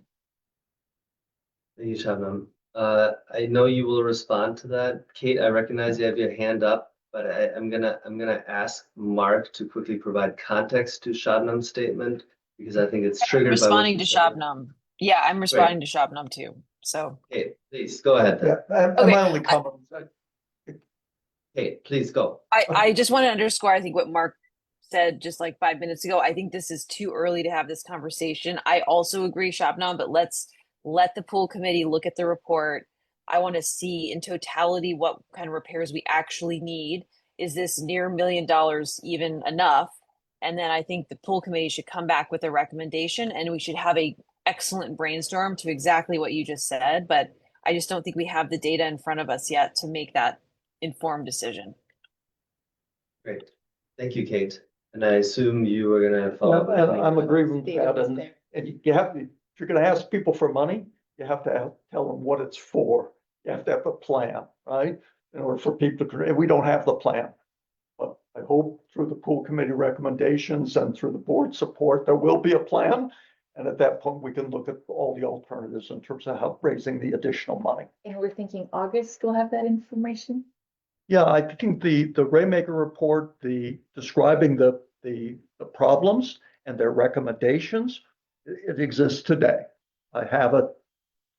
Pool manager has it. Brian has it. We've all seen it. What they don't have is the cost estimates associated with each of the recommended repairs, renovations. That is coming from a different contractor. It's coming from Findorf, who's subcontractor to Raymaker on this.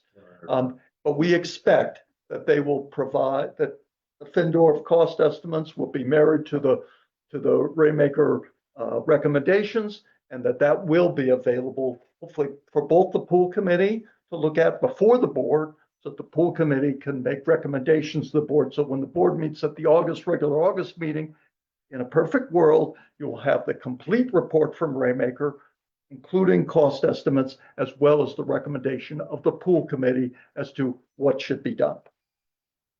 Good. No, that still doesn't give Brian direction. And I think, as you've stated a couple times, you're bringing this up for conversation. I think we got to pay homage to Julie's comment of how we are actually trying to finance this, how we're going to bring this to market, and what the best way is, but a few steps in between to get there. All right. John, you're in the dark almost, it seems like. I'm guessing you'll raise your hand if you need to speak. I will. Great. All right, Brian, let's get on with line item 7C, Roman numeral 4, item E, creation of a project reserve list of identified needs within the village of future funding consideration.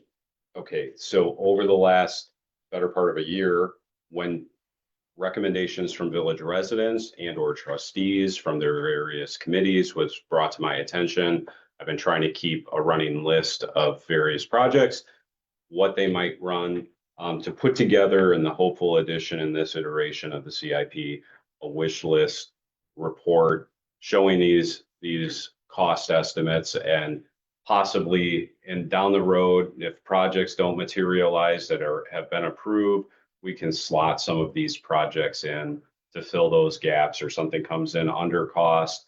Hey, we have this much left over. Maybe this is a great time to address this thing that we know we needed to do. It's been on our wish list for a while. So it's just a heads up. If you have any additional projects that you have heard from people within your various committees that haven't been communicated to me thus far, please feel free to send that over to me. I am getting that list prepared. It will be included in the next version that is given to you. That's good news. Yeah, I'm going to just take the floor for 30 seconds here. I know that at the last Recreation Committee meeting, what I propose to the members is to understand strategically which will, need to be put into the future CIP if we so endeavor to do so.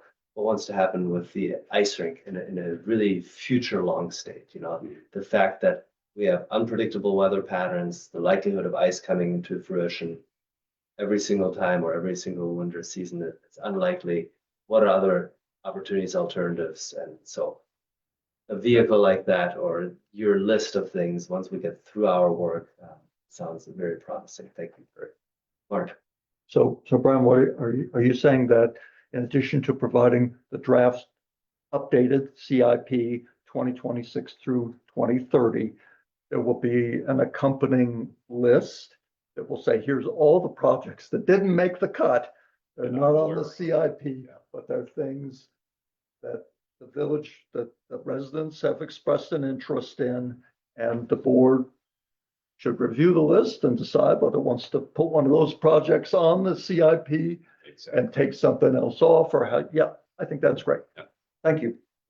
So that there will be an evening where we will go down the list and prioritize as a board. Is that what I'm October, hearing? right? We do that in October? Yes. I'm hopeful to have a draft version of the CIP, not for formal approval, but to give you an advanced look at it before we have the meeting to approve it. And I'm hoping to have it prepared and on there for you to look at it, that we can We'll have provide that our discussion. input, and then you'll bring the final. Yeah. Okay. Sounds good. Remember, the finance committee is involved in these processes as well. So But they don't look at it as projects. They only look at it from the. Well, and financial that's the side. question is the ice rink more important than a traffic signal over here? That's not a finance committee charge. It's their widgets. It is the financing mechanism and the prudent nature of the amount and vehicle by which it is delivered. Well, You but have somebody a has to deadline for decide when you what want the this priority is. Or Give a That's why I deadline. asked the question. Some point. Getting the we'll projects get to- the When do you want us stuff to give information to you? End of this month. Maybe I'm gonna be working on it over the next few weeks. all right. Does that satisfy that needs? Unless there's any other questions. Brian, this may have been the most amount of speaking that you've done in any board meeting. So that's all good. I didn't know you were keeping track. Mentally. All right, we're on to major bullet 8, reports of officials and committees. Village President John Ines, I see you're on. I don't know if you would like to speak or let the items in the meeting packet speak for themselves. Can you hear me okay? I moved inside. So no, the only thing I was gonna say was, I appreciated you recognizing, Enchan Lee. I just want to touch base on the picnic. Dietmar and Bob and I, Kathy Imes, Jack Imes, Rob Stanky, we cranked. We had great weather. We did over 300 covers in an hour. And we also had quite a bit of food left for the volunteers, but in talking with David Sykes after the fact, we may be ordering less food going forward. They didn't consume as much as I think they were planning on. So we'll look at that. We'll look at that going forward. But Dietmar, I appreciated you recognizing Enchan Lee. He really stepped up and was really great dealing with the residents. And we had a great July 4th. I think everything went without a snag. We had a great fireworks show. We had a great show by the UW Alumni Band. And that was the only thing I wanted to talk about at this section. So Dietmar, take it from there. All right, thank you, John. Yep. Brian's report is in the packet as well. Brian, the floor is yours if you wish to provide more color, or otherwise let the information speak for itself. Yeah, really quick. We had a meeting with CP2 Consulting, Corey from CP2 this morning, the department head team to talk through getting the strategic plan implemented and coming up with strategies of implementation. So from here, we'll have this discussion in our staff meeting, hopefully have a way of communicating some of our quarterly progress updates to share with the board, as far as what we are setting about doing, and then hopefully give you a little bit of additional guidance as to perhaps how to address some of those various issues within your respective committees. We covered zoning board of appeals, that matter at great length during public comment, to be determined right now. For the rescheduled date, hopefully I have more and can start communicating that information to the residents within the next day, 2 days here, hopefully. All right, thank you. Can I just Mark? ask Brian a Please. few things with respect to his report in the board? It's so there were several things. One happens to do with the village planners. You raised that, and the delays that because of absent maternity leave and so on. So can we, do they have an estimate for when they will deliver to us the 2024 annual report for the TIDS? Because I would very much like that report to be part of the financial management plan, to be baked into the plan, because that's the projections for the TID. And right now they're operating off the 23 projections, and I'd like them to have the latest. They're estimating early October, same as Okay. every year, because they have to wait for some, I think they have to wait for, I think it's the equalized values that they're waiting for. They have to wait to get that from the state to finish out the report. Okay. Okay. And then another item was the facilities planning that was mentioned in your report, and bringing Deegan back to the board. And I would just say before that, my recollection is that we didn't give Deegan any guidance as to what he was to do next after he completed the space allocation study. So I don't think there's any point in bringing Deegan back to the board unless the board gives him instruction, right, as to what's he going to do. He wasn't tasked with anything more. So if we're going to bring him back, and I think we need to bring him back, right, because right now we have space allocations, but we have to move beyond that. We have to move to conceptual design. We have, just like we said we would.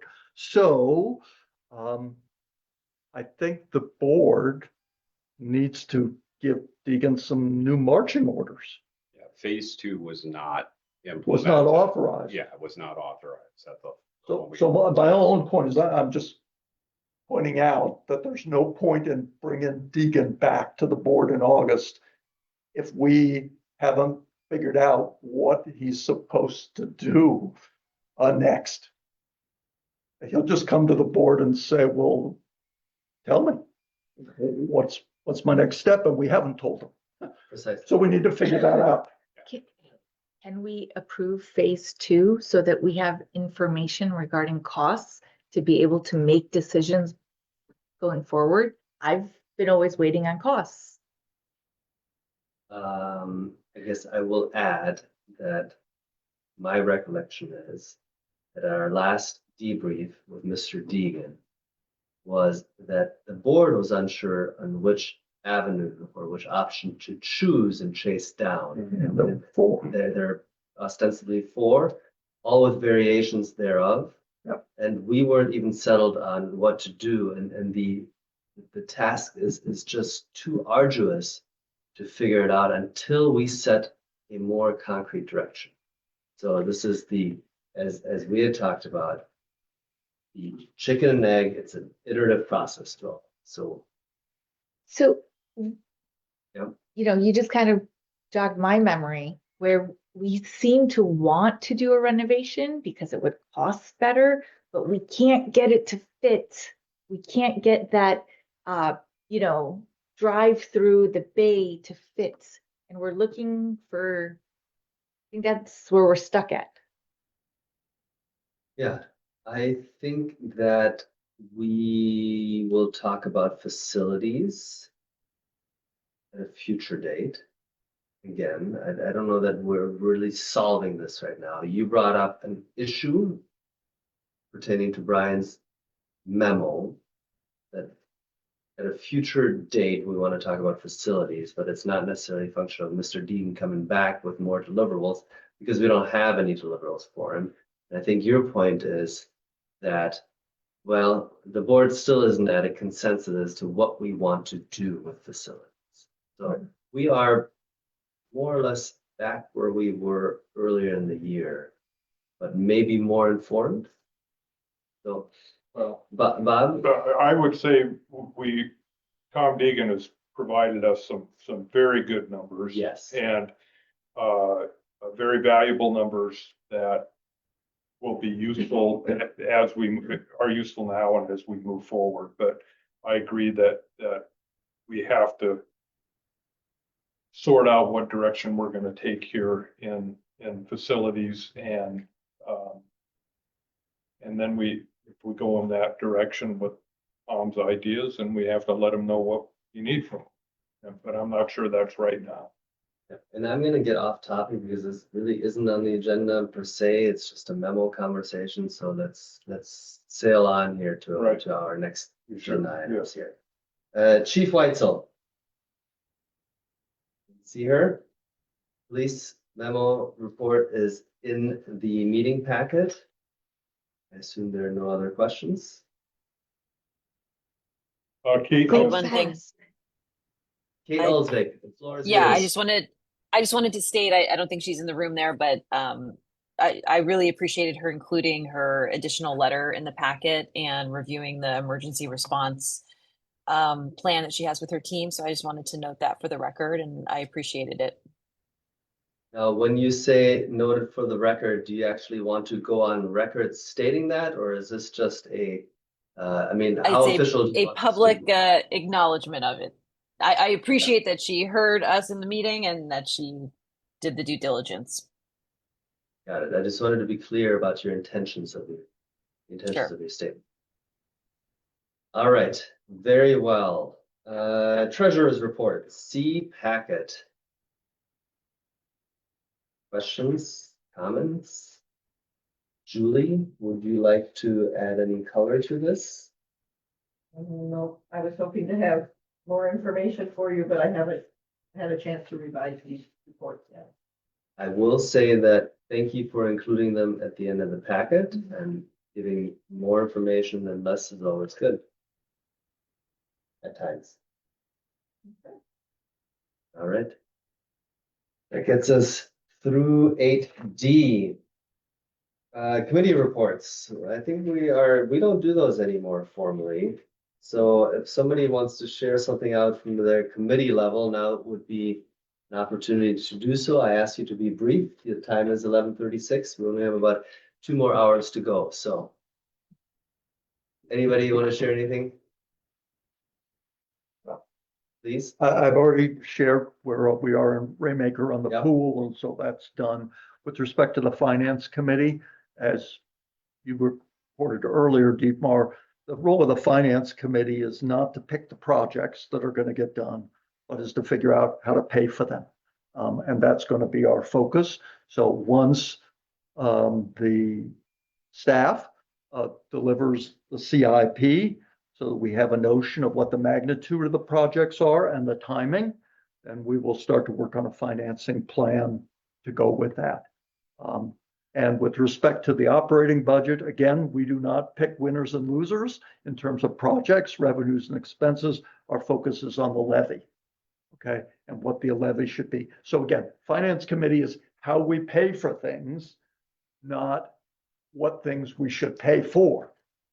That issue, the latter, resides right here with the board.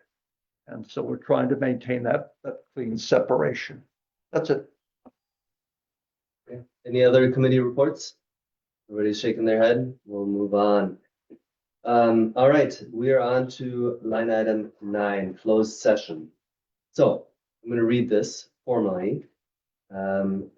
If the board decides to go into closed session, then a motion needs to be made and it needs to be seconded. And Julie, correct me if I'm wrong, you will do a roll call on that. Is that accurate? That's correct. Marilyn and Fred, if we do go into closed session, I will ask you to leave this room and shut the door behind you. And we promise we won't laugh. Focus on. That's right. Focus on the matter at hand. All right. Unless it was a laughing manner, and then I There you go. apologize. All right.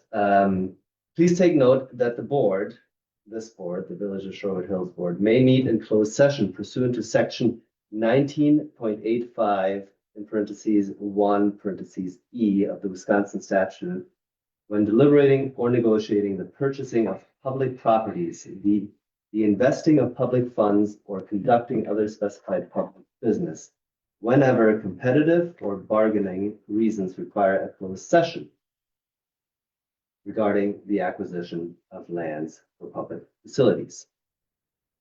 Dietmar? Yes?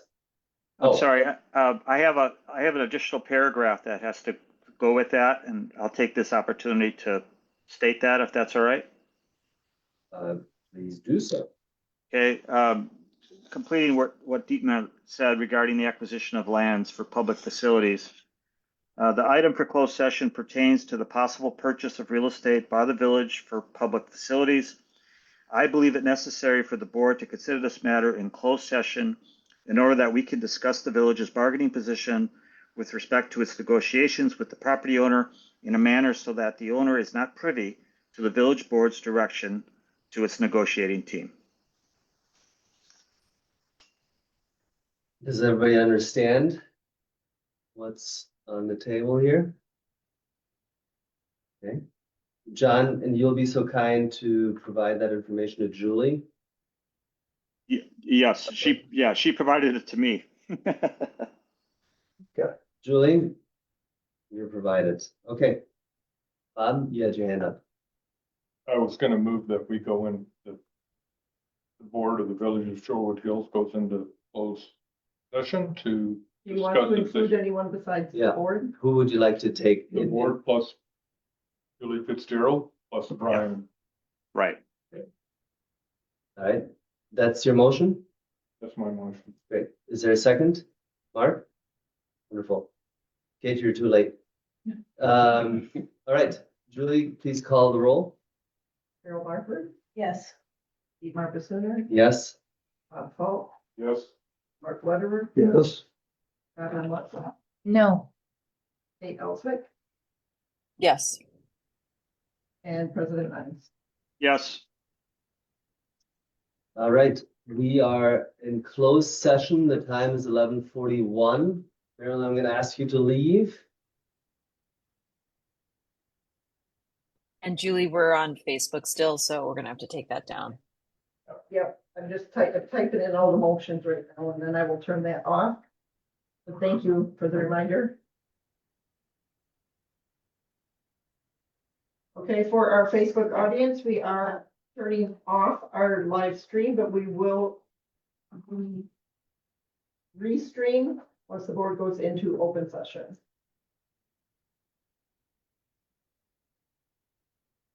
Marilyn, would you like a chair out there? Thank you. Go ahead. Go ahead, drag that. Your hands are full. Um,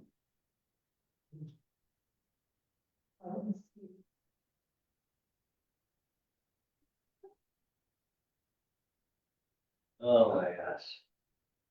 All right.